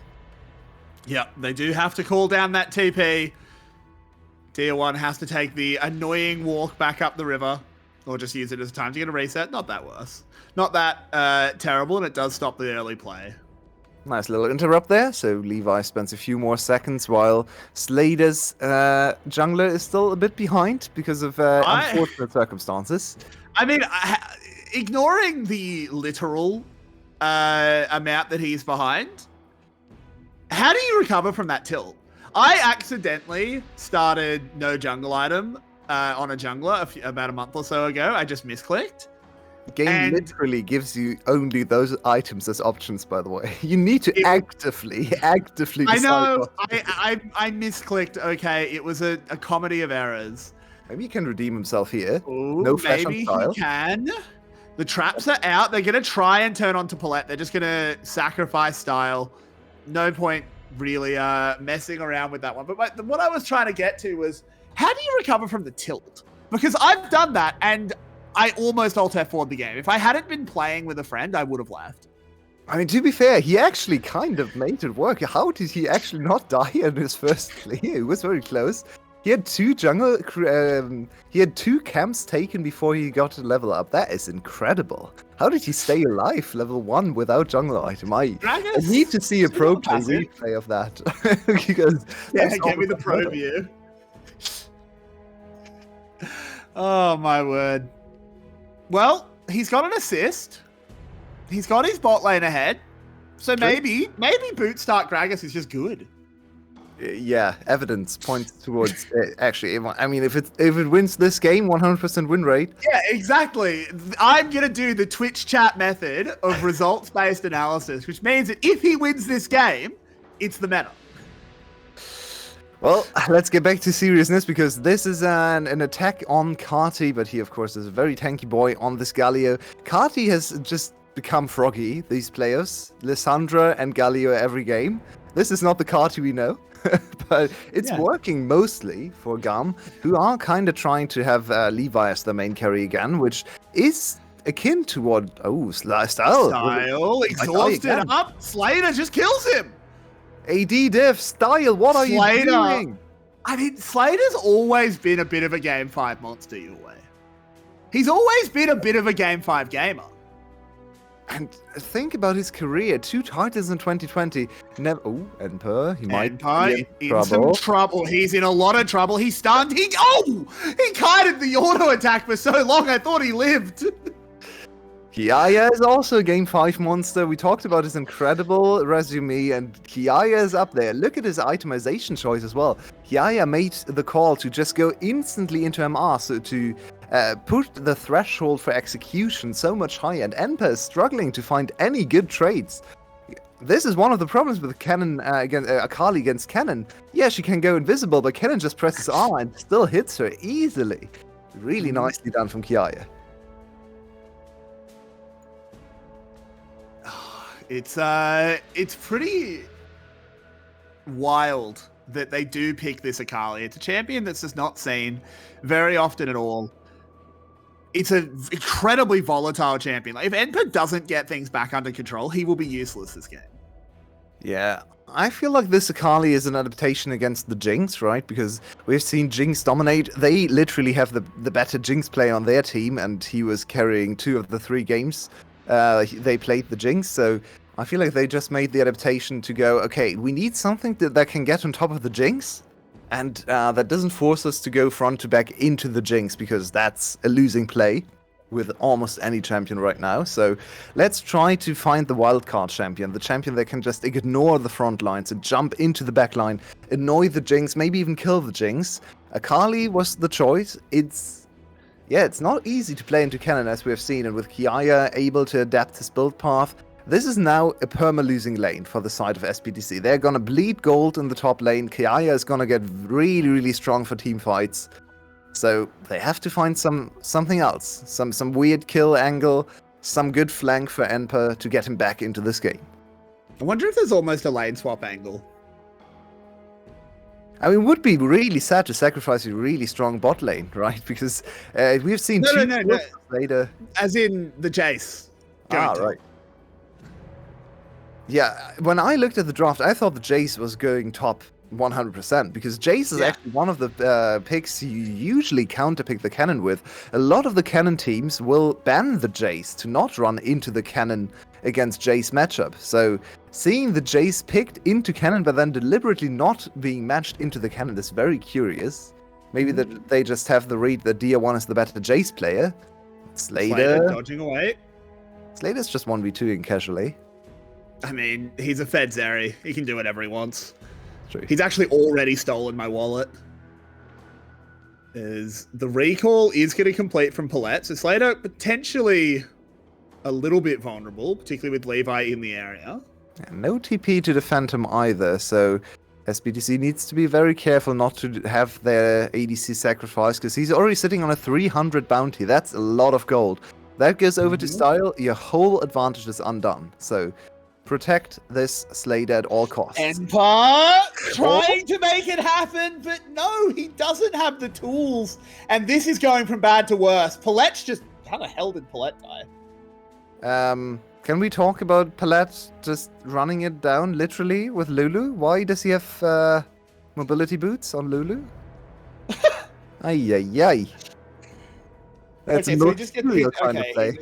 He just gets caught on a ward, okay. Yeah. Nice collapse. I mean, yeah, that range of the explosion was a bit sus, but Lulu bigger than they expected her to be, I guess. And the kill goes over to the Jinx that is behind. So once again, Jinx just getting random kills. This is why I ban this champion every time, because I feel like playing against Jinx players, you can be so much better in lane than the Jinx, but she just fires some random ultimates, gets 3 kills in the mid game for no reason, and scales into this really strong team fighting champion. And now 2 kills. Bot lane Katarina. It's the bot lane Katarina. Feels like it. Yep. Yeah, I mean, I do want to go back to the top lane just a little bit, because we did see another kill going in. The issue is that Enper can't not try and kill him. You can't just like sit there safely on Akali. Like, what are you doing if that's what you're forced into? Yeah, and this makes the adaptation from Kiaya even more genius, right? Because he went for the early MR and he's just unkillable. The Akali just doesn't have the damage to get past that early MR itemization, so now Kiaya is going to dominate the lane for the rest of the game. There's probably no breakpoint now where Enper can actually kill him or chase him down on these item disadvantages, so that top lane is almost unsalvageable. Enper just needs some random teamfight to go horribly wrong for GAM. Get the shutdown maybe on the Jinx if she collects a little bit more gold, maybe get the cannon if he overextends, because just through laning, I think Enper can't get back into this game. Yeah, I mean, Slater is huge. Slater as well is an ADC that's uniquely good at kiting away from the cannon, so maybe he can get something done. They're trying to set up onto Cardi, but I don't think the Galio is really a good option. They're just going to take the tower plates and walk away. Yeah, on the other side, it's just the Kiaya against Slater argument again. And Kiaya is in a good position to carry too. Unfortunately, the Jinx is also getting her items. So right now, Slater, of course, stronger. If we go into a team fight right now, I still think GAM is probably better, but here is another dive. Yeah, they're going to try and make it happen, but Cardi plays it so well. The shutdown comes in, the kills are here. And it's a game 5 GAM, baby. They tried to dive for Galio with stopwatch. No. Ay. Let's look at this again. This is so hard to make work. Okay, they actually burst him down really low at the start of the fight. It looks possible, but then what an amazing counter engage from Carti. He doesn't even have stopwatch. That was my mistake. It was, of course, the Galio, the Gragas with the stopwatch, but just getting so tanky with his aftershock. They forgot about his aftershock. They forgot about the W damage reduction, so this Galio was really hard to kill, especially after the initial burst. Didn't land the kill. And it's such a risky play to go for you in Game 5. I like the activity, I like the proactive play, but maybe not on the Galio on the tower. I mean, your way, it's just going from bad to worse. At first, we had the situation where GAM was ahead topside, but SC, they were ahead in the bottom side, and that was okay. But now they don't even have that bot lane lead, at least not really. A Jinx has some gold in their pocket. Style is going to be able to scale. And with with this huge cannon as the front line, it's just a disaster. Yeah, now it's really on GAM to play this game out like they did in game number 1, game number 4. Slow, controlled, through team fights with a better scaling composition. They have so much protection for their Jinx, but now we need to see if GAM is actually the VCS team that was promised, the one VCS team that can resist the urge to always go in. They have Rakan, they have Galio, they have Cannon. Those champions, if you look at them, they want to go in, they want to dive on top of Slater, but I think in this game, uniquely, it's better to play them defensively, especially the Galio and the Cannon. If they just sit on top of Style, no one can ever kill Style. Akali's gonna be useless, Gragas is gonna be useless, Slater can never make the difference, so I want to see GAM transition their aggressive composition, their engage-heavy composition, into just a peel Style kind of play, and let him carry this game on the Jinx, like Slater did in game 2 and 3. I'm sure they can. It's actually a team that is able to recognize their win conditions fairly well, even if it does still feel wrong to say that the ADC for GAM is their win condition. A very rare thing to say. Cardi getting himself a tower, making sure he denies every bit of gold that he can before he does take it down. Cardi's having a good time on the Rift today.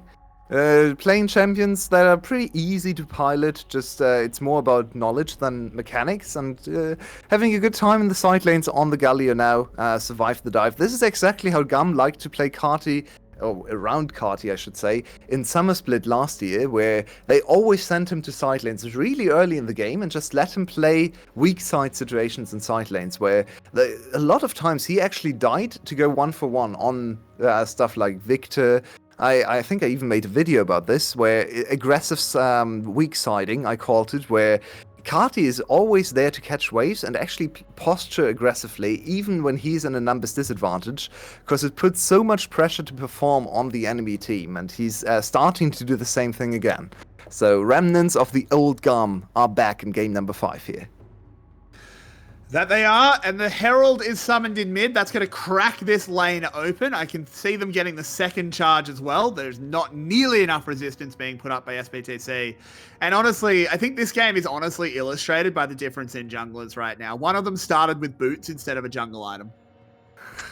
That's something to look back on very, very sadly and sternly from the side of SBTC, and maybe something they can tell themselves after they lose today's series. Well, our jungler just entered game 5, so let's not do that on Sunday and win against GAM, because they've won 2 games today. They are still not out of this one, of course. Slater's still super strong. DR1 scaling all right into the mid game, but they are in a losing position now. But even if they lose today, they're not out of it. They are going to have another chance if they win against Cerberus tomorrow at the same time. They will have another crack at GAM in the final. It is, if SBTC is the team that loses, they haven't lost this game yet. They're in a very hard position, but the game's not over. If they do lose and then they go and beat Cerberus, you're playing 3 best of 5s in 3 days, 2 of which are against the same team. That is either going to be the hyperbolic, it's either the hyperbolic time chamber, or you are just unable to play on the 3rd day. Yeah, and we have a lot of evidence for both sides of the coin, right? Some teams just crack under too much pressure, and there are too many games to prepare for. They just have to play their style and can't really go from opponent to opponent. And some teams just play themselves into incredible form and make those loser bracket runs possible, right? We have seen it in multiple leagues where the loser bracket actually, or going down to the loser bracket and playing more matches will provide you with a lot of experience, with better meta reads, and those teams end up winning. There's a huge example in LEC. It happens a lot over in EU, but also Gen G just a few weeks ago, coming from the loser bracket side. So DNK trying to make something happen, doesn't quite get the angle. Was close though. It's way too I mean, tanky. I think if he knocked him back, I think he would have killed him. But in the end, Cardi's okay. He's able to clear the wave. Yeah, but GAM is still playing such a comfortable game here, just going objective after objective. This is a number 3 on the Dragon count, and all their winning games, Game 1, Game 4, and now Game 5, have been like this, where they slow down the mid game, they go towards Dragon scaling, just a very cookie-cutter style, a textbook League of Legends, just stacking the Dragons, playing through team fights, and slowly but surely winning the game on a better late game composition. We will see. I still have a lot of faith in Slater. He's still a 2-item Zeri. He's still big. The Ghost and the Shield Bow should mean that he's able to kite Kiaya fairly well. I don't think the cannon is just a death sentence. Though I'm not 100% confident in that. He is very, very strong. Yeah. And the other problem, of course, is that GAM has 2 jungles right now. So the thing with Kiaya cannon is actually he's not built for very tanky or very trying to buy space for his team. He's actually built for damage and to not die to Enper, right? So he doesn't have a stopwatch. He's not building towards the Zhonya's, which is one of the core items on the cannon if you want to buy space, want to zone the enemy AD carry away. So if Kiaya oversteps, maybe flashes into the enemy team, gets exhausted and then dies, then Slater could actually play from there, stack up his ultimates, get really strong, get all those ultimate stacks on the Zeri and carry a team fight. So it is possible still. The first opportunity will always go to GAM from this position, but if they overpush, if they overdive maybe under tower, then there is some hope for this strong Zeri. There is. I mean, look, I've seen Zeri do things that no human should be able to do. So I think chicken fans out there, you've still got hope. Zin, going deep for vision, is backed up. But Paulette, not going to do anything silly, not going to step forward when he doesn't need to. No objectives on the map, 3 minutes away from a potential Cloud Soul for GAM. If they want to go for that fight, DNK, be careful, be careful. This could be a fight. They do manage to disengage from Zin's Rakan ult. It takes a lot of damage. TPs are landing. Slater has not pulled the trigger on the ult. Still has that available for potential round 2.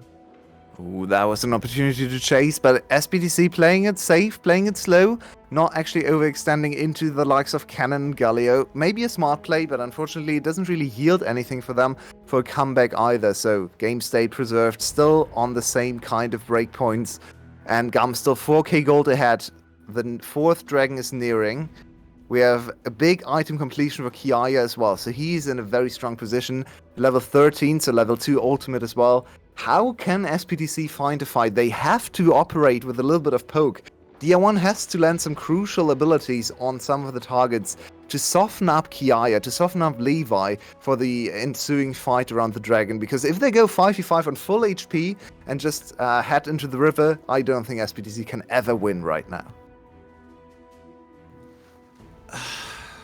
I don't know. I mean, by all logic, obviously I agree. But I just don't want to say a Game 5's like that. I want to have some hope. There's one hope. It's important. Slater's pretty close to his item. Maybe he can true. Go. If he gets Navori before the dragon fight, that is quite a bit of hope actually, because Navori into all these targets, like the Galio, that he can actually hit quite a bit, is gonna have a lot of value because you get a lot of extra damage from the ultimate. So that is the one hope now for SBTC for the upcoming dragon fight. Try to funnel absolutely everything into Slater. If he gets to Navori, the 3rd crit item, he's gonna be stronger than the Jinx, and you have to play around your main carry who gave you those 2 wins earlier today.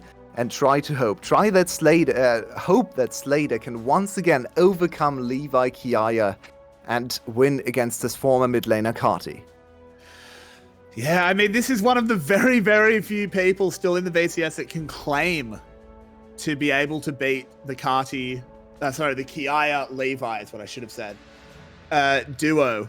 Cardi, of course, was one of the others, but he's joined the dark side. I don't think he's going to get the Navoris in time. He still has to reset. It doesn't look like he's close enough. So now GAM in a really good position. Look at their vision. Actually, neither team has any vision set up around the dragon. And it looks like GAM is actually fancying maybe a bit of a dragon for Baron proposal here. They're all focused around the top side. You can see GAM has absolutely littered the top side river with pink wards. So now SBTC, they have to go for it. Trying to maybe find something, but can't do it. They didn't lose any ultimates. Nothing actually used there, so no reason they can't have another crack around the dragon. But GAM has control of the river entrance. There's no Infernal Rift helping SE get in this time, and they're making the call to go to Baron instead. They're trading Soul for Baron. It's so late, though. It's so late. It is so late. They've only just started the Baron. GAM has so much time to get here. They have a Galio ult in the pit. I mean, it's debatably worth it, even if you get it, but they don't even get it your way. Oh, it's the worst of both worlds. They don't contest the dragon, and then they also go away from Party being collapsed on, but the taunt is good enough to get him out. And now here comes Kiaya! Ride the lightning, baby! He immediately picks up 2. Slater goes down to Levi, and it's a ticket to the finals. You can already punch it.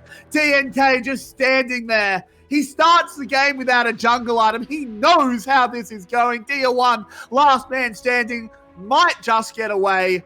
Doesn't matter if he does or doesn't, to be completely honest. GAM are going to finals. What a statement game from Kiaya, though. We were so hyped for Emperor against Kiaya, and then we were unfortunately having to watch stuff like Saya against Kassanti. Nothing ever happened about the top side. It was all about Slater against Style, and it was mostly Slater who actually came out on top. But now, in game number 5, Kiaya, 4-time champion of the VCS, is not ready to give the crown over to the new top lane talent. He is here to stamp his authority on the league yet again. There he is, Flash ultimate. They can't even exhaust him in time. This is the reminiscent of the very, very famous map play. Everyone just evaporates against this cannon who builds such aggressive items, and now the game is just over. It absolutely is. There's going to be another fight. Emperor will fall again. This Akali has been utterly useless this game. Dia 1 trying to find a play. DNK will do his absolute best. Honestly, Slater, maybe. They do manage to take down the Jinx. Can they get anything done? He's trying desperately to kite it out, but there's so much CC. The rest of the team is just falling apart. And SE managed to get a better fight, but a better fight is still a loss. Not quite enough damage on the Slater to get through that super tanky Gallia on the other side. So much CC on him too. Both Zin and Kati just perma CCing Slater so he can't ever use his auto attacks. Can't really get going. One big shutdown over to him, but I don't think it really pushes the needle far enough into SE's favor. Maybe they have one more fight into them, but they have to face a 10k gold deficit and a Cloud Soul. It's really just absolutely brutal stuff here.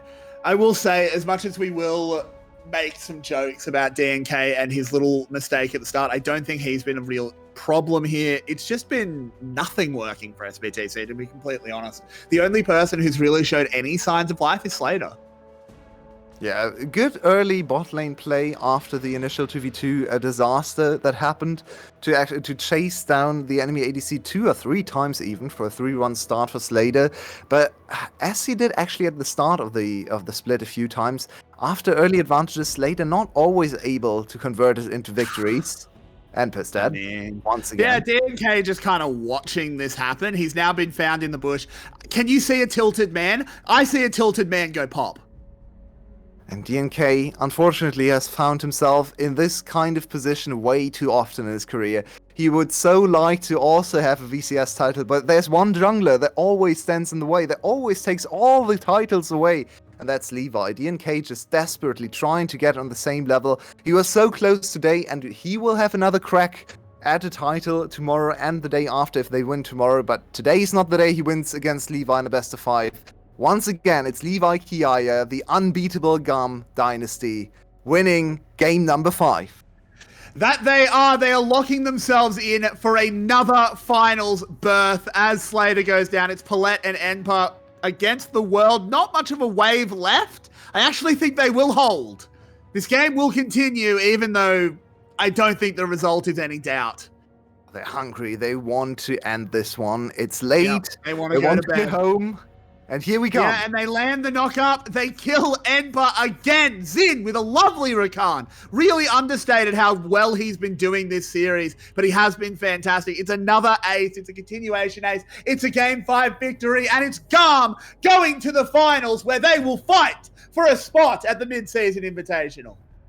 This team is just so hard to overcome. They were on match point for game number 4 and 5, but GAM found another respite. They found another gear. Kiaya stepped them in game 5. They found a really good composition in game 4, and once again, GAM win the series. But they were close to losing today. They were challenged. They cannot sleep very easily after this series. They will have another go at either SBTC or Cerberus on Sunday to win the title. It's not over yet. And after that series, I think if SBTC improves a tiny bit, if Enper has a better day on Sunday, we might be in for another 5-game banger. They were 1 game away. That game 5, yeah, okay, that was an absolute shellacking. Let's not sugarcoat it. GAM ran SBTC over like a train, but SBTC were up 2-1. The VCS, the dinner break happened and gave GAM the free mental reset, and that was all they needed. But tomorrow, SBTC will go up against Cerberus, and then the winner of that game gets another crack at GAM. So we may well see a rematch on Sunday. But for now, I'm going to say goodnight. My name's been Carrix. With me has been my best friend, Your Way. The desk, 1 man down, unfortunately, but the desk will take us out.